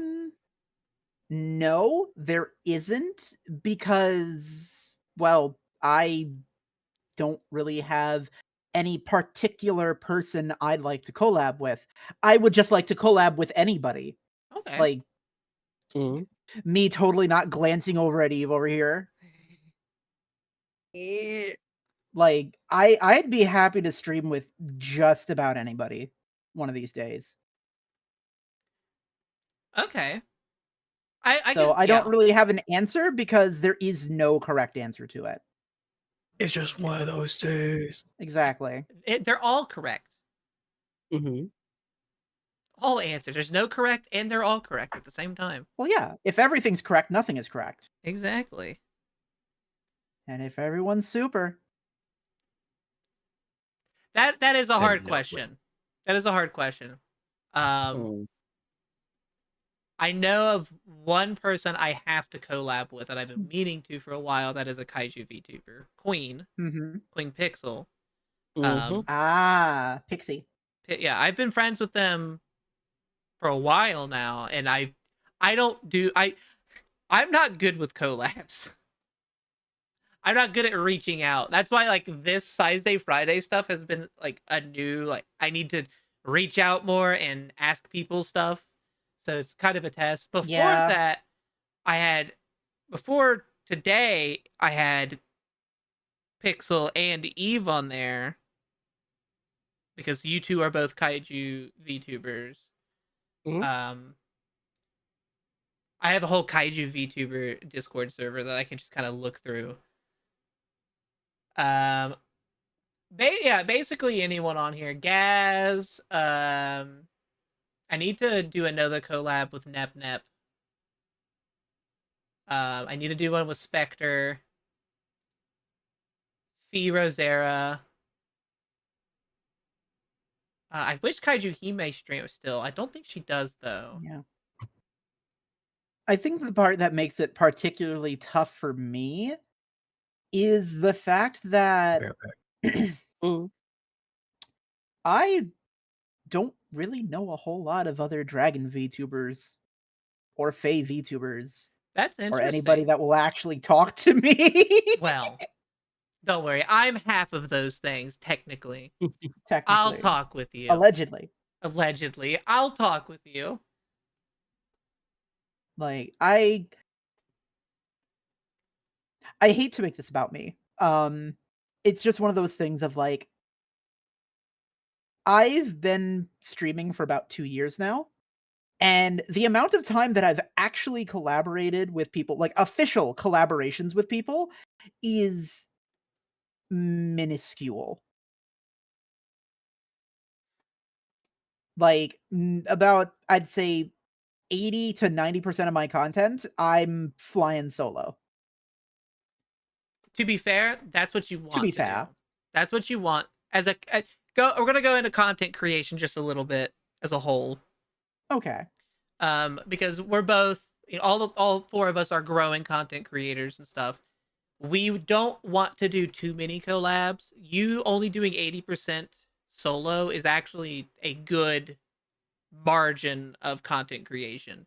If you did too much collabs, it would you wouldn't grow because say you and Eve collab every Wednesday, right? Mm-hmm. Your communities already know about each other. After that first collab, you know about each other. Like, yeah, you might find one person that from Eve's community that might jump over and join you, but the group already knows each other, so it doesn't really help build any more of that community that you were kind of hoping to do when collabing. If you do, Well, the big thing for me is less about the people coming over and joining the community. It's more about me being able to spend time with people that have similar interests. now that yeah, that one, Because it always comes down to like, man, I'd love to hang out with them more, but I am always streaming, so I don't really have a whole lot of time to hang out with them. So it's like, you know what? Fuck it. Put the two together. that makes sense. Uh, for me, I get Saturday, Sunday, and Monday off. Monday semi off because I do hangouts in my Discord server or in VR chat with my community. So Mhm. Saturday and Sunday are my only true days off, and I don't. I try to hang out with my friends then, but I usually just play a game by myself or watch an anime because I just don't get the time to do it normally. I wake up before today, like today's stream, I woke up at 4 p.m. I had just 2 hours to get up, grab something to eat, make sure everything was okay on my side, then get into call.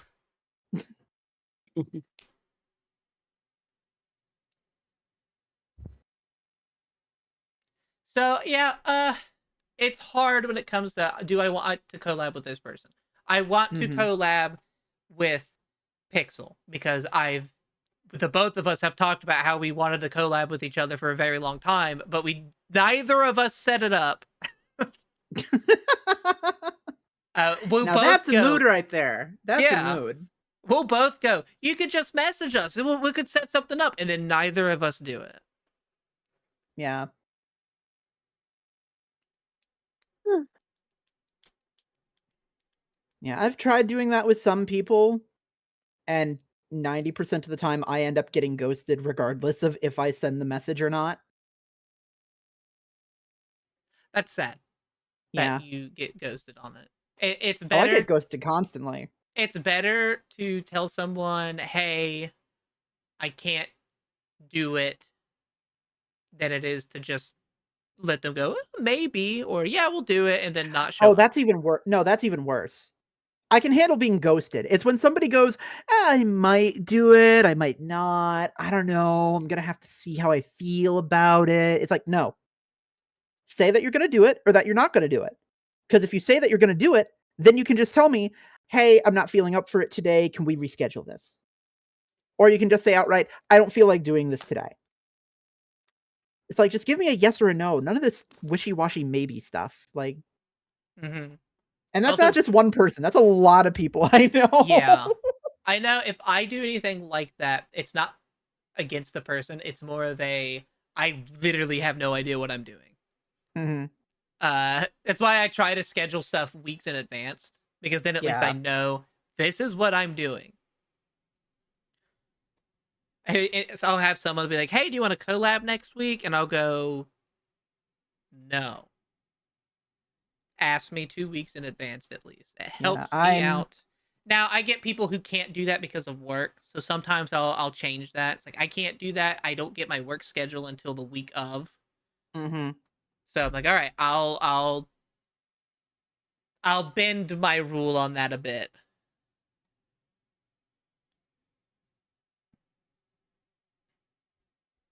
And then sometimes I just kind of just jump into a voice chat with friends and be like, I'm streaming, join me. See, I'm the opposite. Oh, 90% of the time, I'm just flying by the seat of my pants, and then I'll very rarely schedule something, and even then, I'll sometimes end up forgetting it because I'm bad with remembering things. me too, usually. That's What why are I'm you again? doing it to help me. But yeah, you had more questions? I have all Um, right. uh, I Oh. was about to say I didn't get to give you guys Oh, my answer. Oh, I'm sorry. That's fine. I obviously want to collab with Pixel at some point because you know I've known her for almost like half a year now, and I'm like we've hung out, we've actually had lunch together. Now it's like haven't collabs with her yet, and I really want to do something with her very soon. I definitely want to do more stuff with you, Sanis, because I mean, look at you. You're lovely. That's You're very me. sweet to everybody. Hmm. You know, you have a lot of courage doing this kind of show, and you, like I said, you've been growing the last couple days, and I'm very proud of you. Aw, don't make me cry. I'll do it. That's a threat. And I guess finally it would be Kaiju Fluffs. Yeah, She seems nice. she does. I remember 2 years ago. Again, there's not a lot of kaiju VTubers now. There was even less back then, and she was kind of like she was the big kaiju in Hmm. in like terms of numbers. I actually didn't know about Gaz at this point at all. Gaz kind of showed up and like a like a I don't even know how to say, someone throwing a rock. She's the rock that kind of hits your window and breaks the car. You didn't even expect it. She just was there. But Fluffs was that she's the bigger what you'd look on Google like kaiju VTubers, and it would usually be like Fluffs for a couple pictures, and then me, and then my friend Ness, and then Nep Nep, and then like Grimpora, and just a bunch of others. And she was kind of like that I'm too afraid to reach out. And Ness was the one. Nessie reached out because they followed each other and was like, "Do you want to join this kaiju VTuber Discord?" And they're like, "Sure." And then they joined, but they never messaged. Oh, Hmm.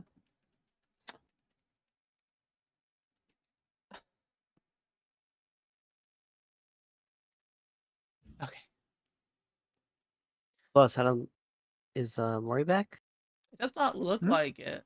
No, that was from my end. My roommates are slamming doors The for some best part, reason. the best part about Fugi is I can look at my the OBS, and see if they're muted or not. Hmm. Well, I guess we will just wait then, or we'll do the next question. Or should we wait till? Well, we've got 10 minutes before the next ad break. It's going well, Lulu. Well, Thank you for the raid. Um, you know what? what's up? Eve, should we maybe make mention of this? It's your call, Gecko. For Giga?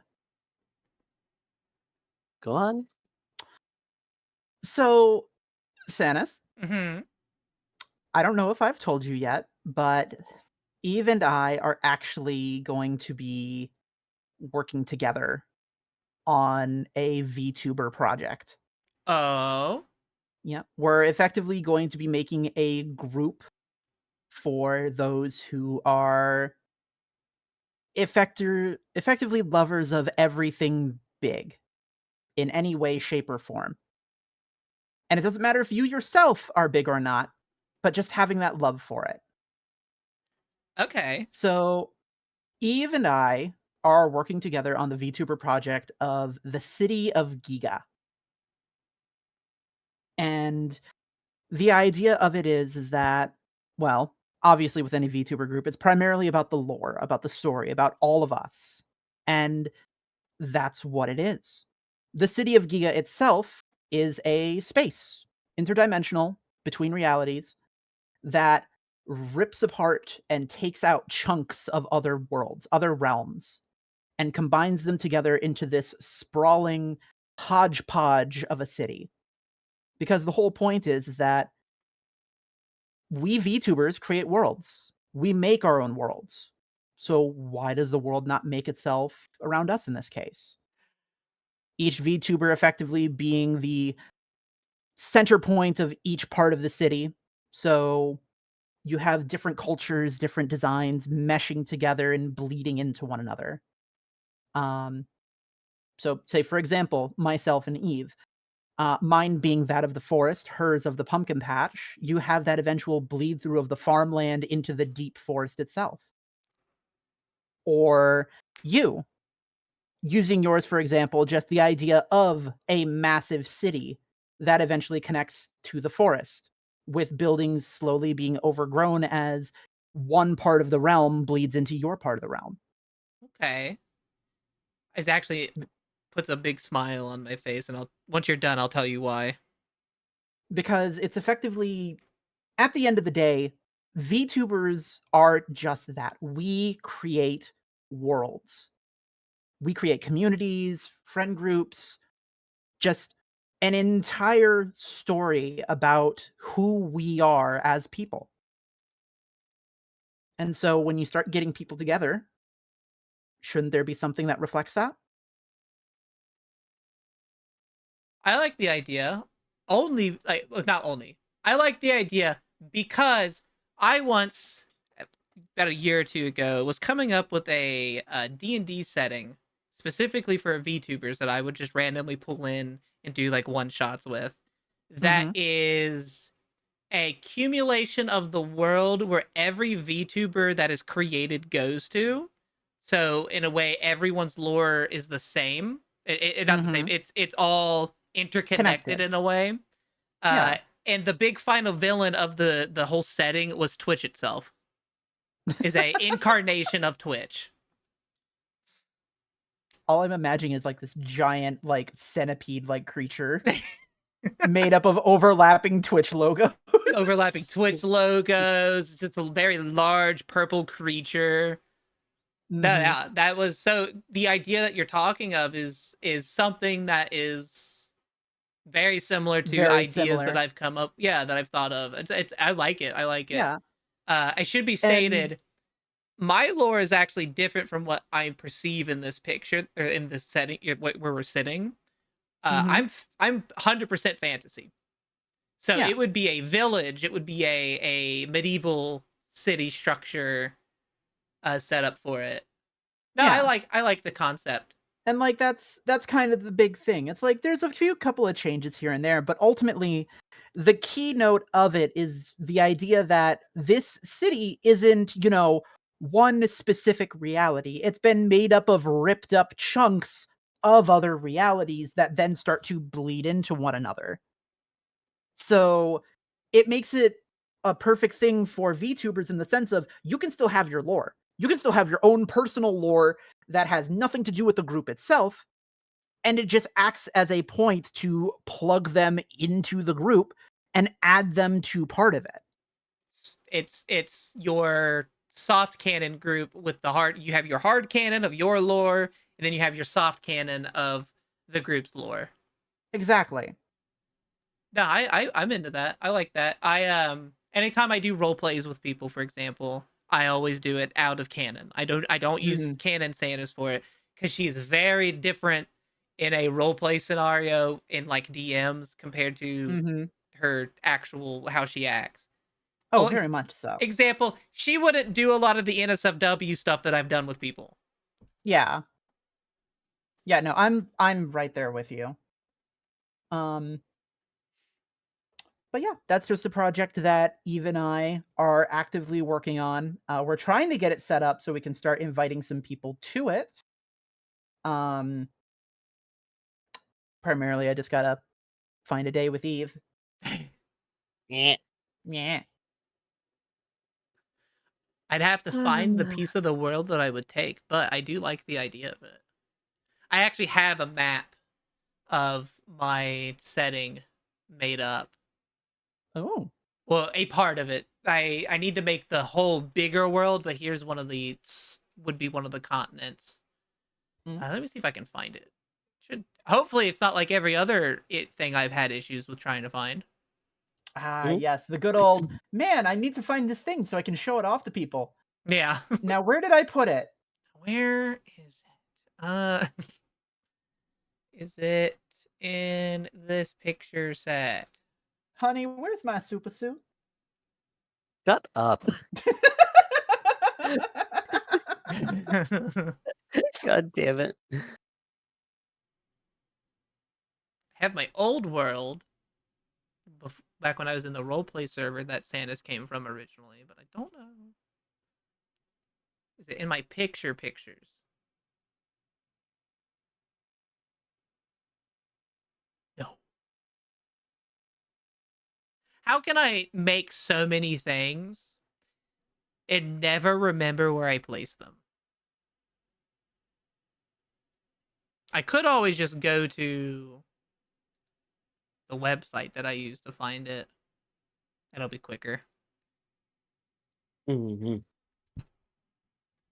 Incarnate.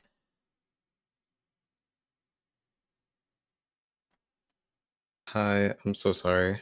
Hi, welcome back. Dealing with hot girl shit.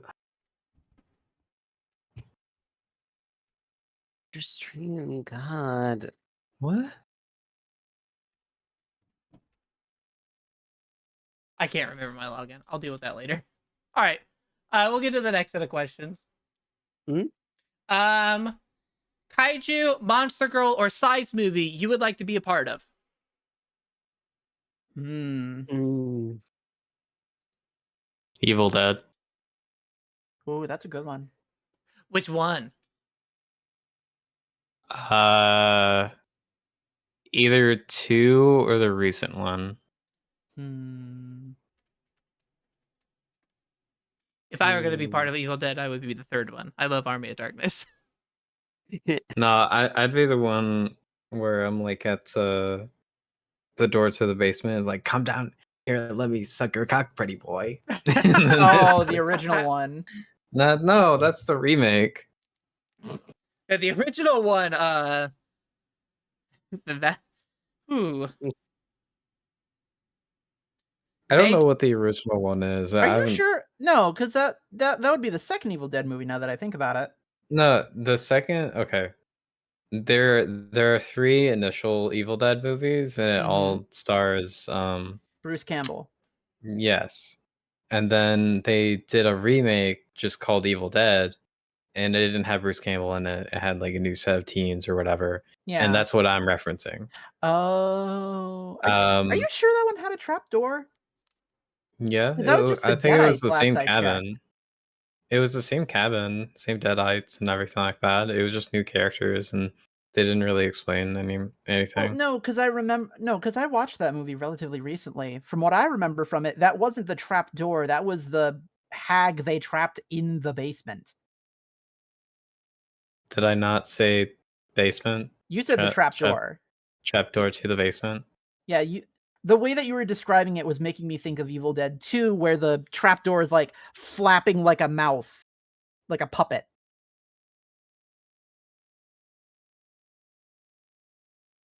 I'm still seeing like a door that they lift up to the basement No, that in is a both trap versions. door. Yeah. But the way you were describing it made me think of Evil Dead 2 with how the trap door flaps open and closed while the words are coming out like a fucking Muppet. Compared to the new movie where it's literally the hag trying to peek out of the teen's basement, which is like they're trying to hold the door shut to prevent her from getting out. Well, the new movie, it doesn't even take place in the cabin. It takes place in a You apartment complex. you literally just told me it was in a cabin. Okay. You did, honey. Okay. Let's see.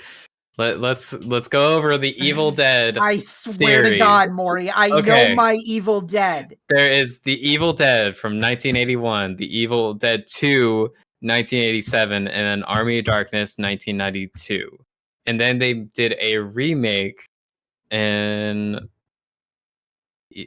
when the fuck was it? Evil 2014. Dead 2013. Yes, I've seen the new Evil Dead movies. Okay. The one I'm talking about with the apartment complex is Evil Dead Rise. And Evil Dead in 2013 was in the cabin. Wait, you would actually want to be in Evil Dead Rise, huh? Yes. All right, now I'm just fully lost at this point. I swear. Like, Welcome to Evil the Dead. the new Evil Dead. Which one, Maury? Which one? Evil Dead Rise. Fuck. But you know, with the apartment complex. I swear to God, Eve. I swear to God, I will put you through that window. Sure you will, Gecko. I'd have to say Pacific Rim, though. Okay. Not because I'd want to pilot Jaeger. I want to be one of the kaiju groupies, like just working in the lab, dissecting kaiju parts, and visiting the kaiju black market to play with See, the now that's a skin lice. lie. See, now that's a lie, Sanis. You know why? Why? Because I know Eve's true intentions. She wouldn't want to be a kaiju groupie. Now, she'd want to be part of the church from the unfinished third movie that they never got around to. She knows the No. entire goddamn hymn by heart. And I'm willing to bet you right now that if you'd let her, she'd recite the entire thing front to back without looking at anything. Is this a correct analysis, Evelyn?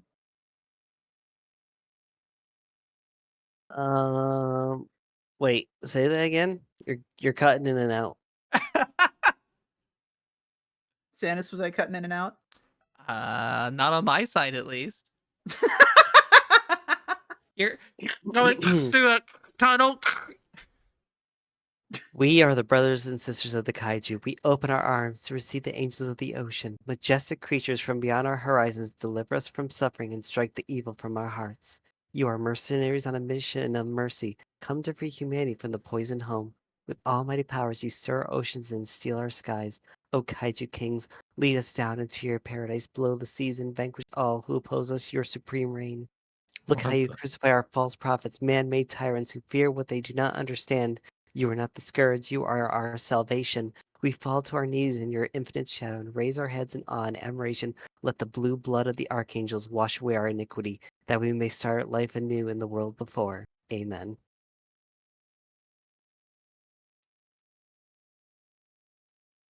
Well, you hear, Earth? Get to worshiping. What are you doing? We're right here. See, you want to know what's funny? What's that? Eve just proved me wrong. The reason why she said what was the stall for time so she could pull up the hymn itself.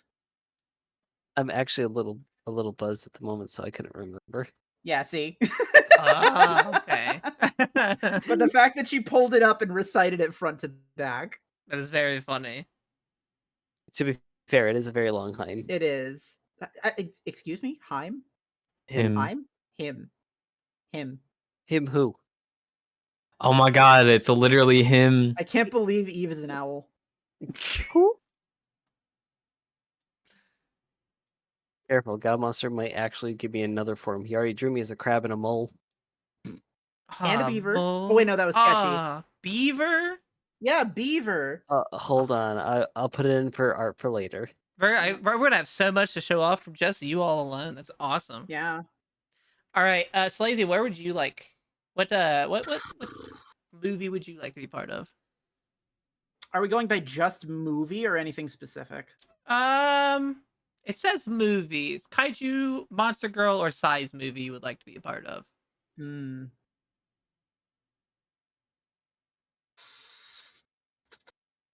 Mm,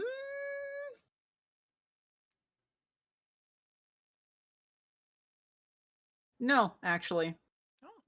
Okay. I don't think there's any that I would rather be a part of because the problem with that is the fact that I actually haven't watched a whole ton of monster movies. Okay. And on top of that, most of the monster movies I do know are a lot more of like the classic horror movies, probably closer akin to slasher flicks rather than proper monster movies. So Okay. it's a little hard to accurately say. If I had to cop out though, Pacific Rim. It's a good one. It's definitely a good one. I don't know what I would pick either, to be fair. I don't know if I would pick any. Because I'm going off again off of Sanis herself, and I don't think anywhere would fit her. Not just because she's really big, but just the movie itself. Yeah. Ha ha ha. Anywhere that would fit. Ha ha ha ha. Ha, ha, ha, ha. Then I believe I have one more question, and then we can get to the question of the week for the chat. Sizey or non-sizey, favorite food and hobby. What? So if you, I'm guessing in this case, if you are like giant, what is your favorite food or hobby? And if you not being giant, what is your favorite food and hobby? We'll just go with that. Hmm. Well, hobby-wise, video games, but that's kind of become my job at this point. So, um, but Eve can attest to this, as can Maury. I don't have a favorite food. Um, because if I had a favorite food, it'd make all of the other favorite foods feel bad. Clearly, your favorite food's salad. So it's such your favorite food that you became one. I actually don't like salad. That's the best part. You feel bad about eating it, so you don't eat it. No. Makes sense. That's fair. That's a cute way of Yeah. going at it. Mhm. It's a cute way to go at it. What's But yours? no, like I have too many favorite foods to pick from. If I were to list all of them, we'd be here for another 4 hours. Oh So, goodness, hungry. uh, for me, let's see. Your hobby would be laying in a meadow, basking in the sun all morning and afternoon. Okay. As for food, an unlimited supply of beef tartare, which is raw beef Interesting. soaked in egg yolk. You just really want diseases, salmonella, and I mean, other. no, to be she's talking about Japanese Okay. because fun fact, did you know that Japanese eggs don't have salmonella in them? It's Mhm. how they put them on the shelves, right? No, actually. This is because of a monumental fuck up in Europe and America. Okay. So here's the thing, right? So eggs, as you know, are laid by chickens. No. Let let let me go with this, Maury, please. So eggs are laid by chickens, and that is natural, correct? Yes. You know what's not natural? A 5 to 6 foot tall bear monkey that comes along, steals your eggs, and then washes them because, ooh, it's unclean, it's unhealthy.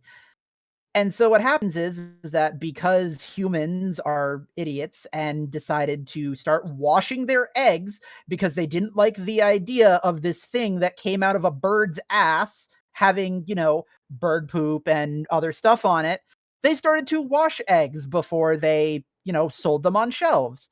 And this removed a protective coating that protected eggs from, various diseases, one of which being salmonella. And Yeah. then the eggs that did survive, that weren't being sold, would end up being going to raise new chickens. And those chickens were born with already having salmonella, which apparently can be passed down. So those chickens produced more chickens with salmonella, and those chickens produced more chickens with salmonella, and so on and so forth. Huh. I didn't know that. Hmm. Now I want beef. Meanwhile, over in Japan, a You spell lot that of beef. naturally grown eggs don't end up washing their eggs before they are sold. And while they may get brushed off slightly, they never get washed. And as a result, they still have that protective coating, which prevents the birds from getting salmonella in the first place. Huh. I had no idea about that. Yep. I know certain America likes to refrigerate their eggs, but outside of America, I don't know where exactly, they don't put their eggs in the refrigerator. And it That's does another factor too. That's part of it. yeah, okay. I know for me though, I couldn't eat a raw egg, not because I think, oh, I'm gonna get salmonella, but because I love eggs. I don't think I would like the consistency and how it feels of a raw egg, even if it's mixed with The stuff in my texture. mouth. Yeah, the texture. Oh no, It's that's fair. goopy. Then again, I'm also a woman that enjoys pretzels and sardines, along with a couple of shots of A1 steak sauce. You have a very interesting taste. There's a story behind it. A long one. No, not really. Essentially, I turned 21. My family said, "Hey, we want to take you out, for your first legal drink." I'm like, "Sure. Okay, drink this half bottle of Sambuca." Oh, And if you don't know what Sambuca is, it is alcohol that essentially tastes like burnt black licorice. ew. So, so I reached for the nearest thing, which was a bottle of A1 steak sauce, and my taste buds have never been the same. they they've corrupted your taste buds. Hmm. That's a interesting way to make something your favorite, I guess. I mean, wasn't intentional, but I Yeah. like the taste. What about you, Maury? What is your favorite food and hobby? Uh,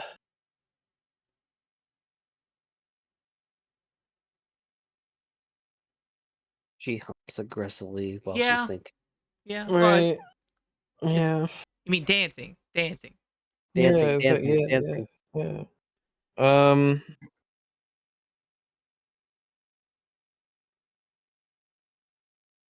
My mom makes a mean chicken casserole. Like that. Um. But other than that, it's got to be like lasagna or something. Not to go with the whole cat thing, but it's also like I have a recipe to make it homemade, and it's like, oh, so good. All right, artist, get Um, on it. Garfield Maury. um, Mauryfield.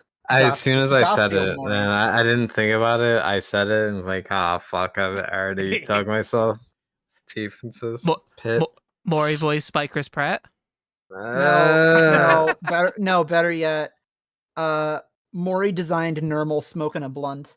Oh Yeah. man, normal Maury win. I Um, go as for on. hobbies, I don't know. It's mainly like a bit of writing, um, and doing streaming and such like that because I don't have enough time to with work and to do other things. No, no. It's if you were a macro, sweetie. If I was What a would you do? macro, Or Yeah. yeah, and also if you're a macro, you could do non-sizey or sizey. oh, it'd be scratching up like the trees back in that are like a million years old that are super thick. You know what I'm saying? Oh, the redwoods. Yeah. That's pretty good. Are these fucking Yakuza Onis down my street just won't keep it down sometimes. So I have to go beat them up some. Oh, Oh, all It's right. annoying, but it's some fun. Enjoy that. Into Uh, what? I my favorite food is my family does a lot of Midwestern foods and they do you don't chicken and say. noodles. Yeah, right. Chicken and noodles. Uh, Ooh. really love homemade chicken and noodles. It's so good. And the non-sizey hobby is 3D art. And my size hobby, my macro hobby, uh honestly, I think what I would do personally as a macro, I would play as a monster, but not actually destroy stuff, but just scare people.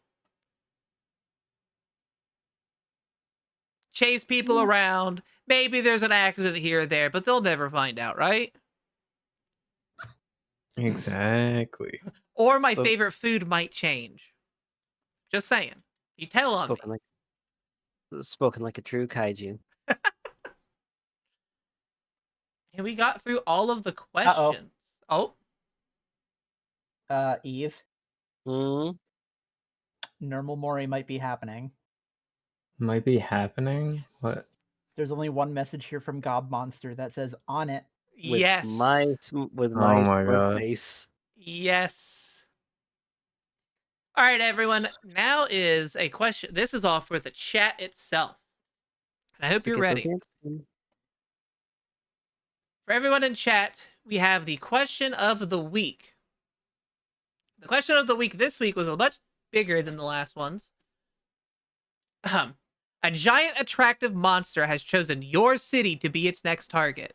And she, he, they picked you out and gave you the choice on how they will destroy the city. How would you have them do it?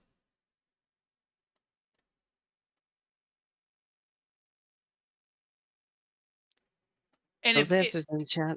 if you all Yeah, would like to chat. answer, you also are allowed to How would answer. you like us to do it?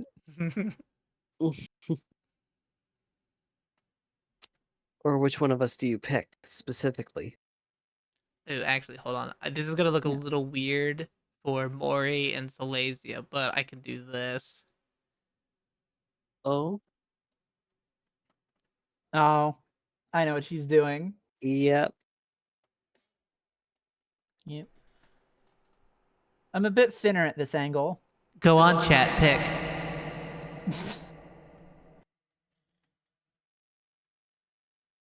With the tripping and giant booba, or just laying down on us. Okay. Oh, I might have killed Sketchy.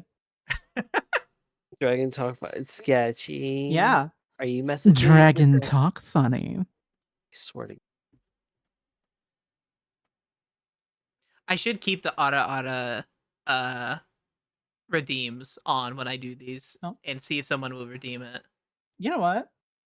Mm? Now because she said it. Ara. I want to hear everyone's their Aras. Oh boy. All right, let me get a swig of water first.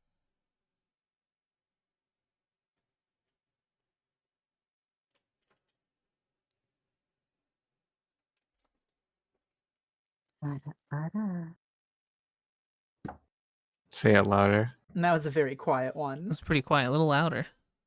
Mm. Yeah, Eve. Are you speak up. rushing or are you dragging? Say it louder. Oh, I broke her. Ara. Come on, a little bit louder. Yeah. Ara. No, Yeah. I'm done. I'm done. You're done. You did. You're done. You did good. Yeah, Eve. Are you done? What about you, Mori? Me? Yeah, I want to hear your Ara.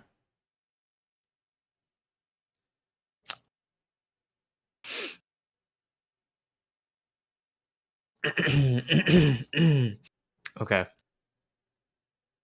Slaps face. Okay. We're making Ooh. babies tonight. I guess that means it's my turn.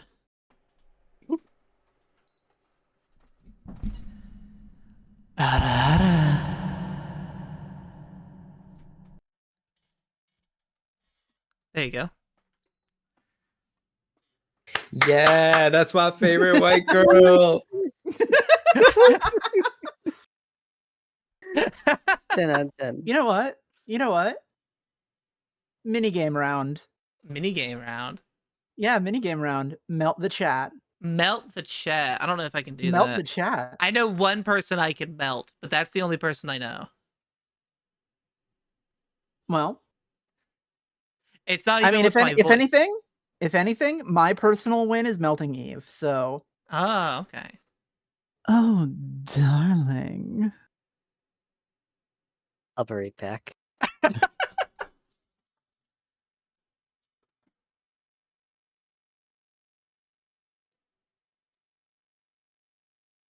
Let's read this really fast. So we got the Alonso said similar to what we said earlier with tripping and giant booba or just laying down on us. That one's a good one, just as a general, because outside of just the booba, but the laying down, because that implies the whole body. Mhm. Any side of it. It could be just you're laying on your back and that like I enjoy that one. Um, that one's from Alonzo Tiny. This one's from Just Call Me Aqua. I don't know, pillow fight, sport practice, the standard ripping and making towers tilt and tumble could be cool to see, but yeah, don't really know what to really pick to make it fun or safe enough for people to walk. Who said we wanted to make it safe? Yeah. And I mean, even in that matter, I always go by the universal rule. If you don't want people to get hurt, 90% of the time, magic just teleports them out of the way. You know, that's one that a lot of sizey people to go with. Yeah. But man, fuck them buildings. I think one of my friends, Foxgrove Gel, hers is they don't teleport out of the way. She steps on them. But as soon as her foot moves, it instantly gets everything that was destroyed in that area comes back almost instantly. And it's painless. They don't feel it. So it's like she technically does kill these people, but they come back like nothing happened. Or you have the size people who are, when I step on them, my foot is just so soft they kind of just squish into my skin and then they're stuck. See, my favorite one is like giant steps on a city, immediately falls on their ass and grabs their foot like they stepped on a Lego. That's a good one. It's a good one. The city is too sturdy and there's like minor amounts of damage done, but it's the fact that because it's, you know, rigid and rectangular and it's got a lot of pointy corners, it's basically the same as stepping on a Lego.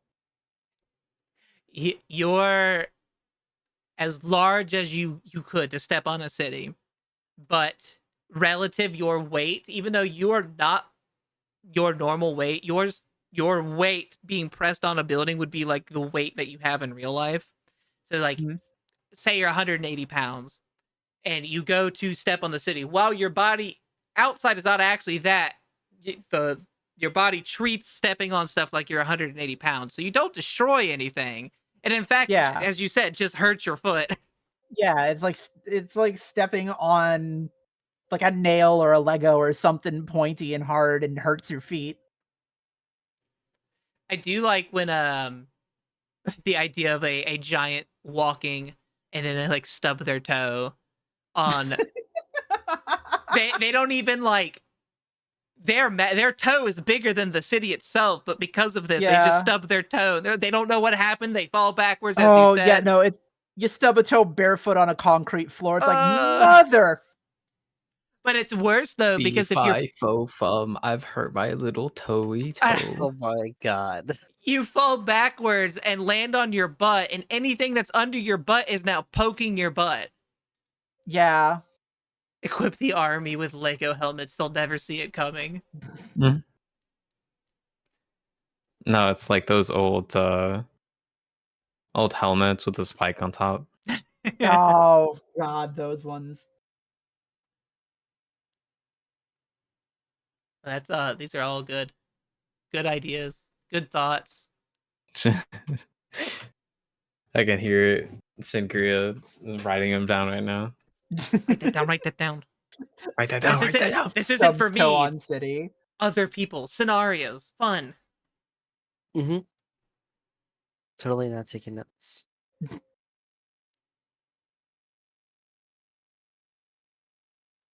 Quietly tries to step back from that, falls backwards over a mountain. Gravity still works. It's true. You got wings.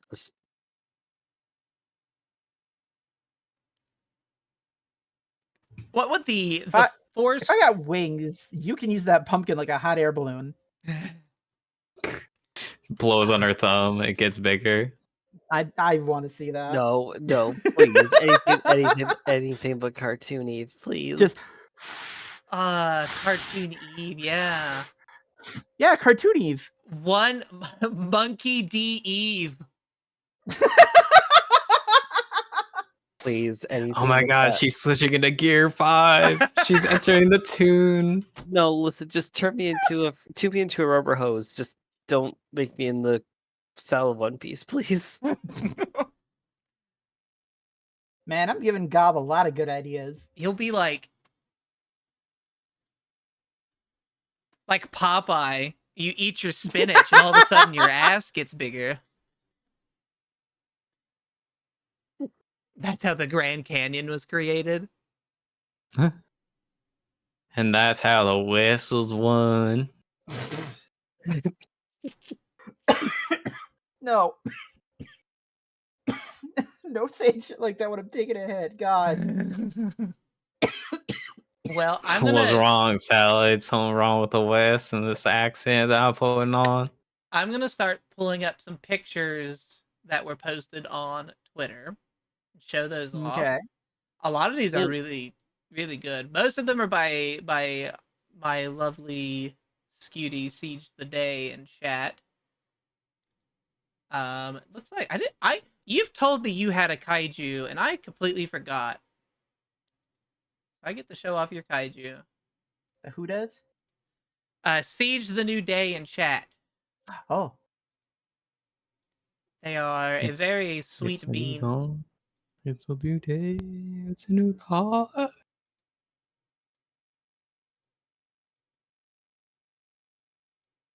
Then we have one more from another person. And then we're good. Oh, it looks like you. Okay, that's funny.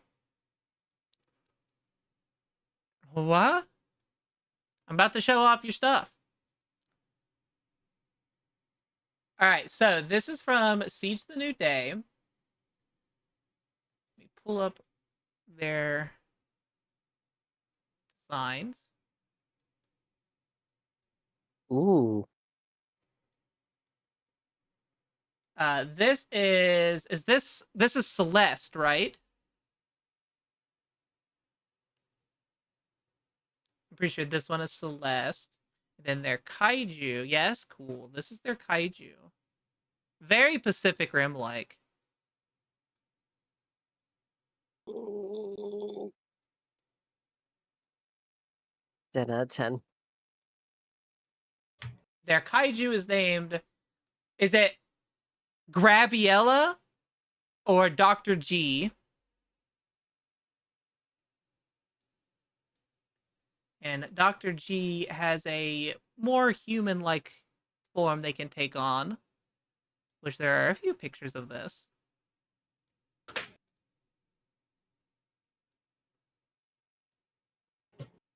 Did I spell it wrong? Is it Gabriella? Because you spelled Grabriella.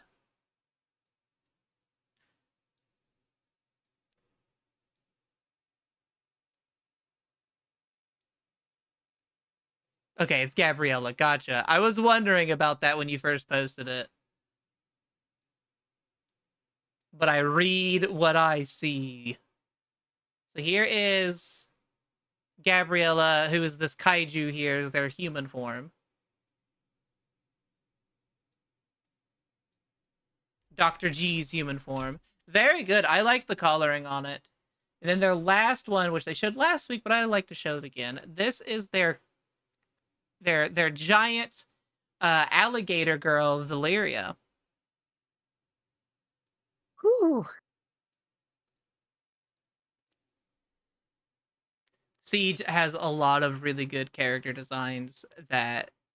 Oh, Crocodile. I am sorry, your Crocodile girl. Very good designs. I've talked about wanting to get pictures done with their OCs. I'm really enjoying Gabriella's humanoid form a lot because the one that I'm moving around, with the markings on the legs that go up and then the tail that glows too. I love that. That's awesome. What a really awesome touch. And that is an immediate follow. Siege is great. Oh yeah. I love Siege. Siege is a very kind person who likes to pretend that they're a little gremlin, but they're not.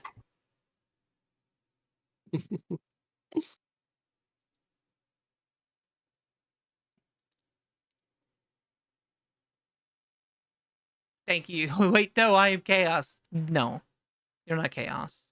Siege's actual design is a man with like for his personal character OC, he has like these arcane elemental tattoos that go up his arm, and his character's trying to be a bartender who serves both tiny and giant people.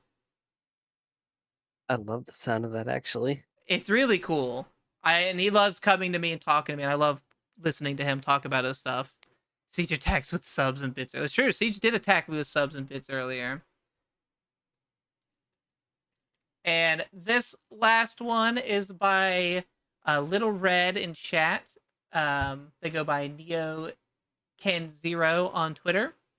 It's an old artwork by their girlfriend, inspired by the game The Last Guardian. They did censor it. Transform. Screen.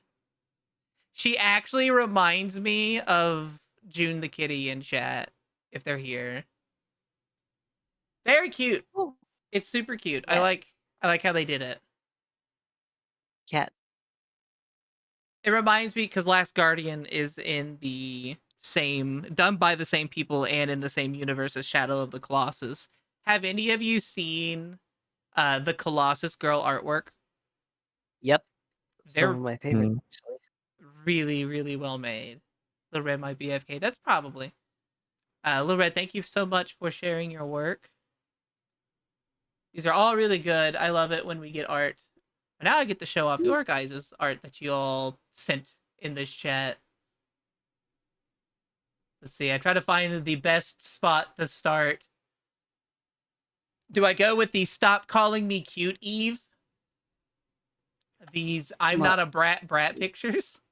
Yeah, might as well do the I'm not a brat pictures just to prove Mhm. myself.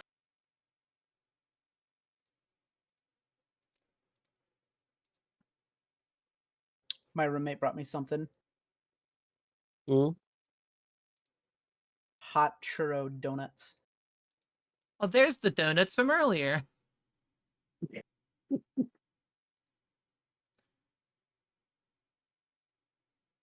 All right, this is the "I'm not a brat" Eve collection. I wish I could throw these on and they're not massive. Super. Mm-hmm. I'm gonna let chat decide from these pictures that we're seeing here. Is Eve a brat?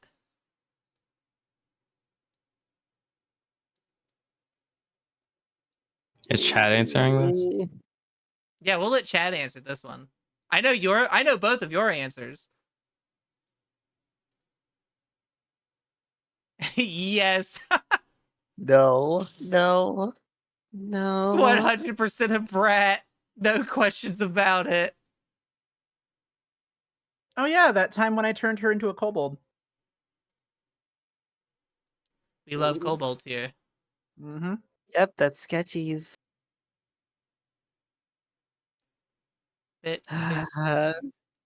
Speaking of, Hey, that's me.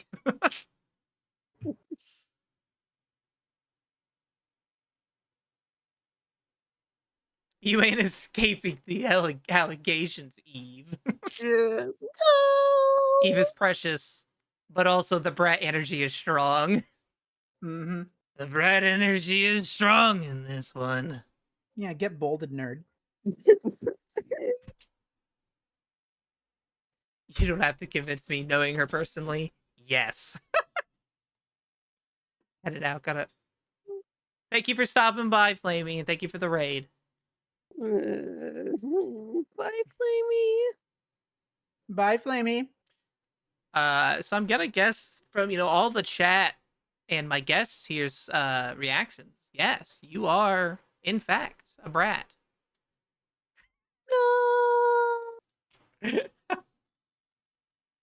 That could be added to your kaiju name. You are the pumpkin spider kaiju, also a brat. That'd be pretty cute, wouldn't it? Just see me brat in my actual kaiju form. That would be very funny. I could just imagine how upset you would look like on your face with someone calling you a brat in your kaiju form, because I've seen that. Mm-mm. I'm sure there's gonna be fan art once it's revealed. Silesia, do you want me to show off this 2D model work picture? Is that fine? Mhm. Okay. Just double checking.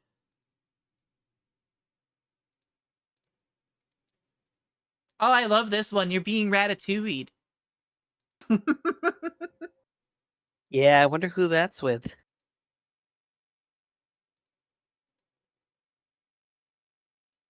I almost saved these reaction pictures whenever Mori was doing the thing. I was like, oh yeah, these ones. Wait, no. Do what? Oh, the reaction pictures. The smiling friends pictures and the one GIF. Oh yeah. Oh, which one's this one of you guys? I'm just What? saving as much as I can. The funny small sitting looking ones? No, the the the smiling friends. Oh yeah. All right, first up is Egg.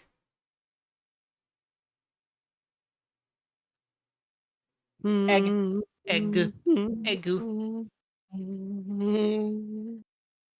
I still think Eva is a wonderful person, brat or otherwise. I didn't say she wasn't a good person, just that she's a brat. Yeah. 2D sneak peek of Silesia's 2D model. I love seeing what people do for their 2D models. I wish I could do 2D art. I'm jealous. All you people out there that can do 2D art, I hate and love you. Well, I'll say this. That's not my work. That's just the work in progress right now being done by Octin for my 2D model. Still, though, it's still really good. Mm-hmm. And look at him trying to carry my egg. Egg. Egg. There's Sketchy. Ratatouille. That is our friend Sketchy, Wait. who is here in the chat. Bratatouille. Ah? Hey. Eva, I'm slowly regretting doing this. Oh, I know you are. No. You're slowly regretting it. Boy. Look how Bleh. good these arts are. All so good. I love each and every one for the individual stuff. I love your face in the sketchy picture here. You look like you're very embarrassed, but you're gonna play along with it. Oh no, he was having fun. We were playing Alan Wake that day, so he was telling me which way to go. Oh, that's adorable. I love that. I'm excited to see your 2D model, Silesia. I am too. Scarecrow says, "Lucky small man." Well, Yeah, that's Scarecrow. Well, that's also Sketchy in my cleavage as well, getting little. Look, Launched. my chat Yep, can he agree that that is the best spot to be on. I have a climb redeem in my chat where you just redeem it. You say where you want to go, and I take a small 3D model that I made, and I just stick it wherever you want me to put them. I've had people go, I want to be in your mouth, and I've stuck people in my mouth before. They get stuck to my tongue when I stick it out. Good pictures. Love these. Lucky small man. Lucky small man. It should have been me. It should have been me. Now Yeah. this Should have is been him. so cool. It should have been me, not him. I love this. Ah, yes, my Dracolich form. I love this. The coloring, all of it. Very, very good. Good times. Mm-hmm. Eve's favorite of my forms. Well, one of two favorites. Yeah. Halloween bias. Yep, that's me. I love it. It's really cool. Oh my god, mine too. What?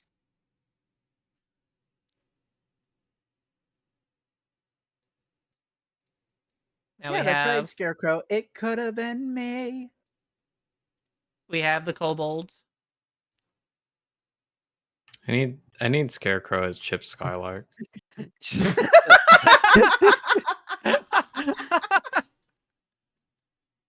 Yeah. I love so how when kobold, kobold I love how when the PNG like came on screen, it literally looks like it looks like it's just staring at the camera like really close. That's great. Oh, you kobolded multiple. Oh, Yeah. and Maury's also kobolded. We gotta get all of them in. kobold and bimbold. Bimbold. Yep, that's her. Bit bold. No, she's talking about you. Yeah, With that's the what I'm talking about. dancer. Yeah, I'm talking about that one. That's Ravy, but in Cobalt form, it's like Bimbold. Bimbold. I thought you were talking about me for a second. It's like, huh? Well, I mean, you kind of are a bimbold. Sometimes. A lot of times. She says dancing again. Times when you feel the Babu and the music. cheese wheel. I feel like putting all of these kobold views in front of your Dracolich form, you're like the mom looking at your doofy children. You say that like I don't do that already. Oh, shut up. Shut Eve, These you are up. literally the doofiest of all of them. These are my kids. You literally, anytime Octan's name is mentioned, just True. he's so cute. He's so dreamy. These are my kids. Don't put your hands near them. They do bite. They do bite. Yeah, see.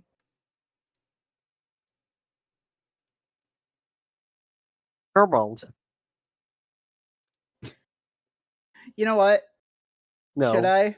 No, please. Should please, I? Please. Mori's gonna end up throwing you through the hoop again. I'm gonna do it.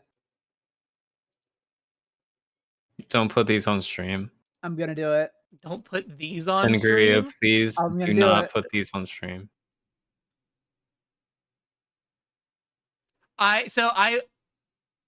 So this is my other kobold, Crouton. Oh, God. I love the horns. Let me get these saved. I have to put Crouton on screen. Crouton looks like they would have a good time with my kobold Mud. That's the thing. Crouton used to be my text-to-speech stuff for chat, but something broke with the system and I've never been able to fix it. So Oh. Eve, they want it. I have. Chat's begging for it. No, they're not. Yeah, they are. They Scarecrow literally says are. no. Eve, I think we should. I am gonna be having a wonderful They're coming in the chat. Do you hear them, Sennis? They're coming. I'm The horde gonna- is coming. I'm Yes, my guessing- other forms throughout the year. Yeah, I'm guessing that's winter, only because you have a Christmas cookie on your tail. Yep. I technically have an alternate form to this, which instead of tomato wings, I have like pine branch wings. Oh, that's cute. Yep. I Halloween. like how super creative you are with your how you have the different seasons and stuff like that. Yep. This one is actually known as my celebration form, which I primarily use for New Year's. Ah, Eve also really likes the dress. it is a good dress. Mhm. Yep. And my human glamour. In Human Sands doesn't exist. It can't hurt you. in World of Warcraft terms, that's your visage form. Mm-hmm. Do not talk to my son. Talk to my son, or my son, or my son, or my son, son, or my son, son energy you had there with all the images. I love all of these. I'm gonna do it. No, you're not. I'm gonna. No. You can't stop me. Yeah. I think my Eve said favorite of the yours. outfits is the first one, actually. Yeah, my Yule. I really like your Yule a lot. Very beautiful. Now your So what fall if I one said it here gets is giving bigger? me bedroom eyes right now. Yep, that's actually done by a different artist of mine. Their name is Sugar, and they have a very different style of how they draw me, which is ironically enough why people just keep saying I look like a MILF. So, Are you saying you're not? You just earlier said that you had these kids. I mean, they ain't my kids. Oh, I have them. They're not mine. Okay. Very good. I love all of these.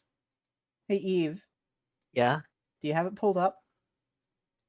Have what pulled up?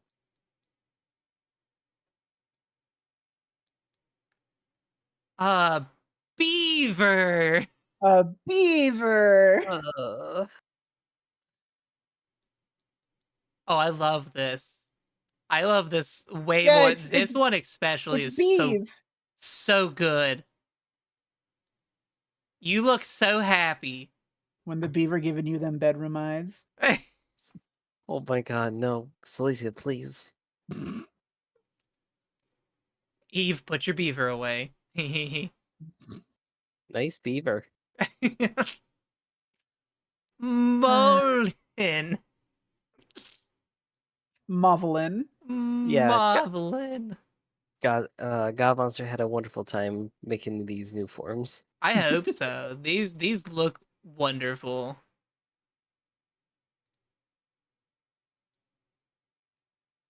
Crab Eve is honestly Crab Eve. not too far off from Eve is normally. You are This is crabs true. are basically sea spiders. Yeah. There's literally a spider crab. Yeah. Now I want crab smothered in butter. Now I'm going to But pull up. Mac and cheese with crab. I'm going to save this picture, even though you all said no, because I do have a question, and I need it answered. But I have to Okay. show off crouton first. Okay. oh, that's not the one we were saying no to. But I know the one. okay. She sees it. Eve, you need to post yours too. Here's crouton. Crouton and Mud would get along. I just hope crouton doesn't mind Mud. Mud can only speak in swear words and insults. Oh, that's fun. But it's not like he's actually, or I shouldn't say he. Mud, I have deemed is every gender at once. Ah, yes. Omnigender. Yeah, omnigendered. And when Mud was created in the roleplay server, and it was the gag character of the server, it Oh, had no. 1 HP, but anytime you would kill it, it would respawn like a Halo Oh, I respawn. love that. And there was a time when it was just there to be a freak. So it walked into the room, started being really annoying, and then someone yelled at it while its back was turned, and it turned its neck like an owl all the way around, screamed "fuck you," and then died.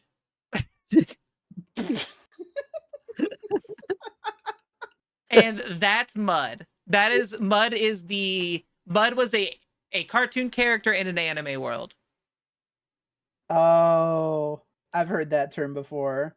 You were asked a question, Salazio. When you refer to Sugar, do they have a last name or parentheses a complete name? Sugar is their nickname. I forget what their exact like profile is, but Sugar Sugar, eyes. Sugar Rush Eyes. Sugar rush eyes. yes. I just call them Sugar so often. Yeah. Sugar. Hi, sugar. Also go. Well, Oh. hey, Sugar. All right, it's time. I'm gonna pull up the two of these, and then I'll show the one that Maury posted. Oh god. Because They need to be on opposite sides of the screen. opposite sides. I'm putting them Opposite facing away sides. from each other. Why is yours so No. large? No, they should be facing each other. But I also like the idea of them not facing each other, but I can do that. I'm sorry, everyone. All right, it's time. I've wondered Behold. this. I've wondered this since the very first time I've ever was in Eve's stream and you were there and you were talking about them. What is a chorb? What is a chorb? Eve, do you want to answer the question or shall I? Oh my god. It's not that complicated. Go ahead. All right. Jesus So Christ. it started as an inside joke and eventually devolved into this. So effectively what happened was our friend Sketchy, you've already seen their work. He's sitting in chat right now. He kept, for absolutely no reason at all, sending us a picture or various pictures of broody hens. Do you know what a broody hen is? I'm gonna look it up right now to see what it looks Yeah, like. So I a got it. broody hen Oh, you do? Let is me see. Yeah, here you go. it's the chicken. But when a hen gets broody, Ah, they basically puff themselves up and make them look much, much larger, to the point that some of them are completely round. We referred to them as chicken orbs, and then we now I shortened it know. to chorb. Now I know. And I went to Sketchy, hey Sketchy, what if you drew me like this? And the only thing he said was, I got you. And then I showed it to Eve, and Eve was like, it'd be really funny if he drew me like this. And then Sketchy went, I got you. Sketchy says, "Say the line." Sizeday, do you want So to I'm do getting to that part because the story's not done yet, Sangria. It literally then went that Sketchy turned mine into a PNG tuber model. And he went, hey, what would a chorb sound like? And I followed up with, well, you know what? Looking at it, and because of how you position the eyes, I think that it sounds a bit like Meatwad from Aqua Teen Hunger Mhm. Force. And so as a result, the chorb came into being, and therefore the cult of the chorb began. I love it. That's amazing. Bitch. There That's it is. amazing. Oh my And god, thus Alonzo. And thus concludes my venture in the stream. Hold on, no. You're not leaving yet. There's a picture of you still. What? Yeah, Maury, You for gotta some go reason, dunk on some chorbs. Maury, for some reason, she still has yet to explain it to For me. some hates reason. she hates Look the chorbs. at it. She hates the chorbs. My child, it lives. That's hilarious. Very good. I have something similar to a chorb, but not fully a chorb because it's not Well, a then chicken. you have to share it with us so we can be that, and we will Uh, give you chorb. Well, I didn't make it. Let me see if I can find it. This is gonna be one of those "can I find it" moments. Can I find this? Exactly, Meatwad. Exactly. I think my favorite part is I can literally just pull out that voice on command. That is. I wish I could do something like that. Horrifying. I mean, to be fair, I used to want to be a voice actor. I still do. It's just really difficult. Oh, you'll get there someday. Don't you worry about that. Oh my god. Maury hates us.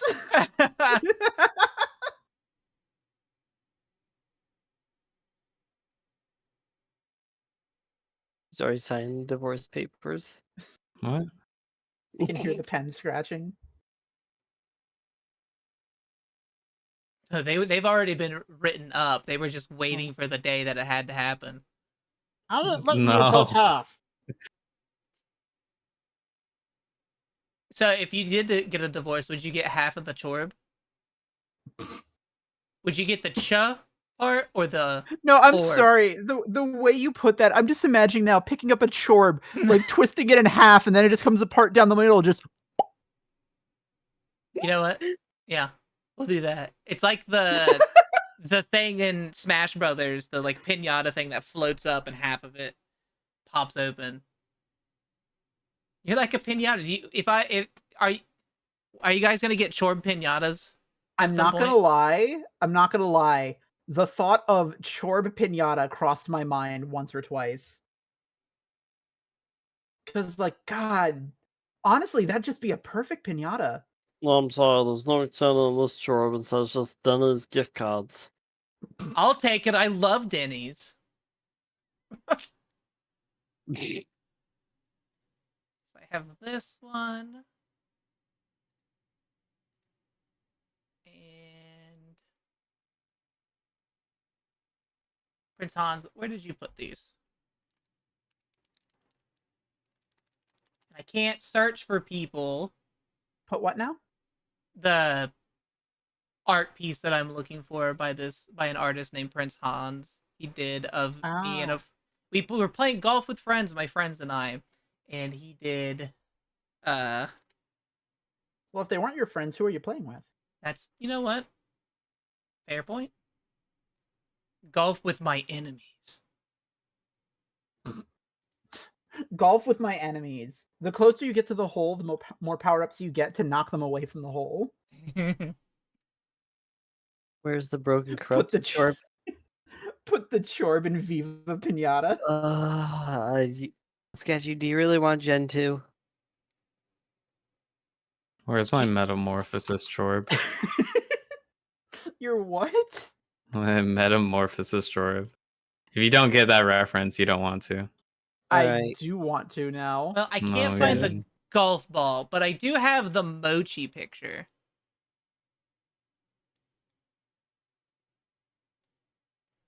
Oh, protect. Oh.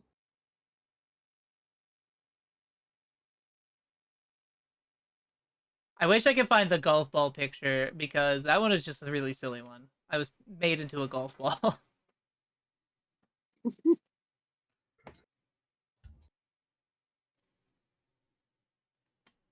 Tube frenemies. You know what's great? What's Mhm. that? Because of how certain art pieces is, I can just utter a single sentence, give everybody psychic damage, and cause Eve to shut down. Oh, please don't. Well, now I'm curious.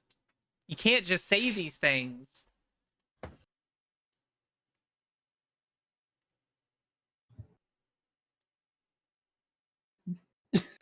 Don't leave me hanging. What are you doing? Look, See, chat, just do it. the best part on building suspense is just dropping something in the room and letting it happen.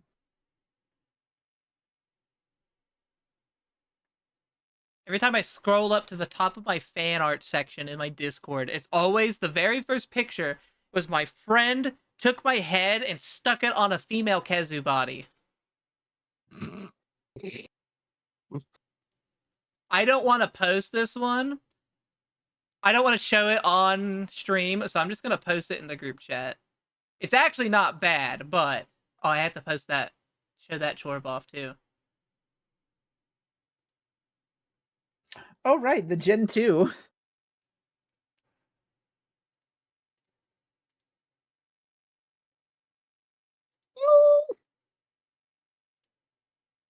Oh, that's cute. Looks like a onesie. It It does. does. Looks like grab all the fucking thing. There you go, it is, everyone. the Gen 2 Chorb. Eve, I will say this. Can I say it?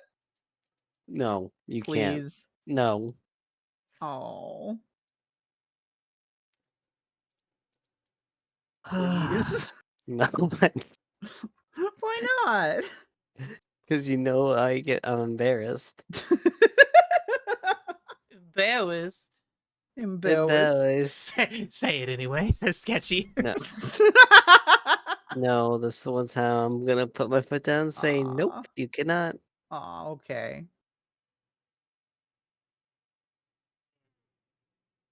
Oh my goodness. 6 hours.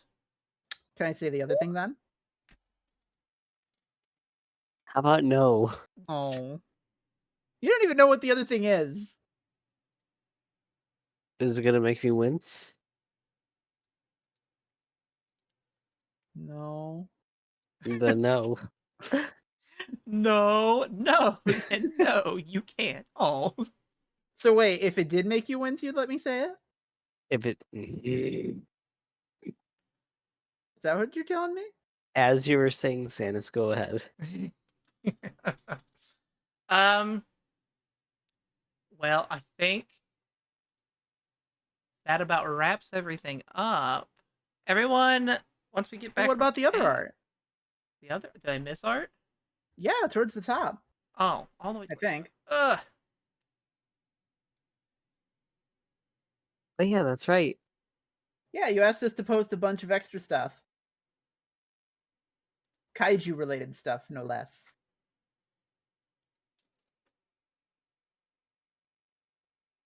Oh. Let me save those and show them off.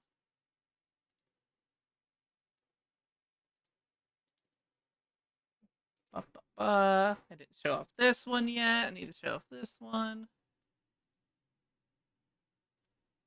Gotta show off this one. Chat, you've got a lot more pictures to look forward to.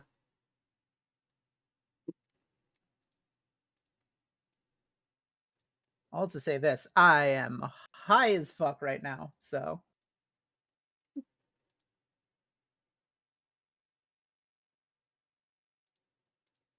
All right, not saving burger call outs.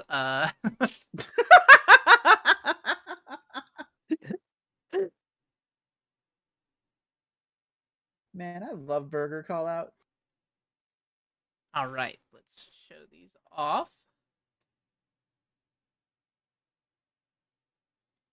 First off is Kaiju Mori. That's what this picture is labeled. I think this is the first time that you're unveiling this, isn't it, hun? I think so too. Uh,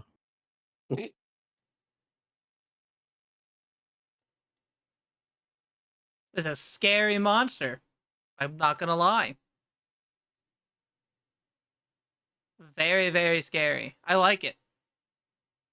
This is one of those, it would be, I can see it as like the, as you said, 10, 15 feet tall creature that very fast on all fours and is stalking you.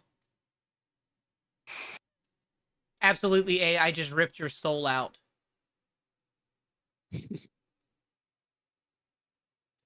Oh my god.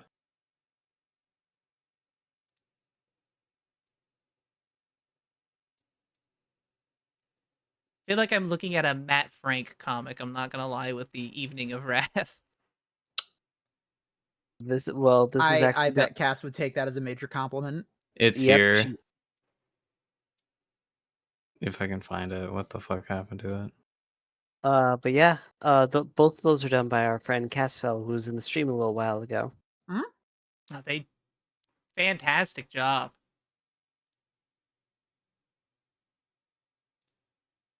Absolutely amazing. Yes. Yep. That one done by Sugar again. Oh no! Oh no. But I think you should show my proper kaiju form. I'm pretty sure. Let me double check, see if I have it. Just see. It's at the dragon one you posted. Yep. Okay. Get your ritual and synchro cards out, chat. Shut up. Synchro. What now? I synchro summon. What summon? They always make fun of me for this. I actually think it's really cool. I'll be honest. Wow, that didn't take long. I'm gonna show those off here in a second. It is a good porn though. No, these are all really good. I love each of your monsters' forms. Yeah, I was going to get a new one for this year, but funds ended up coming up short, so I understand that. Oh well, I'll just have to get something for either like I'll have to get something double for Halloween or something. I won't lie, Eve, this picture of you, Mhm. the eyes give me major symbiote vibes. Well, you see, because that's exactly what it is. I'm so smart. Look at me. I don't even And I know w- much of comics. and I will gladly post that picture here. Actually, Maury has one too. Ooh. I do wanna Your symbiote. You know, we're smoking symbiotes. smoking symbiotes. But yeah, that's me showing Otto a little bit of love, tearing off that Spider-Man suit off of him. That's Oh, is that what that is? I love how Godmonster drew me sinking my claws into the building. you'll see once I figure out how to fit the screen properly. There's Gutchy. I'm I sitting here like, love man, you guys got symbiotes without me? that's awesome. No. NL, they're talking about Dracula Flow in the chat. Yeah, this is done by our friend Slab, who ooh boy. See, now you make me want to get one to round out like a trio.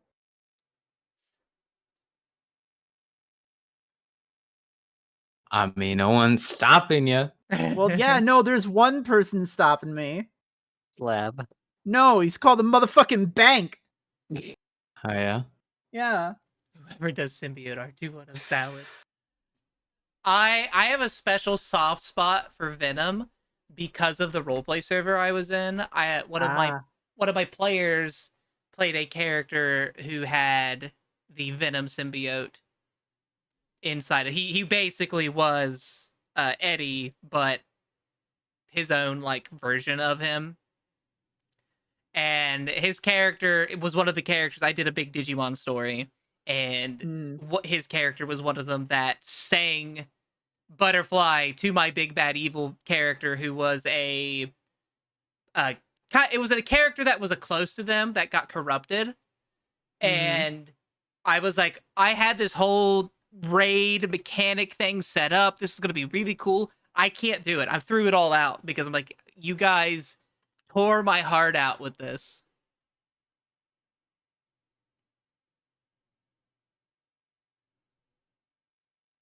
I love all of these. These are really good.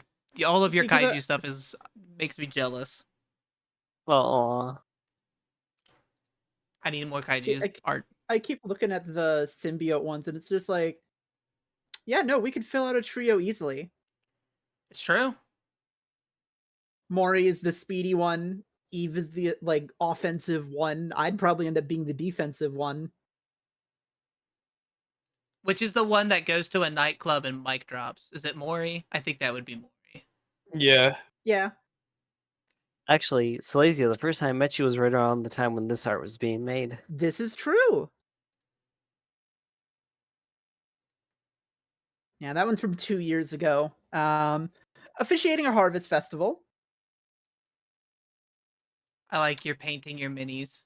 Yeah, I'm painting my minis. And by that I mean I have poured a copious amount of glue on them. Please send help. Can't move. I can't move. She still The has the poor costume. horses. Oh, that's not a horse, that's a car. Oh no. They use horses to make glue. you all of the glue that you just used up, those poor horses. This one tank is equal to 55 and a half horses. Hey, this one's just for Eve. No, I need 3 of them for Eve. I love all Each of these. Are super. You shared these for my size stuff. I did. I don't have a lot of art. I'm trying to get more. Hey, these are really good. I think you have plenty of art. Honestly, they're all really good. I love the mini ones. You painting minis is very silly. Yeah. The Yeah, it Harvest was a Festival fun is one cute. that I did with. Yeah, that the D&D one was back when I used to do a lot of 5e. I've kind of jumped off of the system for my own grievances, but um Play Pathfinder Second Edition. I actually play Fallout 2D20. That also sounds good. Anything that isn't 5th edition. Yeah, I get that. I'll Fifth take edition. I'll take 4, thank you very much. 5th edition just got tiring.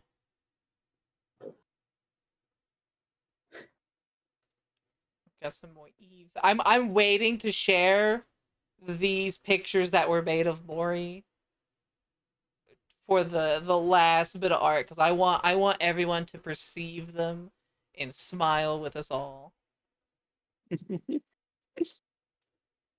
Now these were the size ones you posted for the size list, at least the one I'm about to show. Mm-hmm.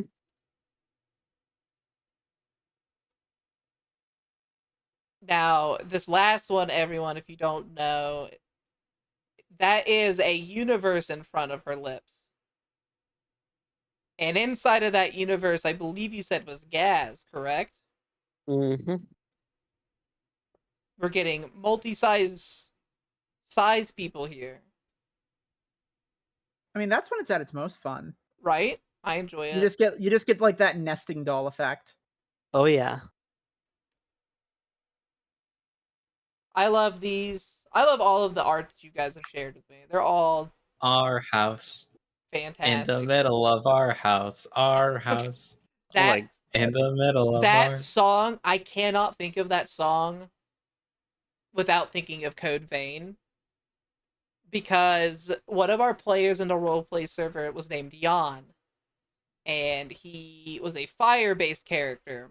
So there's a whole fire area in Code Vein, and the entire time I'm running through it, I would sing Jan's house in the middle of the street because the entire place was on fire. Mm-hmm.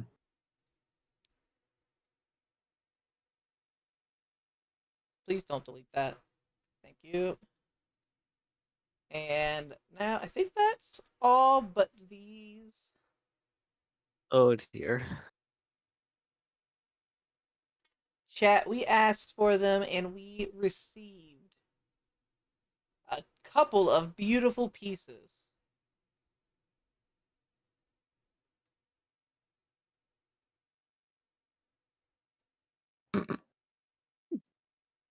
Of I am trying very hard to hold it together. no. Just let it all out. These are so good. These are so funny. No, you don't understand. I'm high as shit right now. If I Oh my start god. laughing, I'm gonna be laughing for the next 30 minutes.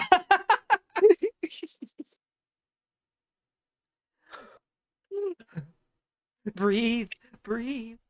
Oh, I'm breathing. I'm breathing. Maury, voiced by Chris Pratt. I'm leaving. Stop it. Stop it. I am You lasagna eating cat. I am holding it together. Wagoogas. Doesn't sound like it.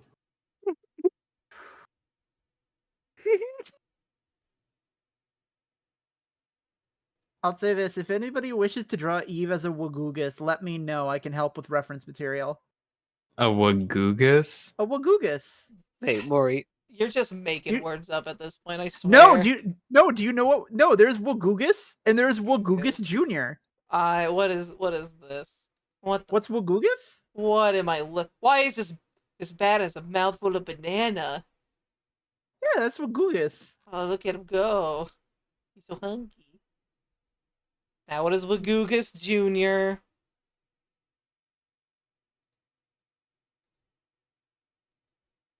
It's just a blurry cat. That's it. Yeah, Wagoogus Jr. Poor Googus. The internet is the weirdest place in the world, everyone.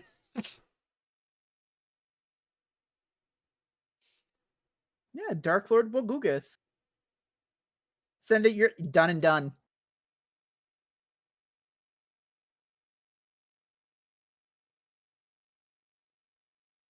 First you're telling me chorbs are a thing, and then a Wagoogus. These all sound weirdly like parts of the human body. I'm gonna show you my Wagoogus.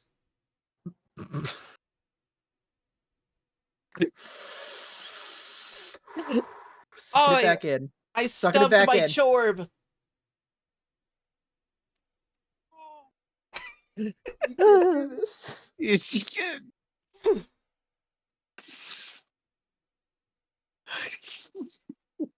Please don't. No.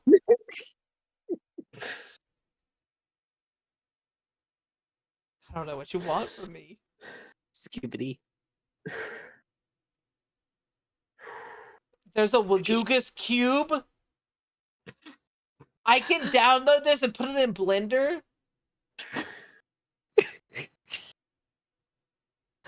Let it out. Don't just fucking shout that. Don't-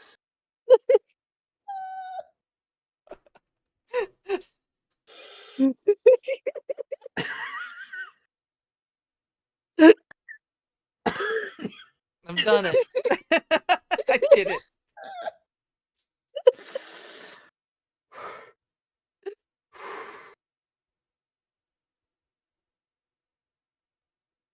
Oh my jaw. Oh my goodness. No, shut up.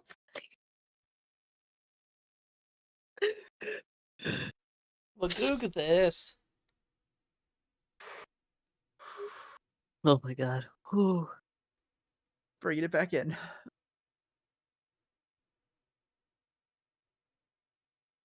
What a ridiculously long stream. Holy cow. Hey, pee pee poo poo. Thank you, Sketchy.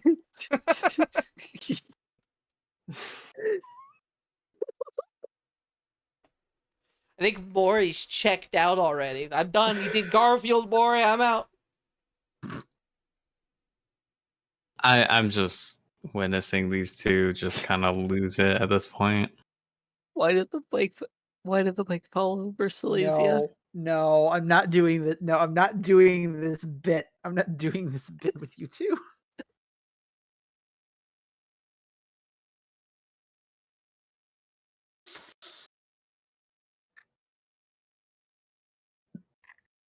I have one in me. What? I was too tired.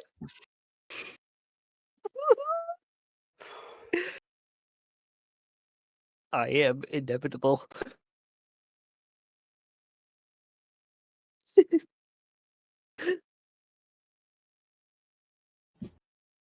I think she's good. Very good. I'm good. Why did the bike fall over? Because it was too tired. Sketchy knows that Oh, bad dad jokes don't make me laugh.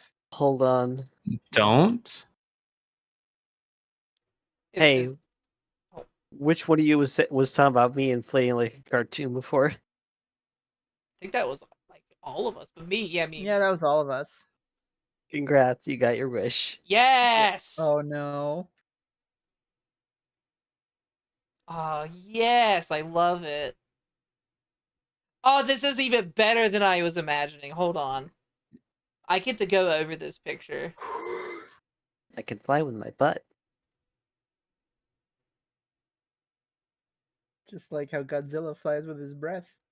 Chat, I want you to look at this. I want you all to look at this. And notice that the pumpkin mouth closes and it's trying its hardest to hold it. Its cheeks are puffed. Your pumpkin butt's cheeks are puffed. So what you're saying is she's all cheeked up. Yeah. And I like you just going,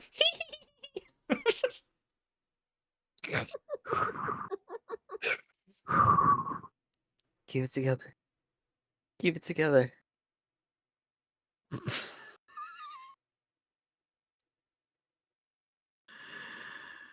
I want Oh, to Hey take. Eve. Oh, Hey Eve. yeah.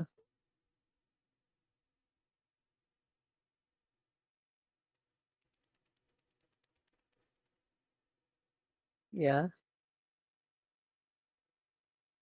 Sketchy. That one has so many layers to it. That joke there. Why did the tomato blush? It saw the salad dressing. That tomato's peeping on you, Silesia. Silesia? Did she pass out? I don't know. Maybe. Maybe he's trying not to laugh. Maybe she was holding it in so much her head blew up. Or her butt might have inflated.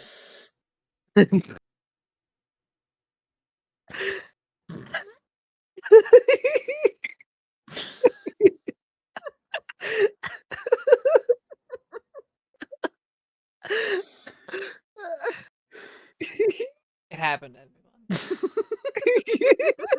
It happened.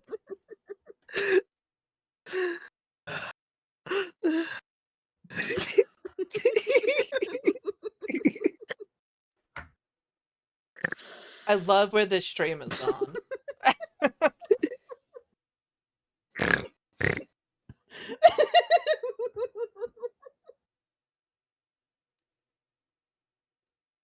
Look at my little feet dangling there.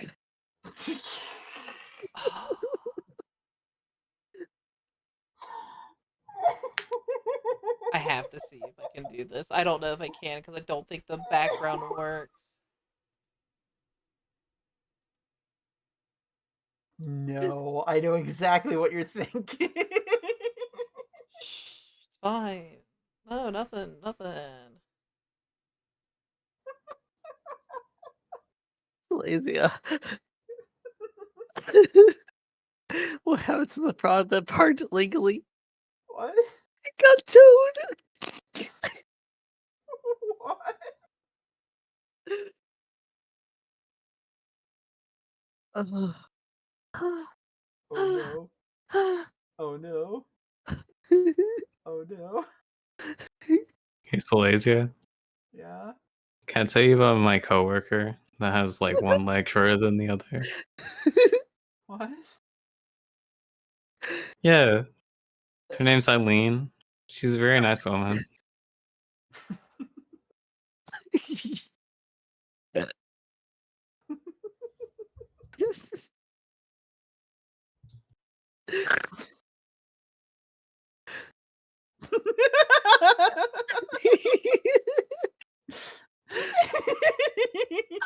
No, Sanders.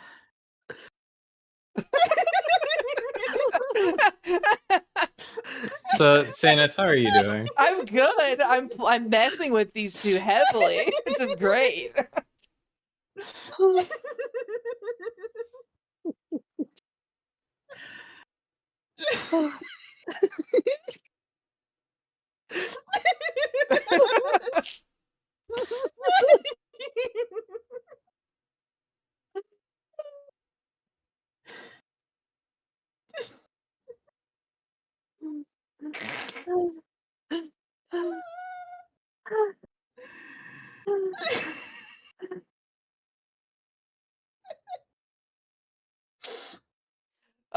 That's hilarious.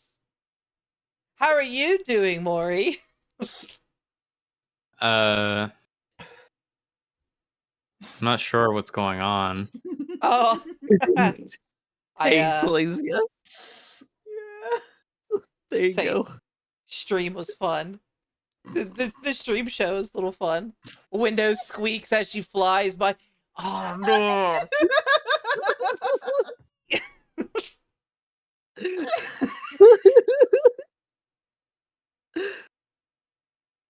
Just rub it. Now I wish I could have like little streak marks as she's like across the windows.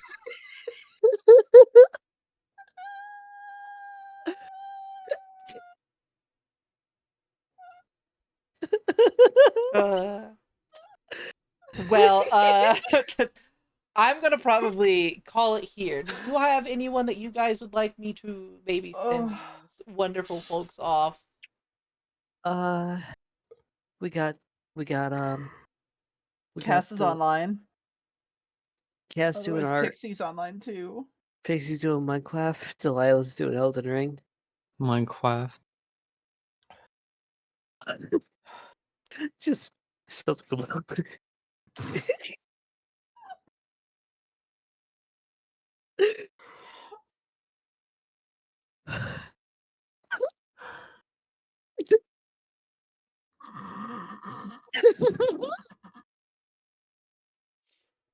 Well, I'm gonna set up for the raid. I guess we'll go raid Pixel. But still, thank you for having us, Sanis. This is a Yeah. wonderful time. Thank you all for coming out. Everyone in chat, make sure you go follow these lovely ladies if you haven't already.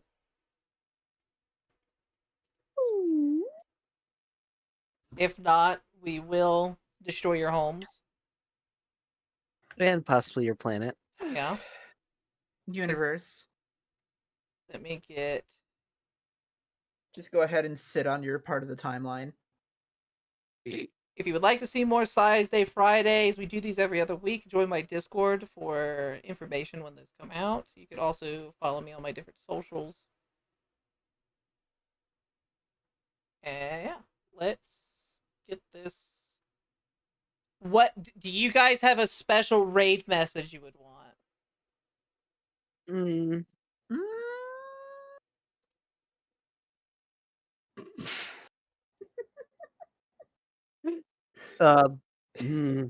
Bop him in the cheese mill. I think that might be it, Sanis. Yeah, you're dealing with two high as fuck girlies right now. I'm I'm perfectly fine with bop 'em in the cheese mill. Bop him in the cheese mill. Alright, hold on. There. Copy that and post it in your singular message like 4 or 5 Oh. times. God. No, I know. Wait, hold on. I know what to do. Love how my schizophrenia voices just says, oh, or my not my schizophrenia, my psychosis demons just say Bob 'em in the cheese mill, and it becomes a meme. I'm sorry, just again, it's you, dance. Just go bop him in the cheese mill. Bop 'em in No, the cheese it was mill. it was the fact of just What do you mean bop him in the cheese mill? Yeah, I'm talking about how Burt Reynolds is crying in the fucking recording studio of all dogs go to heaven, and how the voice actor for the girl died because of her fucking deranged father, and then it's like Bob in the cheese mill. Who said that? It's Burt Reynolds, apparently. It's Apparently. even funnier because you're sitting here, you're dance humping the air, and you just go all this sad as you're doing this, and then bop 'em in the cheese mill.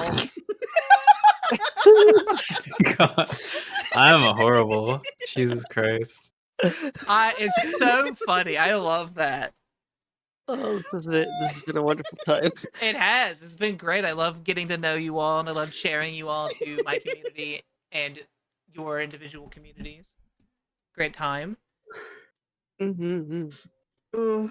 When's the next time you guys will be streaming? I'm going to be streaming tomorrow. I'm going to be trying to clear out the end part of Salvation's Edge in Destiny 2. Okay.